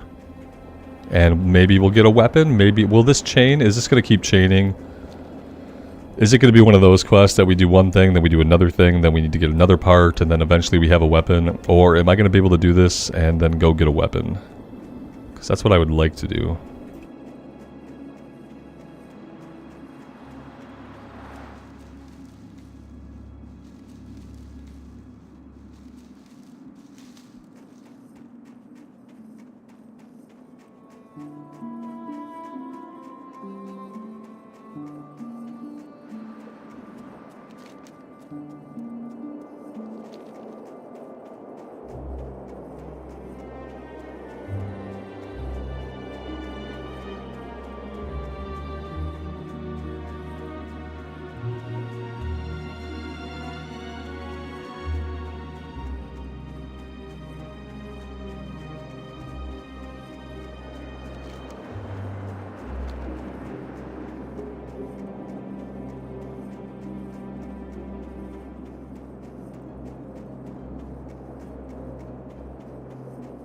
Not really a big fan of how those trogs are running all over the place like that. That's a little bit erratic and frightening. I don't really care for it.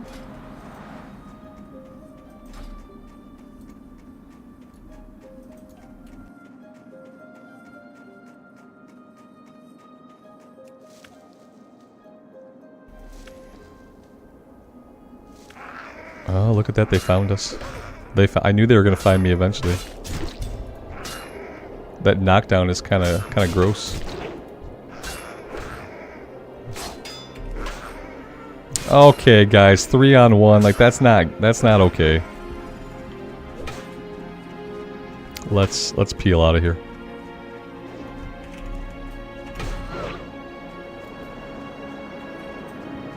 Yeah, that was not fun. My prediction for the next WoW expansion, whatever Taliesin says.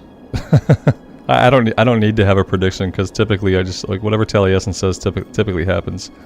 It's probably going to be the pirate expansion where we go to the other side of Azeroth. So it'll be a pirate themed expansion where the purpose of the pirate theme is to get us on like a ship that can get us to the other side of Azeroth. Now like what happens after that I don't really know.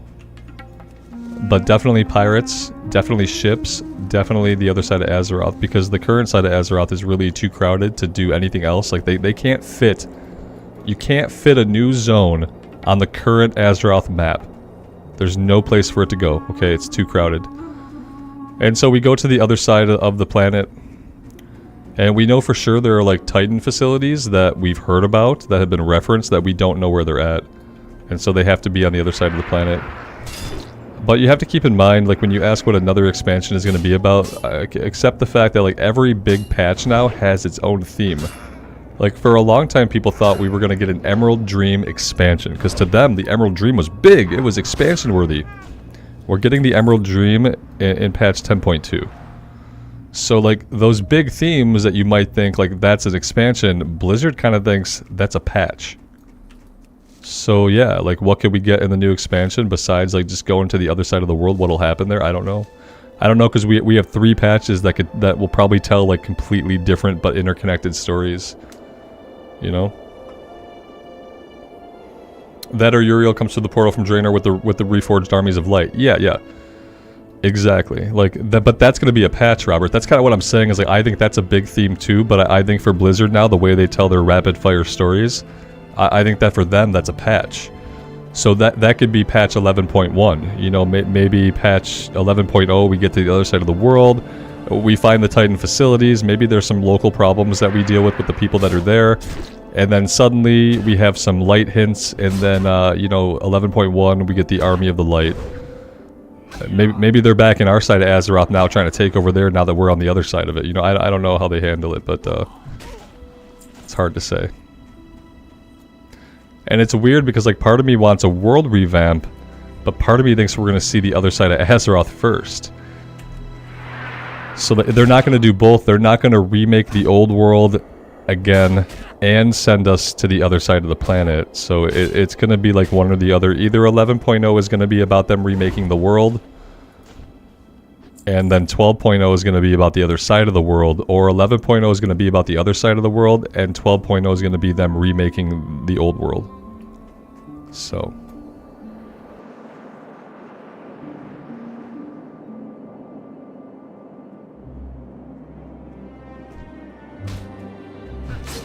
Alex, you saw a level 60 rogue, level 53 mage helping a level 32 kill Stalvin? Yeah. That's not in the spirit of hardcore. Those sound like some guildies helping out, right? Yeah, you said the same guild. Yeah. Oh, they were grouped even. Ew. Gross. That makes it 100 times worse. You know what they're telling themselves, Alex? They're telling themselves, why shouldn't I just play this game the way that Blizzard says we're going to play it on the official hardcore servers? That's what they're telling themselves. They're saying Blizzard says hardcore does not mean we can't group, so let's just group. That's probably what they're telling themselves, you know?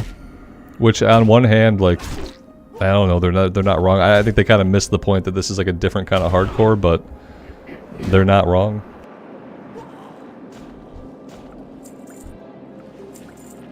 Obviously, they should fail their verification now. But do they? Do they fail their verification just because they group? They don't. There's no way it doesn't track it like that, you know? Like they're still probably going to show passing. That's kind of the messed up thing. It's like we have these arbitrary rules, but by and by, like I don't think the add-on makes you fail for breaking a lot of the rules. I think it only handles some of them. Because obviously there's no rule against grouping up, because you need to group up to get into a dungeon group, so like just accepting a group invite is not going to make you fail verification. This is a really cool little area. I want to kill the Dark Iron here, then I want this to be my home. And now we're a character that's an appropriate size for it. Captain Beld, you are level 11 and you're not an elite, and we should be able to kill you just fine.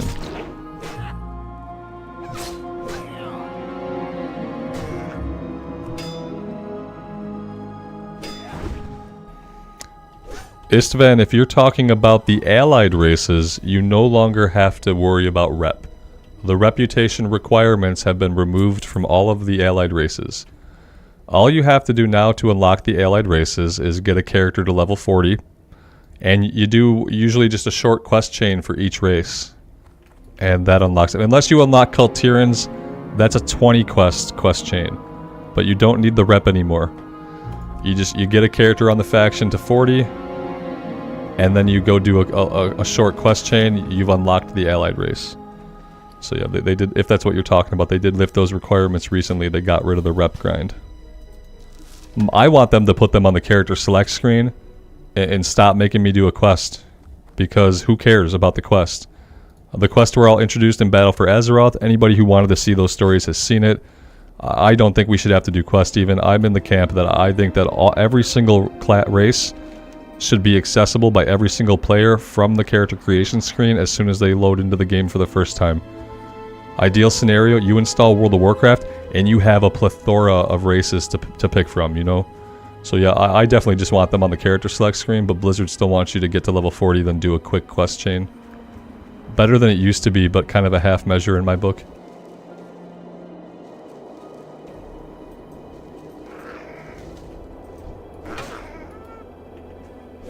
Yeah, I want to play through some of the Heritage Armor quest lines though. Yeah, I hit level 50 on the Void Elf.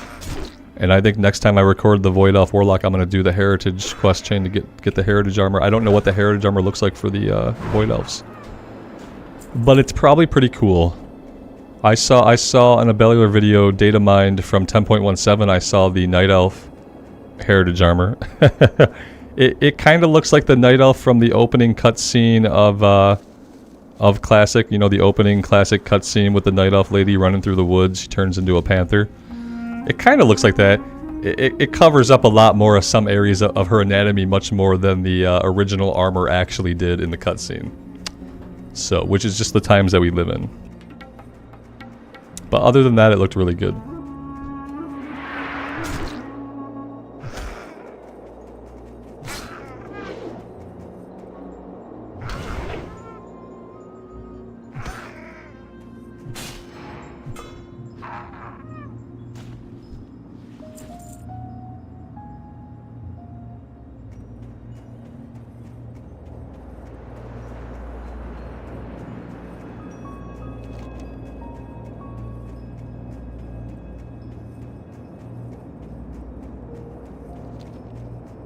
Alright, we have kind of a long run to get back to Ironforge.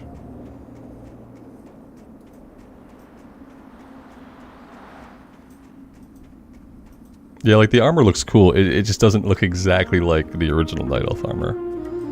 It's like the closest approximation they can make, that they feel like they can make after everything that happened with Blizzard over the last couple of years. Blizzard felt like that because some of the people that worked there were kind of scummy, that like no characters in the game are allowed to be sexy anymore, like male or female.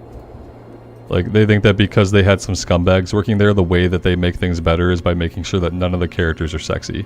That none of the armor sets are sexy. That's their answer. It's the kind of thing a guilty person does, you know what I mean? It's not the kind of thing that happens when everything now in the current company is fine. It is the kind of thing like guilty people do.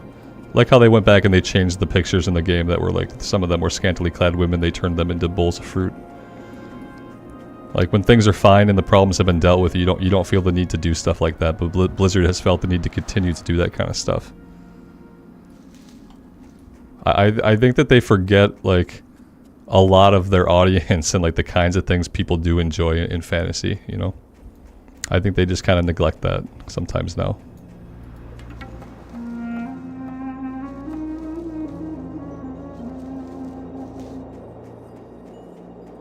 Inventory is full. Yeah, I probably should have, you know, I can probably come down here and sell, but let's just make the run back.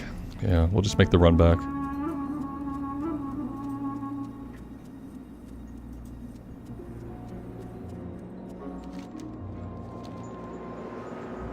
Yeah, Robert, getting the Thelsamar flight point is not a bad idea. Yeah, okay, maybe, you know, and if I'd have caught that like over here though, let's go do that. I actually think that's a good idea. Let's go get the Thelsamar flight point. We can just fly back to Ironforge. And that way, you know, we're gonna need Thelsamar soon. We're ready basically to start doing the level 11 quest in Thelsamar for the Tunnel Rat Kobold Ears. There's the level 11 Trog quest, and then there's the cooking quest to get the spider meat, the boar meat, and the bear meat. We're at level to do all that stuff, and we'll probably want to do that soon. I want to do that stuff before we even try to step foot into Westfall. So yeah, absolutely, getting the Thelsamar flight point now is a good idea. Because we don't have a lot of other stuff to do, so we're definitely going there next. You know, it's going to be the next place we do quest. Yeah, we're not going into Westfall until we're like level 16, 17. Because yeah, I don't want to get killed by pillagers again. So we're not like the screwed up thing is, the last time we got killed by pillagers, we were level 19 on a warrior. The stupid thing I did was I took us down to Moonbrook, and I had my camera way too close. Like I didn't have a lot of the better habits that I have now. But yeah. The stronger we can be before going into Westfall, the better off we'll be.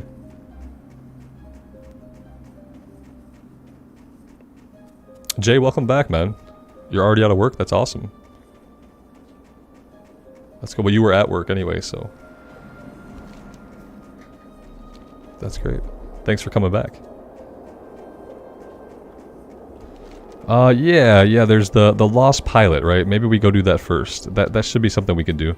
I don't have a lot of inventory space, and there's nobody up here to sell to. That's like the only problem.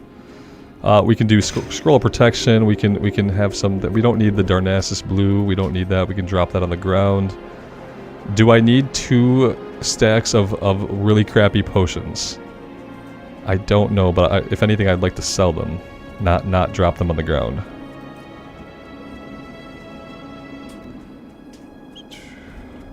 Green mace. Oh, for the quest chain, it offers a green mace. Okay, let's go have a look. We will. It'd be cool to get a one-hander. We can pop on the shield for a while, level up our one-hand skill.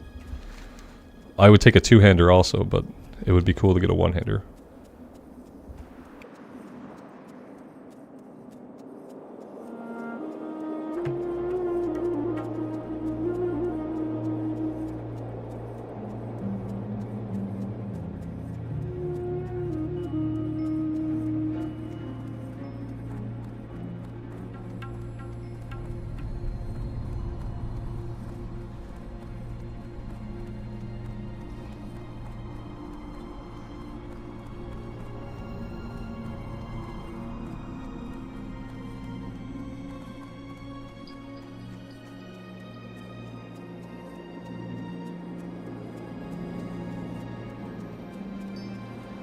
What's on your mind?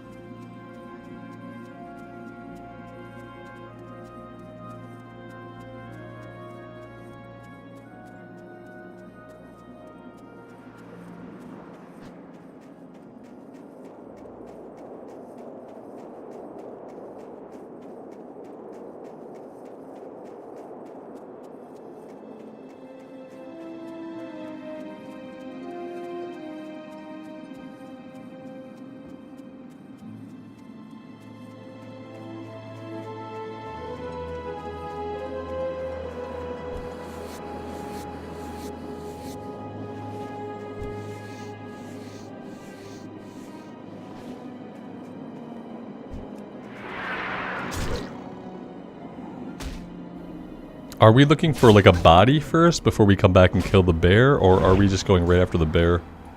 The tracking for this one is a little bit weird. Oh, here we go. Is this the body? Okay, found it. Okay, so we get the chest piece. That is the same thing we have on. We'll just equip it for a different look. Oh yeah, a main hand mace. That is going to be good for us. We'll definitely level that up with the shield a little bit.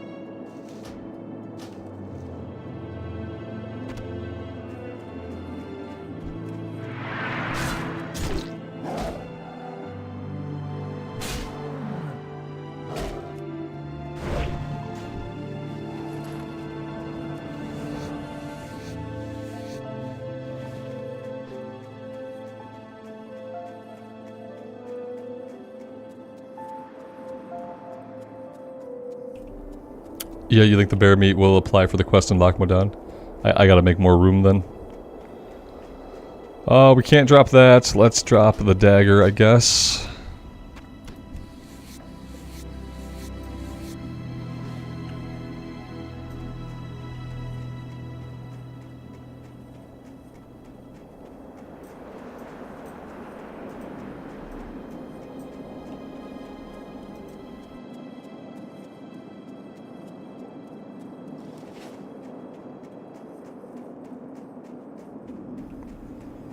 Damien, this is classic era classic. Yeah, not Wrath.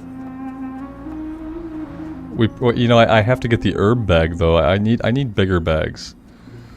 Because technically I have to get the herb bag for my last bag, which is kind of going to be, you know, not useful for most of the items we pick up.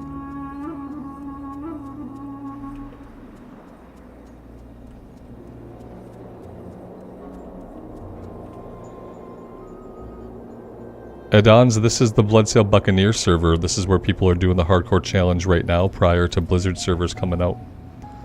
This is a Blizzard server. It is a Blizzard server. It's a roleplay server. It's US East. And it's just the place where people do the hardcore challenge using the hardcore add-on. And then if you're in the EU, the hardcore server is Hydraxian Waterlords. Off with you. There we go. We'll go mace for a little bit. We can maybe find something like easy to swing at. I don't... Yeah, we want to go this way, right? Yes.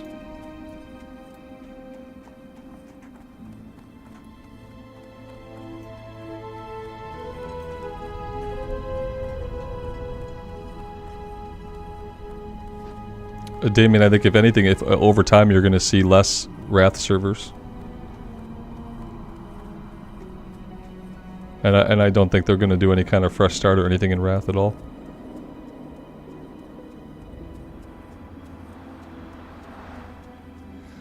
Alex, I kind of feel you on that. Yeah, that like, why are you going to keep 10 stacks of herbs on me? Yeah, that's a valid point. We have been doing okay about putting our herbs in the bank, and we're going to continue to do that. So, to be fair, you're probably absolutely right. I probably don't have a really big reason to waste it. It's a lot of slots, but it's only for herbs. And there isn't really a big reason for us to keep all the herbs on us, you know?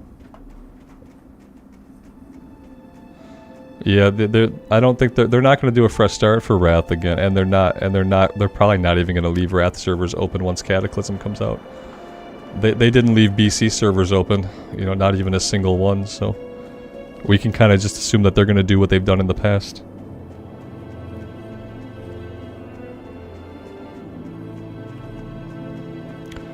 Alex, can we put an herb bag in a bank slot and then store all the herbs in that herb bag in the bank slot? I've never thought about doing that before. Does that work like that?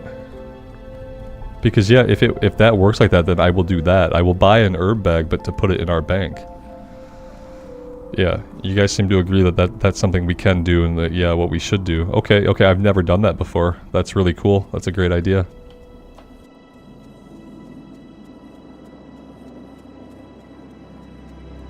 We're at least gonna try.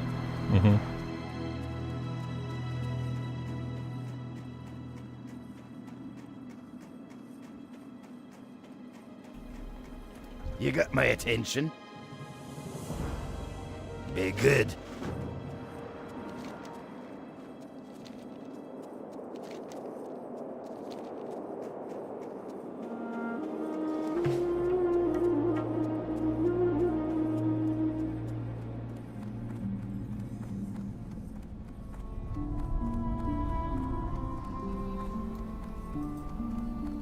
Addons, yeah, the PTR, I don't think the PTR is up right now, but like I said, we're not on the PTR here.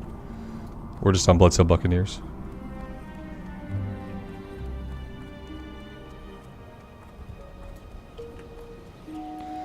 Yeah, I think most people who play Classic, like as long as there are Classic era realms to play on, and as long as like Classic is still a thing, I think most people will still, you know, will still play. There will obviously be some people like where they when they move past your favorite version of the game, maybe you don't want to play anymore. Like if that's Wrath, yeah. Like I don't think they're gonna leave a Wrath server up. I feel like if they were gonna do that, they'd have to. If they left a Wrath server up, and they moved on everybody else to Cata, they'd have to go back and put up a BC server. Can you imagine how pissed off people would be, like who were big fans of BC, who felt like we didn't get Burning Crusade for long enough? How pissed off would those people be if we got to keep a Wrath server up after Cata, but we never got a BC server? I think if they did that, they'd have to go back and open up at least one Burning Crusade server for people to play on.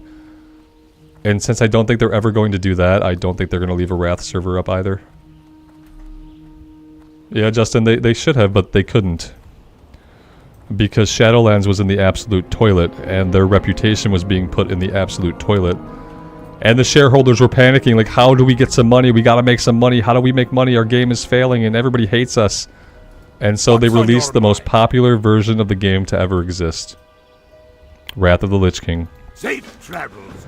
Because they thought, like, this is how we get money in the short term. We end Burning Crusade early, because isn't Wrath everybody's favorite version of the game? So let's just end this BC stuff, and we'll sell them a big bundle for Wrath, and then we'll make some money. Even though the game is in the toilet, even though our reputation's in the toilet.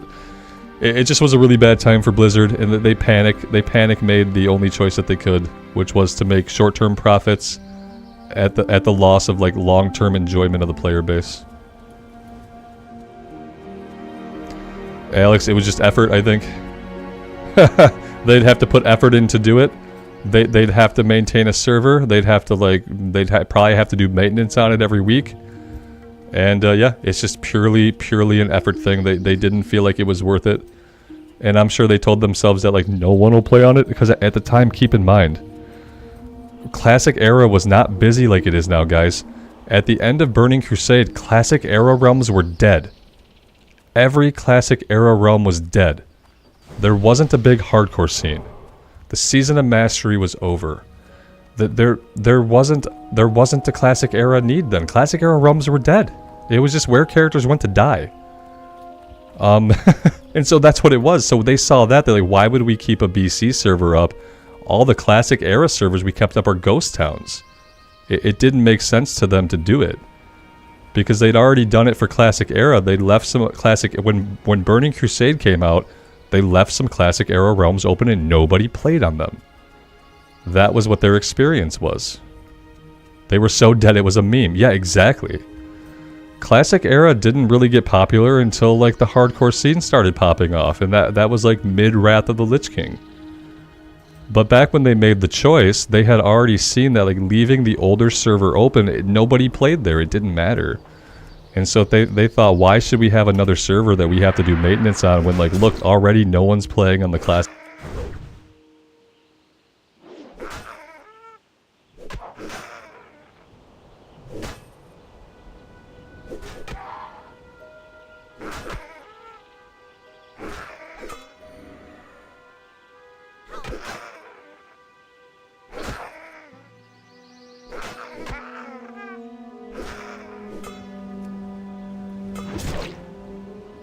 Ah, muted. It's okay. I already said what I needed to say. Oh, the reflex mutes. They're strong with me. I don't need all these guys on me, so we are running away.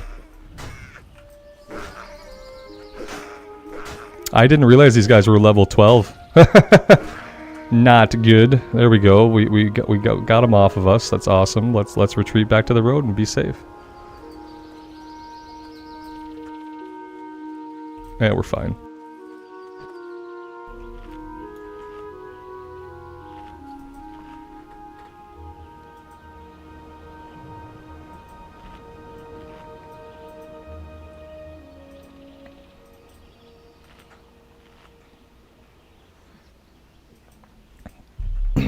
While I'm thinking about this, sorry, this is way aside. I'm gonna check something in a minute. Let's get down to Thelsamar. I want to do this while I'm thinking about it. Because I thought about it earlier, and then I completely forgot that I wanted to do it. And while it's in my head, I want to check what happened to my Season of Mastery warrior, and if I can still transfer her off of the Season of Mastery server from 2 years ago. Just because we're thinking about it right now, I want to try to do it now. It'll be really quick if you guys want to bear with me here. We're gonna see what happened to my level 60 Season of Mastery warrior from like 2 years ago. I want to see if I can still transfer her off to like a functioning server. Let's have a quick peek. Let's just take a look. Let's go. It's change realm, and then we have to go to the seasonal tab. Ah, look at that. And so, yeah, she's still here. And so, just for giggles. Oh, the servers are down. We can't even enter the world. That's right. They shut them down. Can I transfer this character? Aha! I can. I can transfer this character still. Let's get this character. Let's get her off of here. Where can I send her? Excellent, excellent. Oh no, they go to Wrath? Holy shit! What? This character gets to go to a Wrath era realm? From Season of Mastery Classic era, they let characters go into Wrath of the Lich King? After we had 100% experience bonus? What? Yeah, then we're going to Wrath of the Lich King Pagel. What in the hell? Guys, I didn't know this. I thought we could go to a different Classic Era realm. You're telling me this whole time I could have had a level 60 human warrior on my Alliance server in Wrath of the Lich King. This is what you're effing telling me? What the fuck? How did I miss this? Holy crap. I love that. Oh my gosh. Oh, that's amazing. Did it happen? Oh yeah. Oh my god, guys. Oh my god, that's so effing cool. And you get all the achievements? No. No. Hey, Wrath might be revived. If I got an Alliance warrior on Pagel, where my Paladin's at. Hey, that's freaking awesome. I'm so glad I looked at that today. It's time to go to Outland, boys. Oh man. Oh, wrong character. I don't want the Pally. I want the warrior. That's so awesome. Oh, that makes me so happy. I just thought that was a character that I would put somewhere and like never touch it again, but now I can actually play that character. How amazing is that? I just had to wait 2 years to realize it. What a pleasant effing surprise. Yeah, absolutely. Oh my gosh. It probably makes me happier than it should. Like, but yeah, the fact that I can have a warrior On the Alliance side, on the server where my max level Pally's at, like, yeah, that's kind of a big deal. It's kind of a big deal to me. I like that a lot. Yeah, I just thought we'd put her on like a classic Arrow realm, and then I'd probably never really play her, you know, because I'm not gonna do like 40-man raids. But gosh, that's awesome. Great to meet you. Yeah, I'm probably gonna play that character. That seems really cool. Welcome. We need to keep the training sword. I think my auto vendoring got rid of that crappy gray gun we picked up.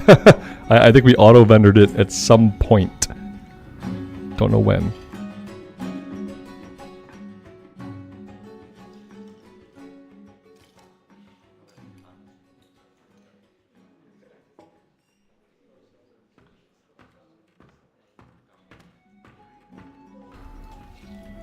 Keep your feet on the ground. So new playthrough tomorrow? I don't know. I don't know. I am not sure. I don't know if anybody wants to see me like level a character up through Burning Crusade and Wrath, you know. It might be something that I have to check out on my own. And yeah, let's grab all the quests, and then I want to get us back to Ironforge so we can get this warrior stuff turned in. You'd have to be 60. Maybe if you hit 60, and then, but I'm probably gonna want to play it before that. Well, You'd have to be in Wrath era, and right now you're in Classic era. That's what I was talking about yesterday. be good. What's on your Sorry, mind? my wife's playing some WoW next to me here. We're having a little chat. Safe Yeah, travels. I could do a poll. I feel like the poll might be twisted, but and I don't know if I'd follow the the poll, but like. I don't even know what the poll be. Do you want to see me level a warrior in Wrath of the Lich King starting at level 60? It's a weird poll. And yeah, it's a weird poll, and I feel like it's just kind of twisted in a way like a lot of people would just say yes, even if like they didn't, because if they don't really care, you know.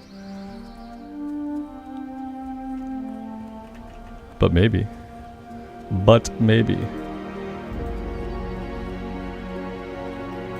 I don't remember like what spec we are, or how much gold we have, or anything. I wonder if we probably don't have enough gold to afford dual spec yet.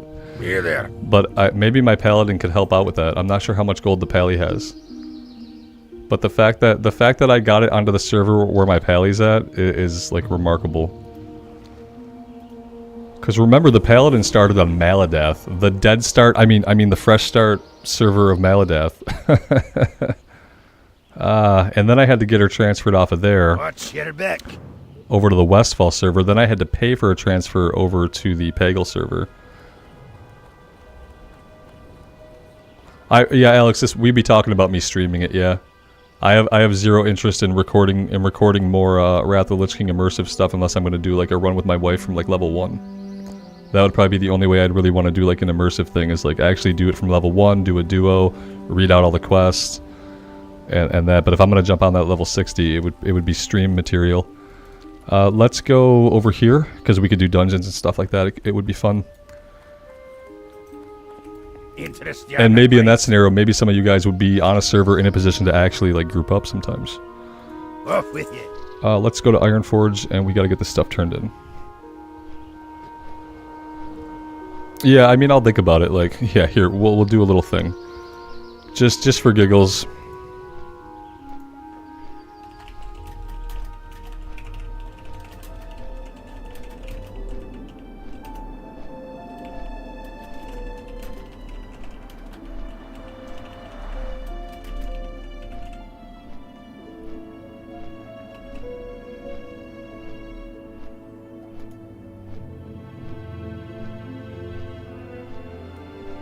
There we go. Yeah, let's let that run in flight. I thought about stepping away for a minute, but the flight's really short, so I'm not going to step away right now. I also have a sleeping puppy in my lap, which makes it harder to decide to like actually get up from where I'm at. A sleeping puppy is like additional bladder control. David, I don't know which way it's going to go. I have no idea, because I have no idea. Yeah. But I did just get like a flare of excitement thinking that I could be on an Alliance Warrior and be in Wrath content, like do some Outland stuff, get into Northrend.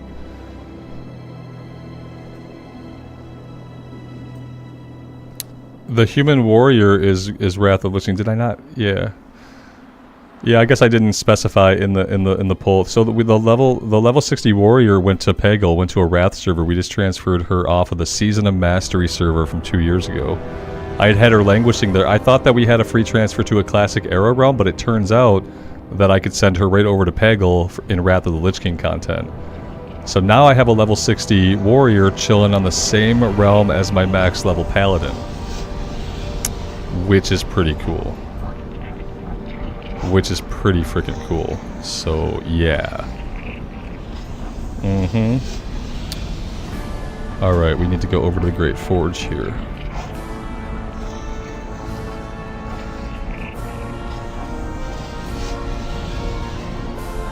Yeah, I'm interested in what achievements that character has. I am interested. Very, very much so.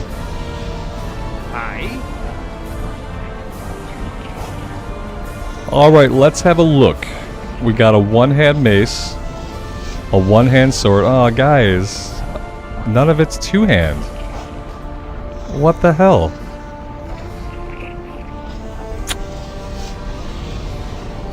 Well, I mean, that's kind of a letdown. I kind of thought we'd get offered a two-handed weapon here. But that's not the case. Let's take the sword, I guess, so we can level that up. We could get the axe and we can go train axes. I don't have one. Let's get the axe, and I'll go train one-handed axes. At least this has a purpose. Then at least we can get our axe skill leveled up, I guess. You know. Watch your back.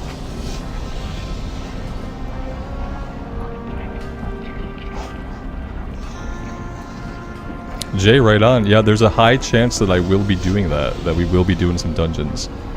And I don't remember what spec we are, but I'm pretty sure she's prot spec. Did we have a one-hander and a one-hander and a shield on? I'm pretty sure we're prot spec. There was no dual spec, and I think I was doing dungeons, so maybe we'll pop over and check her out shortly here. Great to meet you. Guns, and one-handed axes. Yes, yes.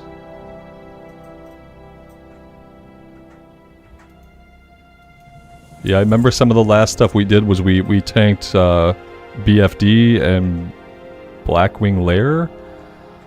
Keep your feet Yeah, on the we ground. were tanking those the Dark Orc dungeons. We were doing those, and that was some of the last content that we did.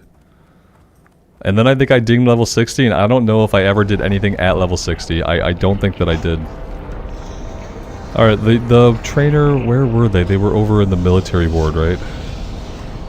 Anything else we need to train while we're here? Herbalism is fine, skinning is fine, cooking, fishing we can't train yet. Okay, yeah, we seem to be fine besides that.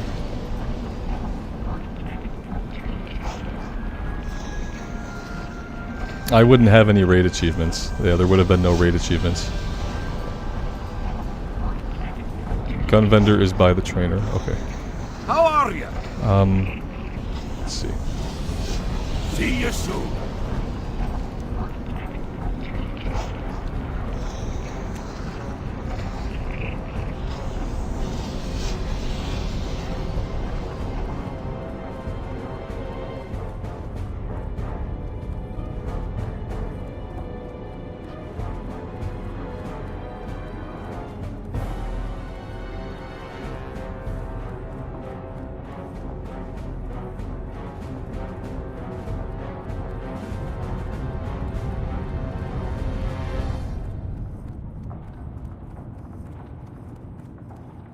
Talk to me.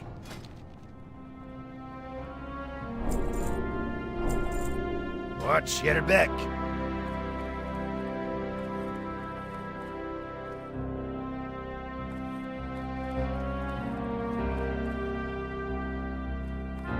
Talk to me.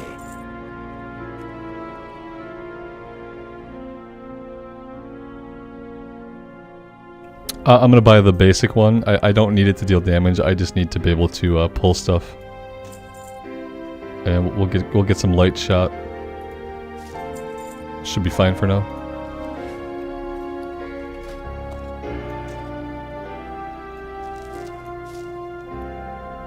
Alright, and then I want to, let's see, did we ever level up the mace at all? We hit a couple things with it.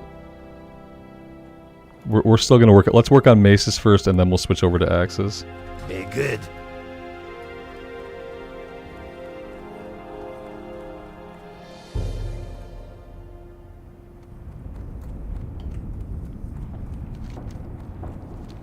And now, yeah, now we're just going back to Thelsamar. I want to work on the trogs. I'm going to work on the tunnel rat kobolds and the cooking quest first.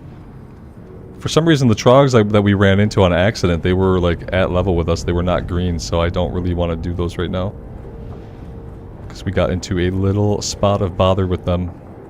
Bag vendor. Yeah, where's the, where would the general vendor be? I could probably just get a bag back in Thelsamar though, right?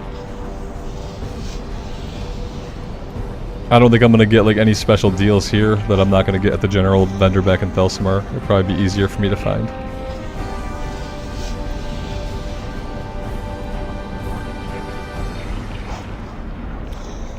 Robert, whenever I've tried to do the Alliance Warrior quest on a dwarf or a gnome, it kind of stops you. Like, you go to the bar where you try to like talk to the guy, but it stops you. You can't progress, I think. What's on your mind? I don't think you can progress it. You get the initial pickup, you turn that in, but then the quest doesn't chain or something like that happens. I don't think you can do both of them. I think if you're a human, you have to do the human one, and if you're a gnome or a dwarf, you have to do the gnome dwarf one to complete it.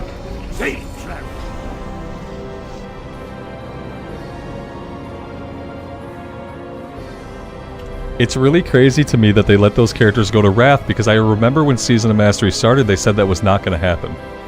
They said that they were not going to let experience buff characters that leveled up quickly in Season of Mastery go to a current Wrath of the Lich King server, you know, because of the XP buff, because of the differences in leveling. They must have realized that, like, Classic Era with a 40% XP buff, you probably leveled the same as a Wrath Era character with no XP buff, you know what I mean? Because obviously, like, in Burning Crusade, they decreased XP to level. In Wrath, they decreased XP to level. So I guess they probably decided that, like, you know, 40% XP buff in Classic Era equals the normal leveling speed of Wrath of the Lich King. So they must have decided that it was fine. The poll was not quite unanimous. Some people don't want this to happen, but a lot of you guys seem like you would be down for it. 47 votes is not a lot of votes, but it's enough. I'm gonna think about it. You know what I mean? I wouldn't mind. I wouldn't mind jumping on that character. It would be so refreshing to be able to do some dungeons, especially like the BC dungeons are like. The BC dungeons are very like coherent. You know, I'm not gonna get lost in any of them. I know them all really well. I wouldn't mind seeing Outland again. It's been a while since we've seen Outland. We'll have a ton of rested XP. Will we though? I don't think we'll have rested because I don't think we were gaining rested because we were capped at 60. Because we were on the Classic Era realm still, like, technically the character has not even really existed. I don't know if we'll get rested. Keep it up. Yeah, I won't close the poll. I'll keep it up. We'll see. I kind of wish I'd have worded it a little bit more differently for, like, people that are coming in later and, like, weren't here for the initial discussion, because they, looking at it, like, yeah, they don't know, like, what era that I'm talking about. Gotta get better with the polls. Alright, what is this turn-in?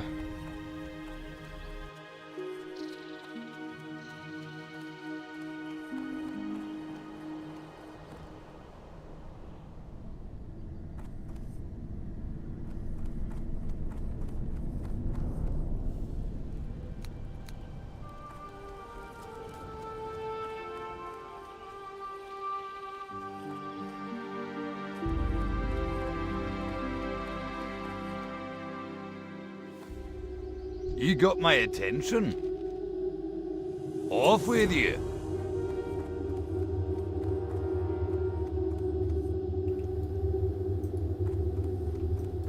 Dislin, thank you for being here, man. I appreciate that you're here.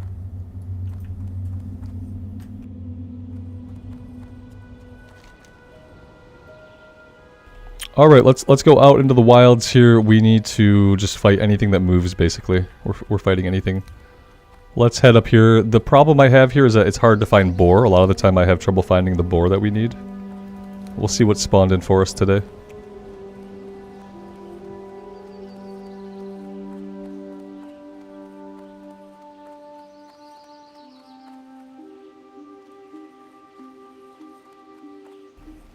And so yeah, for anybody who missed the conversation, what we're talking about is taking a level 60 human warrior that I transferred off of the Season of Mastery server to a Wrath server on Pagel. We're talking about leveling it through the Outland and Northrend stuff.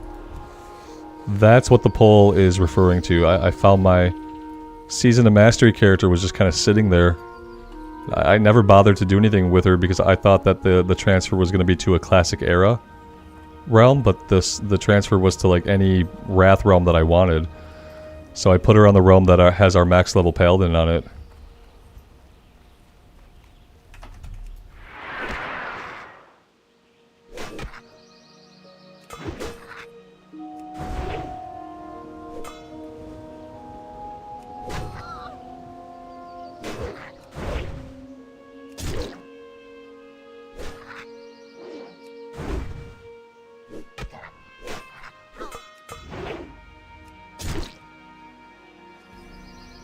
Yeah, I was playing the rogue for a little bit. I just wasn't really digging it. I don't know why. It's like I love that character all through the Joyous Journey, but when I tried to pick it up again in Wrath, I wasn't really digging it. You know, I think the mistake was that I went to Howling Fjord, and I kind of hate Howling Fjord. I shouldn't have taken her to Howling. I should have taken her over to the Borean Tundra. I hate how narrow and confined and linear the Howling Fjord is. It's not a very good zone.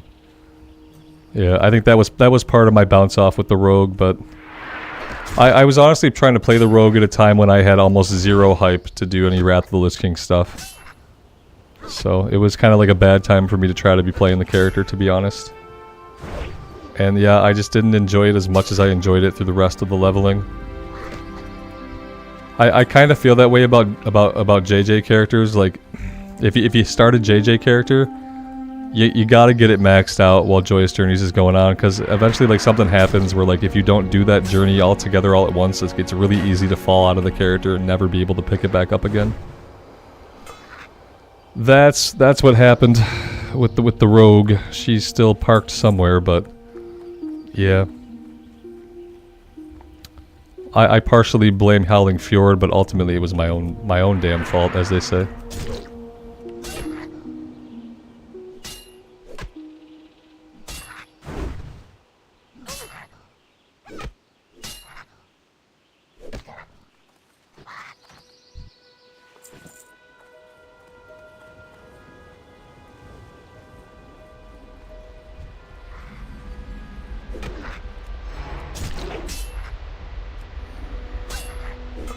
It's JJ's fault. Yeah, it's the Joyous Journey's fault, absolutely.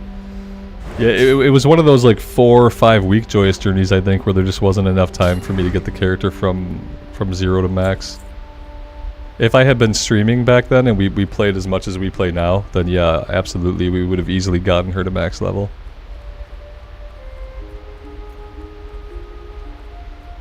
Jason, I have no macros on the Paladin. Yeah, I'm not really a big macro person. The only time I make macros is like for pet classes, so that the pet attacks as soon as I fire off the first ability in my rotation, but other than that, I have never been a big macro person.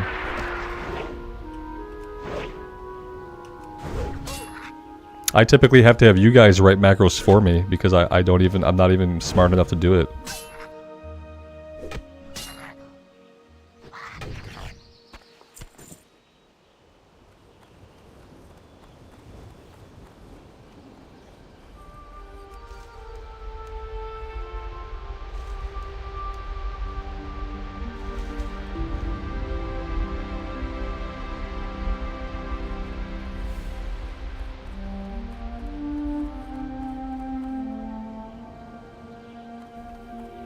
Dislin, your sentiment I exactly reflected the first time. I jumped into patch 10.1.5 after not really playing. I didn't play 10.0.5. I didn't play 10.0.7. And then I tried to jump in a little bit in 10.1, didn't really stick, and then I tried to jump back in 10.1.5, and yeah. There's a lot to do, there's a lot going on, and like... I've come to grips with the fact that if they make a lot of content for retail, and it's awesome for people that are constantly playing. But yeah, if you miss a point patch now, or a full patch or anything, it's gonna take you some time to like figure out what you're gonna do in the game. And I was incredibly frustrated when I jumped back on for 10.1.5 because yeah, I felt like the game did not do a good job of pointing me towards the new stuff. But what I realized is like there's just a lot of stuff to do, and like ultimately, you know, people kind of made me open my eyes and realize that like I either have to read all the patch notes, or I have to watch a Bellular video, or I can play on PTR week by week so that when they're putting out the new stuff, like I'll learn what it is. But yeah, ultimately, like if you're just focusing on trying to do the new stuff, it is hard to like find out what that is without just watching a vid or reading the patch notes or looking at a guide. And while I don't like doing those things, like ultimately when I watched Bellular's guide about what was in 10.1.5, it really helped me like get my feet under me and figure out what ways I could play the game that I would actually enjoy. And then there's just lots of stuff, like what I have fun doing in retail now is like I've been unlocking the allied races, I've obviously been leveling, but on my max level shaman, I've been doing the Blue Dragonflight questline. And other than that, I've been doing a little bit of the story quest of Embers of Neltharion. I finished that up to where like I'm ready to go into the raid, I guess, to see the rest of the story if I want to do that. But ultimately, like you can kind of just pick what you want to do in retail, like especially the way they have it now. Like most of the content you'll do will give you resources for the current season. But I definitely understand that it's frustrating to try to find. If you're just looking for what's new, where's the new, it's hard to find it if you haven't been engaged. I definitely felt that. Yeah, Joe, the warrior quest, we got a one-handed weapon. I grabbed the one-handed axe so that we can level axes up eventually. Once our mace skill is leveled up all the way, we'll throw that on. We are at 60 out of 70 for the mace, so pretty soon.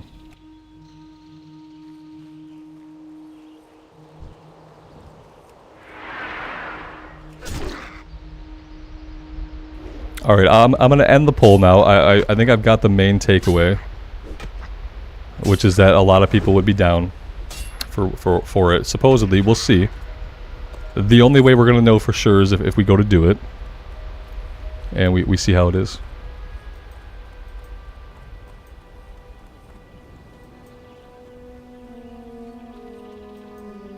Yeah, we could have picked. We got to choose. It was any one-hander we wanted. So we could have had a sword. We could have had an axe. We could have had a mace. We could have had a dagger. So I grabbed the axe just so we can get that leveled up. I was hoping we'd have a two-handed option, but there were no two-hand options, unfortunately.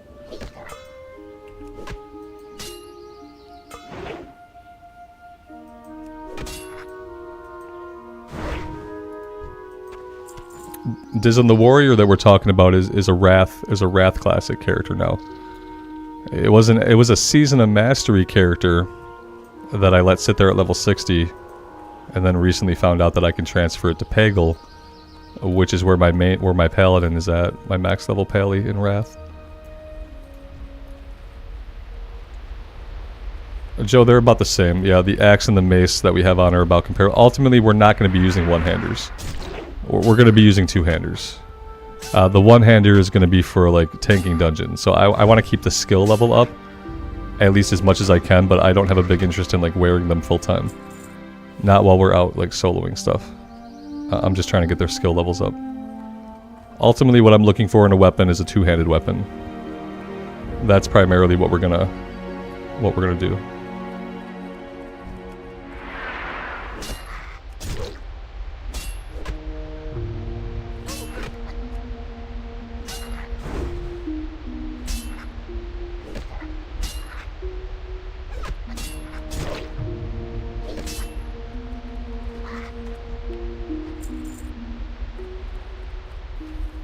I don't know if I'll keep that warrior as a tank. I will probably keep it as a tank for 5-man stuff, but like ultimately I'm gonna have to respec it to some kind of DPS to level. It's gonna be a matter of like getting gold for dual spec, basically. Maybe we'll try a Fury build for our DPS build on that warrior, since Fury is not something I've really done. It will be semi new to me. And people often tell me that for like pure DPS, Fury is better. I'd like to do Ulduar as a DPS warrior and not as a tank. But you know how that goes.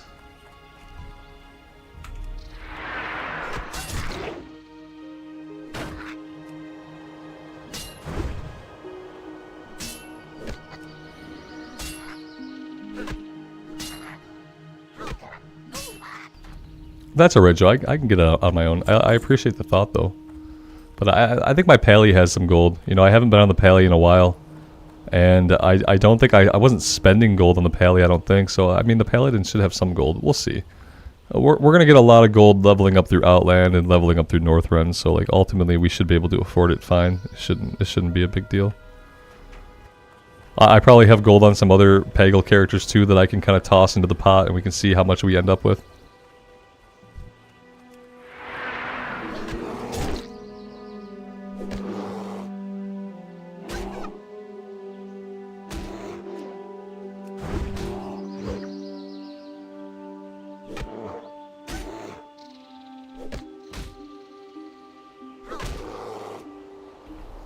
Dual spec would be amazing in any version of the game. Yeah, it would be cool if even in Classic Era we could have dual spec.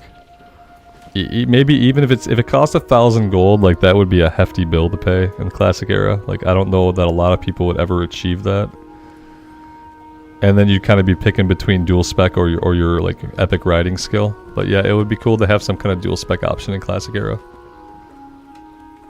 Classic Plus is a myth, but I feel like for little stuff like that, they could do it if they wanted to. You know, for little stuff like that, it's a quick little system change.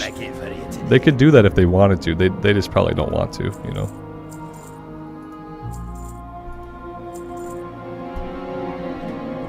Watch your back. Alright, let's throw on the axe for a little bit. We'll try to get that skilled up.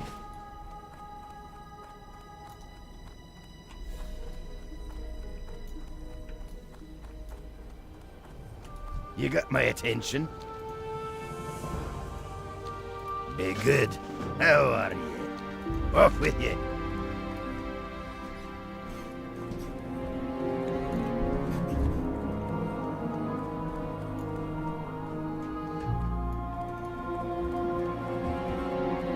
I often forget that, yeah, in Wrath Era, like, protection spec is probably a bit more DPS than you might expect from, like, Classic Era, per se. That's true, and I think we're currently, like, prot spec on that character, so we might check it out as prot spec and just kind of see how it feels. It's gonna feel bad, because we'll be going into Burning Crusade stuff, and, like, all of our gear will be, like, immediately obsolete, which is always fun. Alright, so we're not going to hit a lot with this thing. I probably want to have the mace out just in case I have to switch back for the kill. We'll see how quickly we manage to get skill ups. But yeah, if we don't start cranking some damage out, I'm going to switch back to the mace here in a second. Alright, let's go mace so we can actually get some hits in.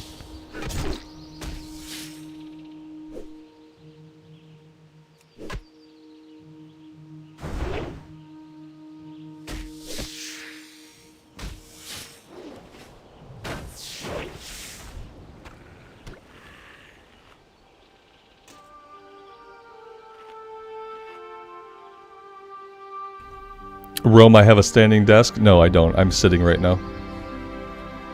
Oh, you can't see the back of my chair. But yeah, no, I'm sitting. I have decent posture. You're not the first to come in. I think once a stream somebody asked me if I'm standing up.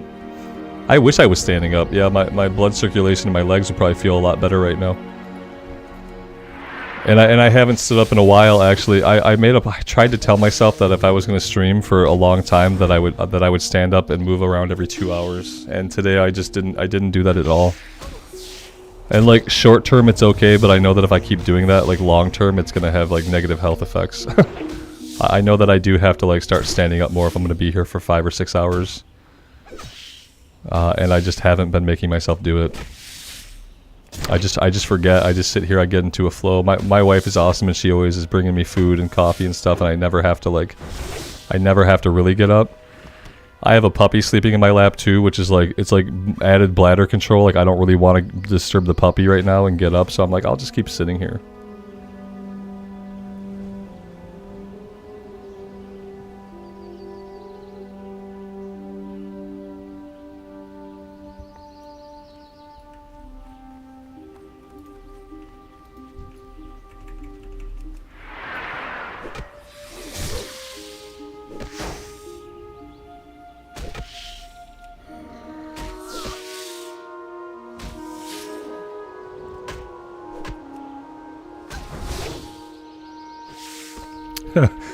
All fun and games till the puppy pees on you instead. That's funny, man. Yeah, he's a good boy. I don't think he would do that. He'd whine at me first, you know. We had a storm roll through the area earlier, and he got like super freaked out. It's like he's a puppy, so it's the first really big, really scary storm that he has experienced. And like for a while, he was like hiding under my wife's desk, just shivering, and he wouldn't even come out when she called to him. So she had to crawl under the desk, get him, and then like came and put him in my lap because she thought something was like wrong with him. But I think he was just like super scared. I know that when there's a storm, like dogs, like they smell different things, they sense different things, they hear the noises, and they can get really scared. Yeah, he like panic slept. He's panic sleeping right now. He was probably like really hyper exhausted. He's a little Jack Russell Terrier.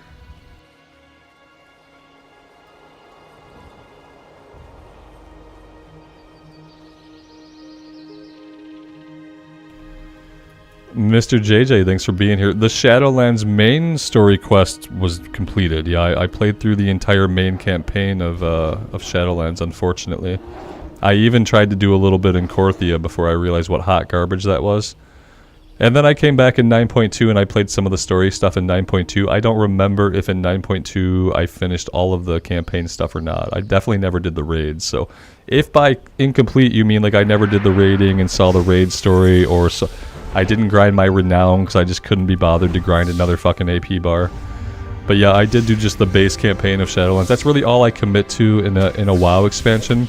Same thing I did on the Shaman and Dragonflight. Like I completed the main campaign scenario, and I didn't do much else after that. But yeah, but thanks for being here, man. I appreciate it. He's not going to get much bigger. Yeah, he's probably about 8 pounds right now. He'll probably be about 12 pounds by the time he's done growing. He was the runt of the litter. So yeah, they can be anywhere from like 12 to 15 pounds when they're full grown. But yeah, he's not going to get like much bigger. As far as like how tall he is and how long he is, like he's probably just going to thicken out a bit. What level will I attempt Dead Mines? Probably level 20. I would say level 20. At level 20, we're going to drop skinning, we're going to grab alchemy, and we're going to use all the herbs we've been stashing to power level alchemy. And once I have the alchemy up and I got some healing pots and some elixirs and stuff, and then we can think about doing Dead Mines.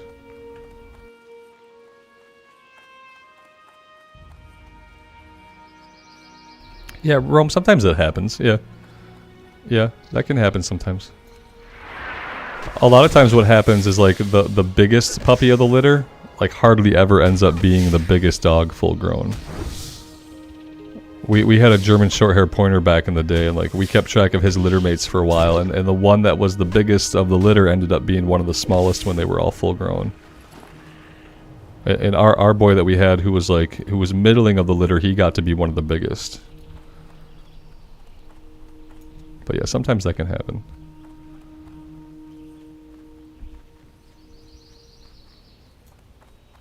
And also, like, for Dead Mines, keep in mind, like, we have to do all the questing in Westfall first for, like, the Defias Brotherhood stuff, because, yeah, we're not going to go into Dead Mines until we have the last quest for it. So that'll also play a factor as to, like, when will we do it? Well, we have to be level 20, we have to have leveled Alchemy, and we have to have been able to complete all of the Defias Brotherhood quests, including the Messenger, I think, like, getting the Messenger and stuff like that. Can actually be pretty challenging, but I think we have to do that as part of the chain. So it depends on a couple of things.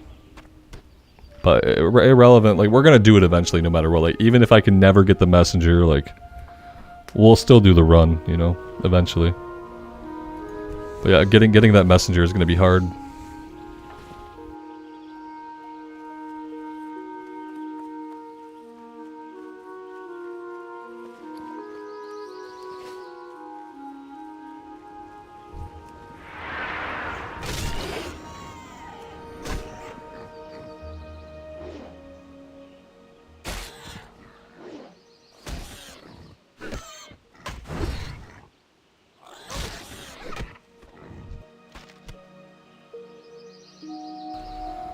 I don't think I've ever had a cooking recipe drop randomly off of a kill. I've had like tailoring, enchanting, you know, every single thing I can think of. I don't think I've ever had a cooking recipe drop off of a kill. That's interesting. Let's grab it. We have to head back to town because we're full on inventory. I don't even have room for the boar ribs.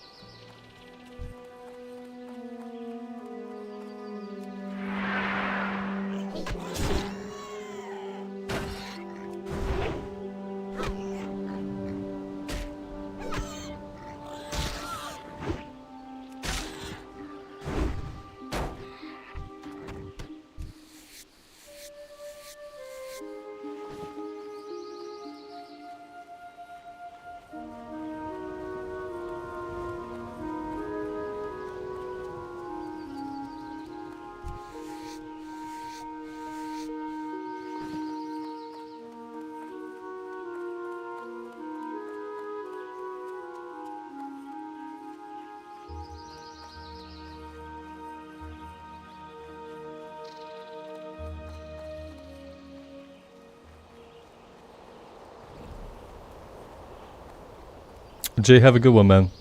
Thanks for being here. I appreciate it. Take care.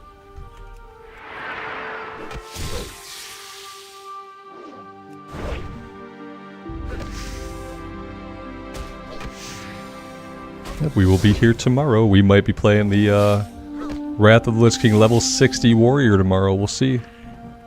The poll says some of you guys want it, so...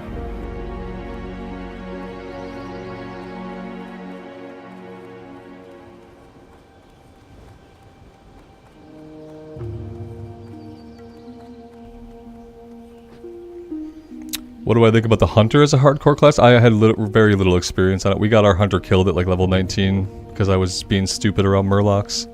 I had a lot of fun on the Hunter, surprisingly. I usually don't like pet classes at all. But in Classic Era, I like how the pet needed like a little bit more attention, how you had to like train the pet skills, and then you had to use different pets to get different skills, and you could cross-train some of them. I thought the Hunter was really interesting. Obviously, it has good survivability if you're a person that has good pet control.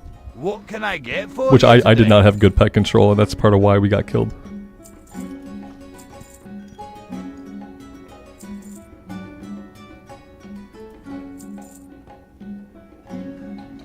The Spider Ichor I need. Tough Jerky I don't need. Safe travels.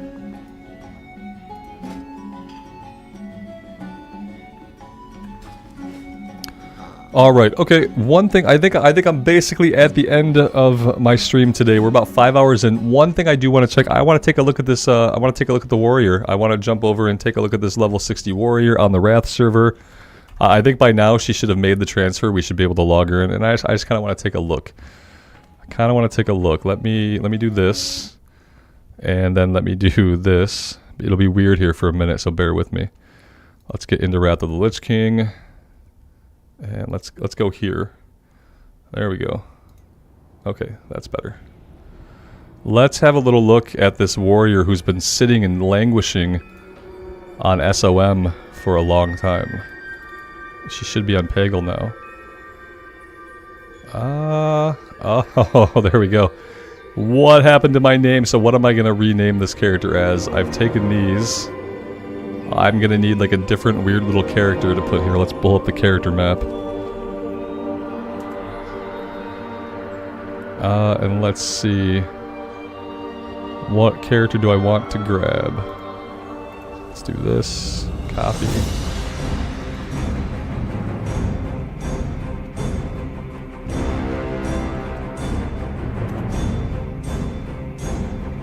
There we go. Thank you, Windows character map. Joe, we have nothing. Okay, so guys, this is a Season of Mastery character who leveled to 60 in the Classic Era Season of Mastery, okay? They sat on the Season of Mastery server forever, and it turned out that we can transfer them to a Wrath server, so that's what we did. Let's use this profile's fine. All your talents have been reset. Oh, that's good. We don't have to pay for a reset. So yeah, what are we rocking here? We're rocking some okay gear for the level 49. Yeah, it's all defense rating stuff. Armor. We've got a pretty good. We've got a one-handed cup. One-handed cup and shield. Diamond flask. Achievements. What button's achievements? Y. Ah, there we go. Yeah, hey, we've got some achievements. Yeah, we kept our achievements, it looks like. Mm-hmm.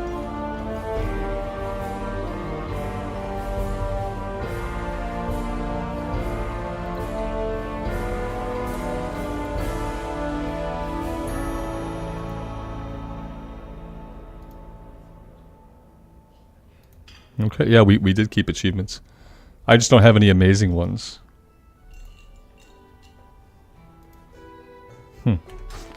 Alright. Yeah, we must not have went through Dunmorrow on this character because we had the experience buff, so we didn't have to zone hop on this character because we had the XP buff. Are we wearing some just like really weird looking shirt? Yeah, we don't have to wear that. There we go. Perfect. We got Rune Cloth. How's First Aid looking? First Aid is looking maxed out, yeah. That's good. Yeah, we're definitely kind of a work in progress here. Where are we? We gotta get to the bank. Ooh, I don't have Leatrix maps here. Gotta probably get Leatrix maps for Wrath of the Lich King era.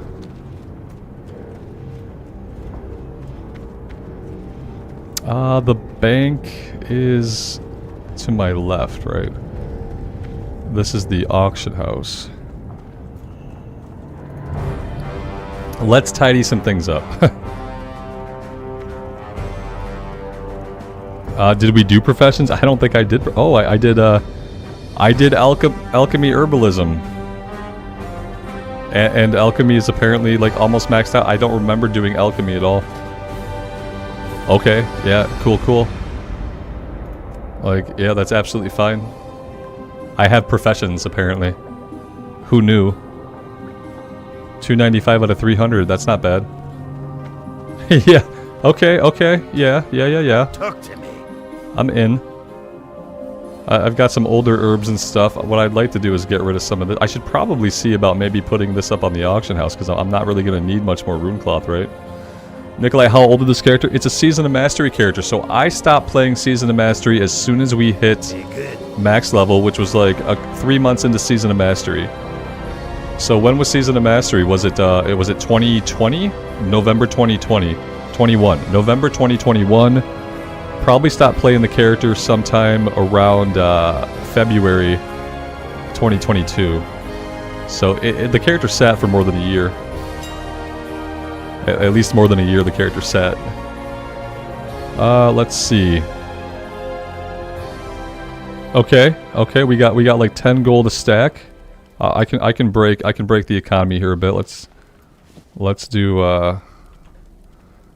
950. And we'll do that down here too. Well, that was a noise. Alright, let's sell all of this stuff. So apparently we're gonna need some gold. We don't have a lot of gold. So we're gonna have to fix that situation. And this is probably the easiest thing for me to do right now.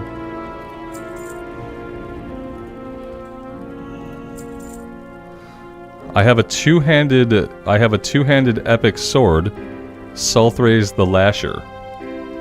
Oh, we combined we got two weapons from ZF, and you could combine them to make like a two-hander. And I think we did that. I think we did that, and we made this thing. That's actually amazing. All right, I wonder what other goodies do we have in our bags? What other goodies do we have? Oh yeah! Oh, look at that! That's right. It's badass. I love it. Okay, other than that, we had a one-handed axe. Ooh, whoops. That was not what I wanted. And probably some gear that I just have to sell. This must be some of my DPSing gear. I don't think I'm going to keep any of it. I think we're going to vendor. We're going to vendor basically everything. I want to get these bags cleaned up. And then we'll see if we have any other cool stuff as we get rid of things. Where is like a nearby vendor? Probably nowhere nearby. You are an armory. You must have a vendor. The citrine is worth money? I mean, maybe. We'll go through, we'll vendor, and we'll see if I do have anything else we can auction, we'll put it up on the auction house. But, like, the first step is to get everything cleaned up. Like, this stuff, I don't think I'm going to bother keeping any of the other gear. We're going to go with what we have, and then we're going to get new stuff in Outland, like, immediately. So I'm going to basically just go through and sell everything. The leatherworking might have sold for something. Let's sell this. This is soulbound. We'll sell it. I don't think I'm really needing a lot of the alchemy stuff.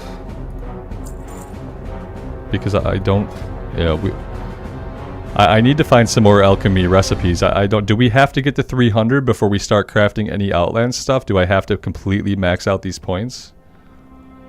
Or can I just kind of get going with Outland stuff?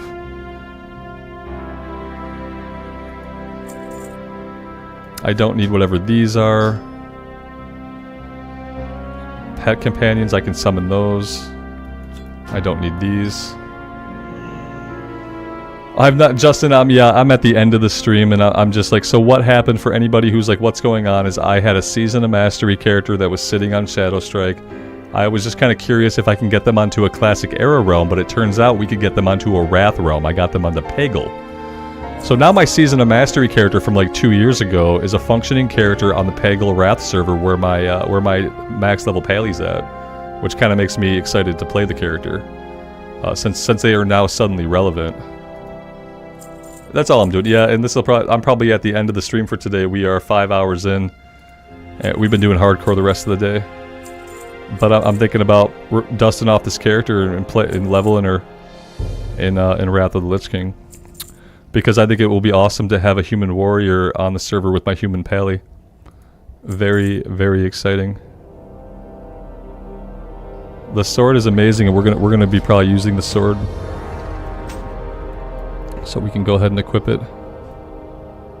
Yeah, this sword there's 2 one-handers that drop in ZF, and then you have the option to either dual wield them or you can combine them to make this amazing epic. And I just got lucky enough to get both of the one-handers. I'm gonna sell this other stuff. You know, will this stuff be useful? Like if I wanted to jump into tank some, I still, you know, I'm gonna need Outland gear. I'm not gonna tank anything in Outland until I have some Outland gear, so I'm not gonna worry about it. We'll just get rid of it. And I don't know what some of this other stuff even is. This was for a quest. The arrows were for our bow. We can keep those. We'll keep the elixirs. Don't need the mana. Don't need this. Crystal vials are for alchemy. I don't know what this is. I don't know what this is.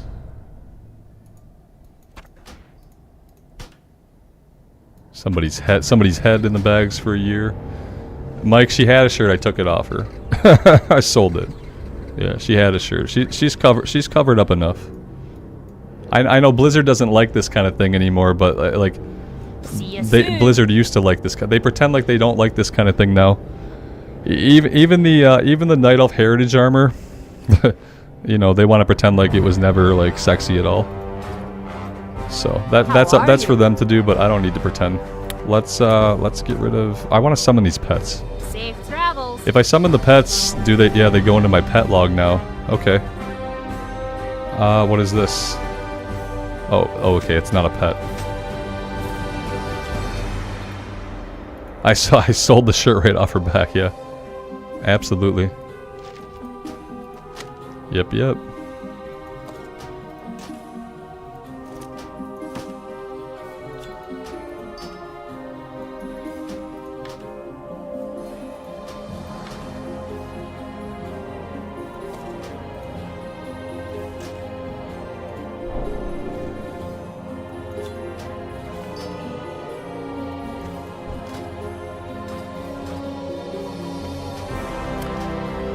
All right, there we go. That's gonna be our freshest start we can get. What kind of bags do we got? 14 slot, 14 slot, 14 slot, 14 slot. All right.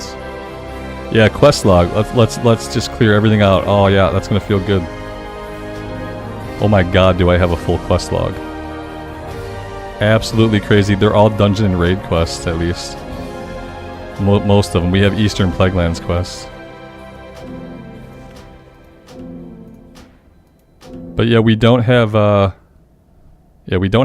XP because we would not have been gaining any rested XP as a 60 SOM character. We would not have had any.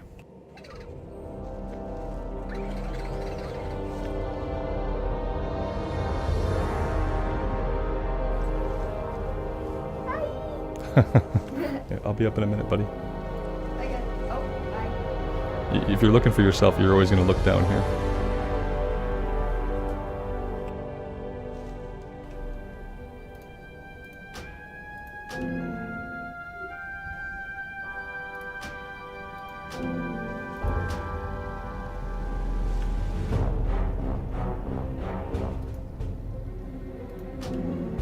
My son likes to pop his head. I let him pop his head on the other day and say hi to chat because it was like close to his birthday. He wanted to pop on to chat on to stream for his birthday, but I didn't want to stream for 5 hours on his birthday, so we didn't stream on his birthday. But he did come down yesterday and say hi, and he kind of likes to pop his head into my office once in a while. I don't want to discourage it.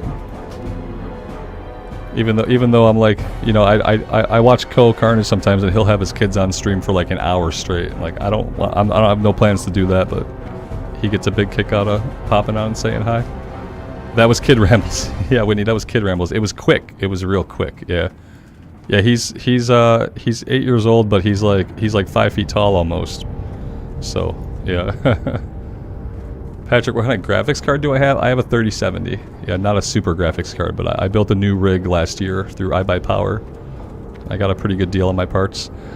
So like, yeah, like I think maybe what do we do? I think maybe we have to go arms, right? We have a two-hander. We go arms. We save some money, a lot of money, and we get dual spec, right? I'll probably do the specking on my own. But yeah, guys, maybe we'll play this tomorrow. Maybe we'll jump on and we will do this tomorrow. I have to remember how to get myself to the Dark Portal. We need to get to the Blasted Lands, right? We need to get just to the Blasted Lands to like walk through the portal. We don't need to like do anything else, I don't think. Let's walk over. Maybe I can just take a long flight. That way tomorrow I'll just be where I need to be. But yeah, I think for now, like we can go arms. Let me just do like a quick spec here. I like having tactical mastery.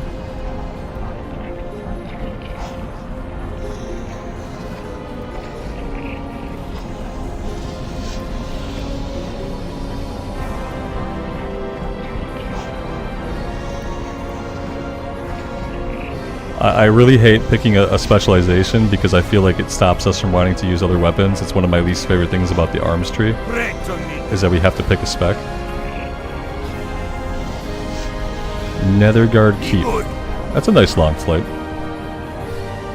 Sweeping Strikes. Let's come back up here.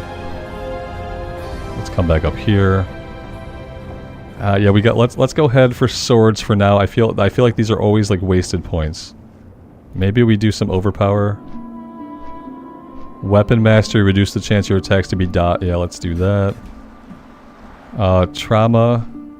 Increase the effectiveness of bleed attacks is fine. Let's go here again. Mortal Strike. Strength of arms. I don't plan on slamming.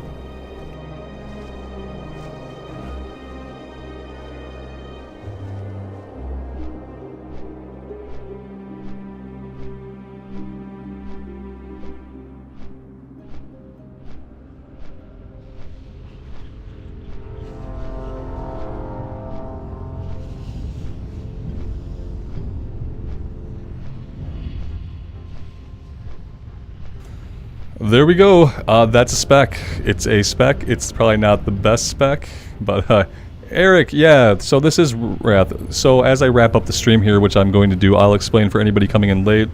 I just had the random thought of like what happened to my SOM character, right? And I thought they were going to offer SOM characters a transfer to a classic era realm. So I thought, yeah, that'd be cool. It'd be cool to have my SOM level 60 like actually living on a classic era realm. I don't know if I'd ever play her, but at least she'd be there, you know? And then I found out that it's not a classic era realm. They let me transfer her to a Wrath of the Lich King realm. So I transfer her to Pagel, which is where my level 80 Paladin's at, and now I'm kind of hyped to play her. Because, yeah, I'd love to have an Alliance Warrior on the server with my already level 80 Paladin. I think that would be really cool. And they let me transfer her to that server. So, yeah, now instead of having a useless Season of Mastery character that's going to sit somewhere and die there, I have a character that... We have like maxed out alchemy, maxed out herbalism, and we've got our first aid up. You know, the only things we don't have is like we don't have fishing and cooking, right? So sure, like, and I could start the streams the same way. We can start working on our fishing and cooking right away. And similar to other streams, like at the beginning of the stream, I could work on this stuff and we can get that leveled up too. But yeah, now I have a character with a bunch of achievements. I have a character with some professions, and now we're in Wrath of the Lich King era. I did a little poll, and it seems like a lot of you guys wouldn't mind seeing me level this one a little bit through like BC and Wrath, so maybe we'll take a look at that tomorrow. But yeah, that's what's going on, and I think I'm going to wrap up here. We are 5 hours and 14 minutes into the stream. Thank you guys so much for hanging out with me today. It's been a real blast. I appreciate you all being here. It's been a very good day. Thank you guys so much. And yeah, as always, until next time, take care of yourselves out there, and take care of each other, and we'll see you back here again very soon. Bye for now.